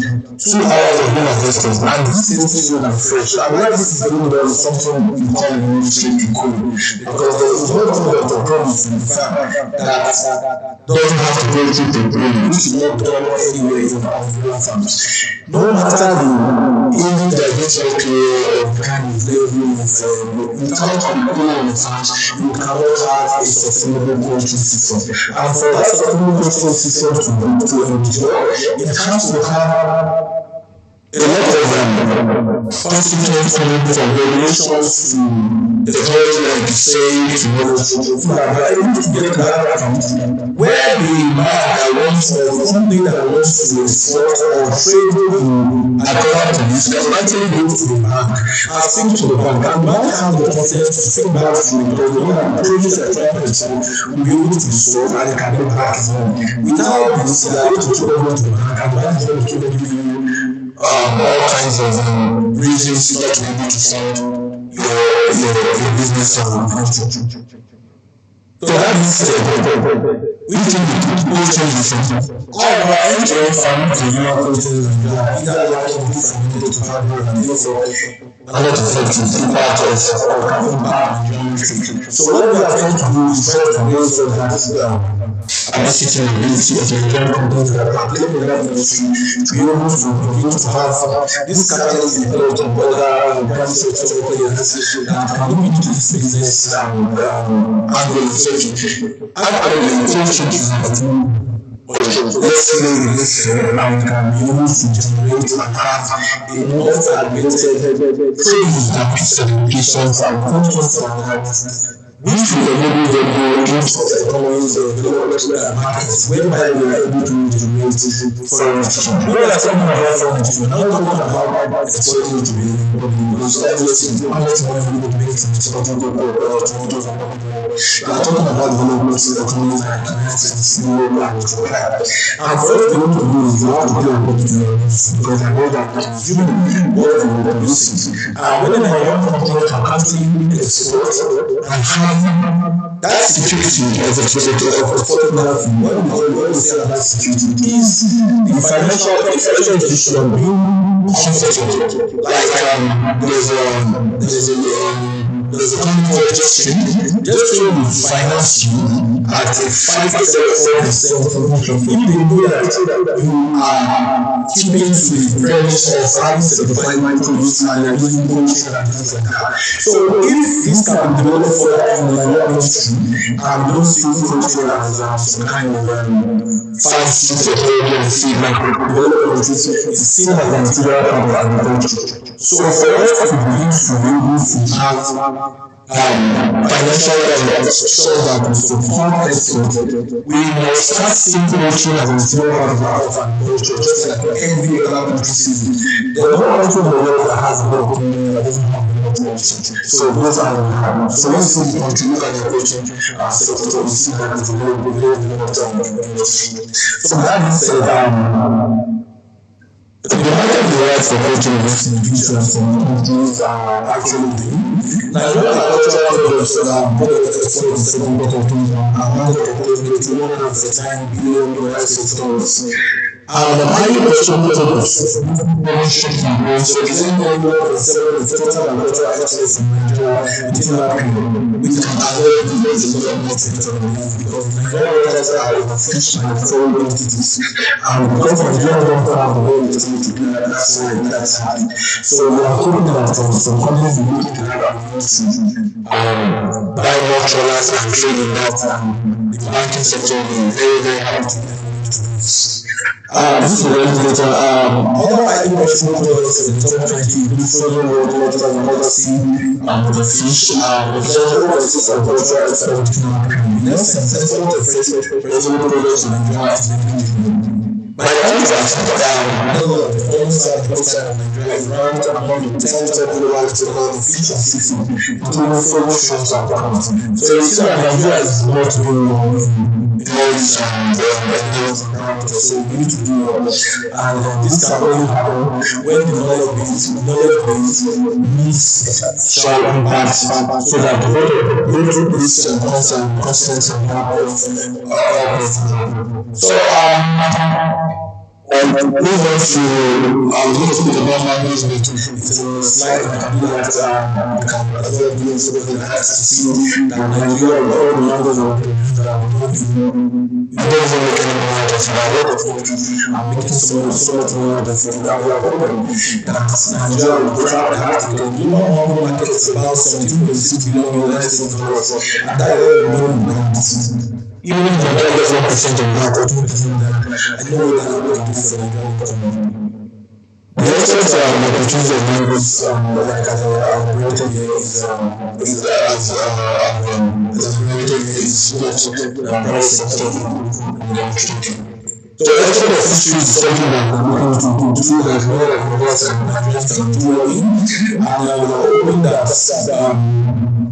the financial institutions that we are going to look into helping local economies grow this particular industry. Nigeria is the world's largest exporter of fish and fisheries products globally after China, Japan, and the United States. And mining all the fish that we grow, and we have a very long coastline. But the reason why we cannot fish our waters is because we don't have the financial wherewithal to be able to do all that. Now, the total cost of exploration in terms of money economics, like the speaker from the Commission of saying, very money for OGs and Nigeria exporters of fresh countries. So, the regulatory environment for coaching facilities and acts of law is almost non-existent in Nigeria. We all know that we are trying to do, our government has opened up this fact, and government is trying to roll standards and platforms to be able to have robust and coaching entity in Nigeria. The only recent thing we have in Nigeria to sign about this is NAFDAC route and NAFDAC, which is protein guidelines 2019 for vaccines and biomedical products, which is basically not for food. The Federal Ministry of Health is trying to do something that's for food safety and standards. So when all these things come together, and then some of the process, that's I believe that the financial institutions are supposed to see that industry is not to do, because obviously once you are you are not finding money anymore, because as it is now, banks lending is very difficult for you to achieve, because you're going as an entity and trying to close 2-3 deals. Somebody wants to do the somebody wants to do ginger, and we've been able to back and forth with the financial, and all this boils down to security improves, but the quality of controls are also expected. That being said, I'm going to go further to the next slide for the next time. How fast we have this ability to determine to a significant extent how fast we can grow our economy through trade. The African Continental Free Trade has unlocked the massive markets of Nigerian perishable products, allowing for tariff-free exchange to participating African countries in the sector, which means that Nigeria have more markets to just local markets in Africa to trade, and for us to be able to trade, we need to transport, and for us to be able to transport, we must have cold chain. Without cold chain, you're not going to start transporting petrol away from here to say charge or wherever, so you're not going to be able to sell it and things like that. So there's an opportunity to get that by implementing and clarifying regulations guiding the agriculture sector in Nigeria, which government is making up to and new government in place. Once it starts, once the movement in place for the federal ministry of Agric, federal ministry of health, federal ministry of environment, and federal ministry of trade and industry, that's the age of federal science and regulations together. Let us see what the mission is that is left for government and for private sector. We have elaborated all that private sector can do in this field for us to grow quality and standard of what we are going to achieve. So basically,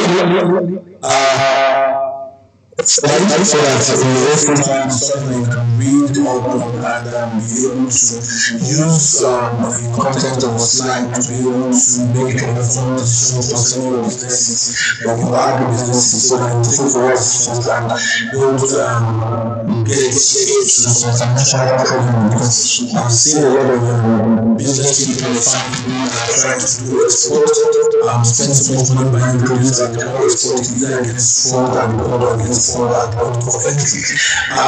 We are of the opinion that with a lot of centralization and program between the financial institution and the regulatory institution, we are going to be able to find a lot of institutions and now and be able to export. NBC is supposed to be doing this, but they are happy to find that there is not being a very robust coaching network in Nigeria. So that is what everybody is trying to achieve as we speak. A lot of young logistics result in loss of about 473 million tons of the food produced, valued at $940 million, enough to feed 150 million people. So that gives you an idea as to the amount of money that could be made and this slide designed just for you to maintain safely and effectively and full of not only materials but also lots of flexibility in food sources. So in this slide you see competition. I would like to just basically elaborate a bit on what is obtainable in Nigeria when it comes to export financing, because available export financing in Nigeria, you see all this, but for you to be able to access this, it's a long road. So available export financing institution in Nigeria, Nigeria Export Commission Council of Global Finance Institution, Nigeria Export Commission Council has a non-export extraction grant (EEG) 375 million naira, a lot of money to be given supposedly to companies or individuals that are doing the export trade. Export Development Funds (EDF), which is worth 50 million. NDC funding license. One more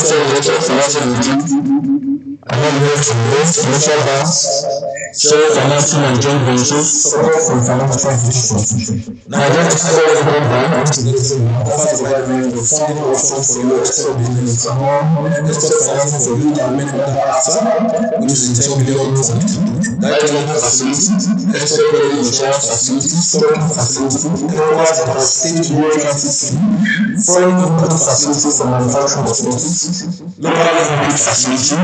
Then for central bank Nigeria. In addition to the NDC and National Export Incentive, the Central Bank offers some interesting incentives as well. Export Stimulation Fund access through discounting the financing facility access through Nexi.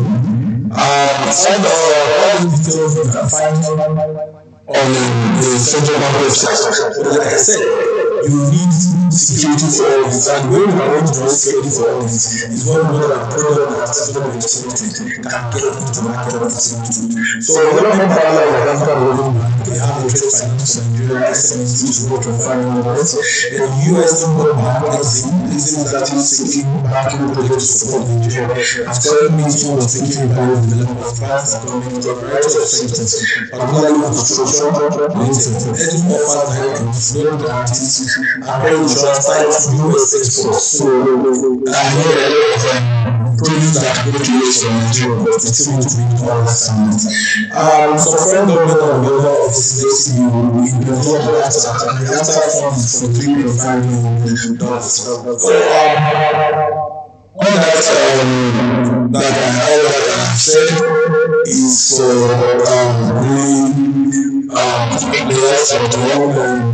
the commercial bank that can help you when you're seeking financing. So we can actually go on trying to educate you or educate the business person or the farmer who wants to export, contracts, sourcing and signing of export funding, commodity procurement, transport to deliver to the market, goods in transit, export documentation, inspection by the statutory and commercial agents, stuffing and sealing of containers, audit report.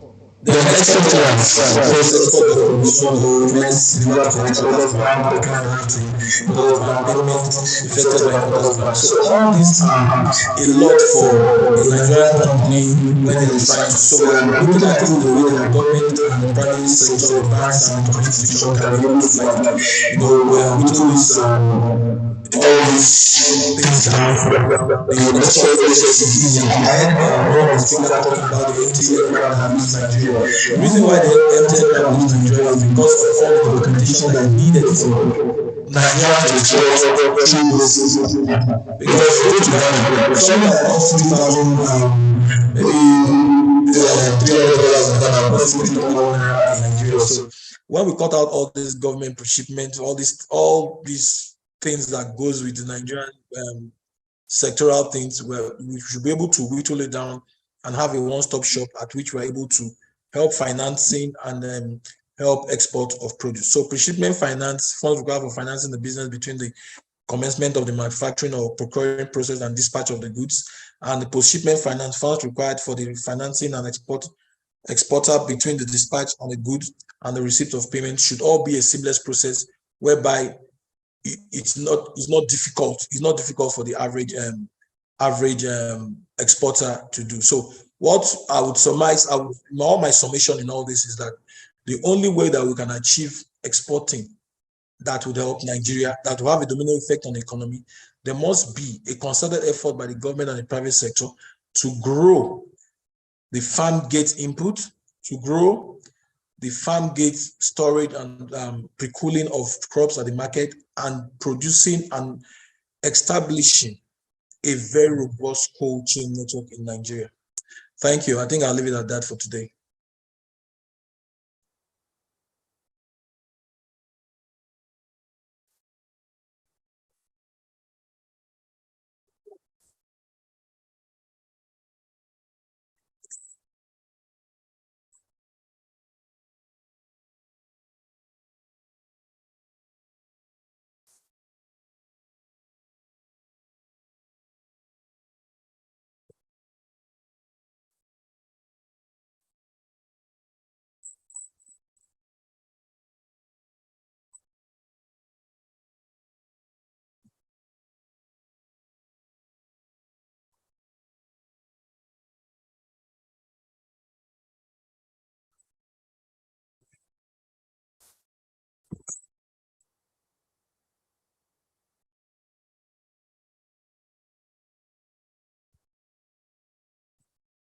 to bring up someone who worked with Business Day, Siri Banigo, the head of strategy Business Day. Please a resounding applause for her as she comes to take the closing remarks.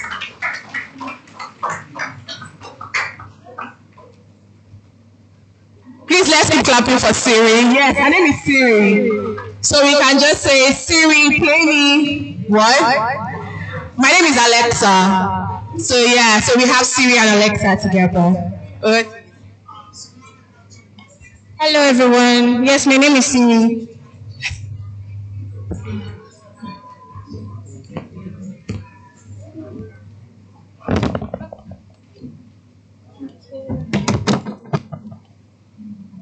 Good afternoon, everyone.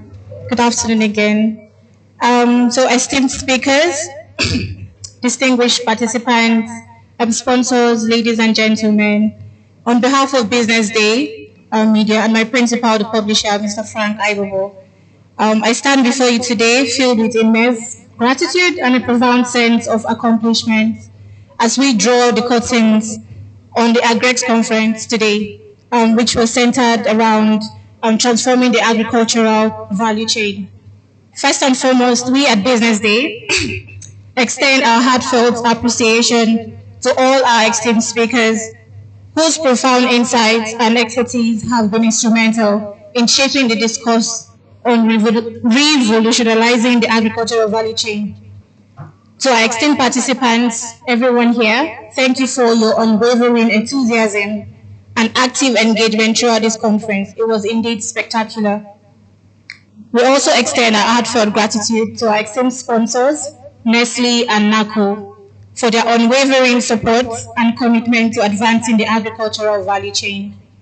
As we conclude this remarkable conference, let us carry forward the knowledge gained and the connections forged to effect tangible and lasting transformation in the agricultural sector. The challenges before us are vast, but we all share a vision. So once again, thank you all our distinguished speakers, participants, sponsors, and our entire Business Day team for this event. Thank you.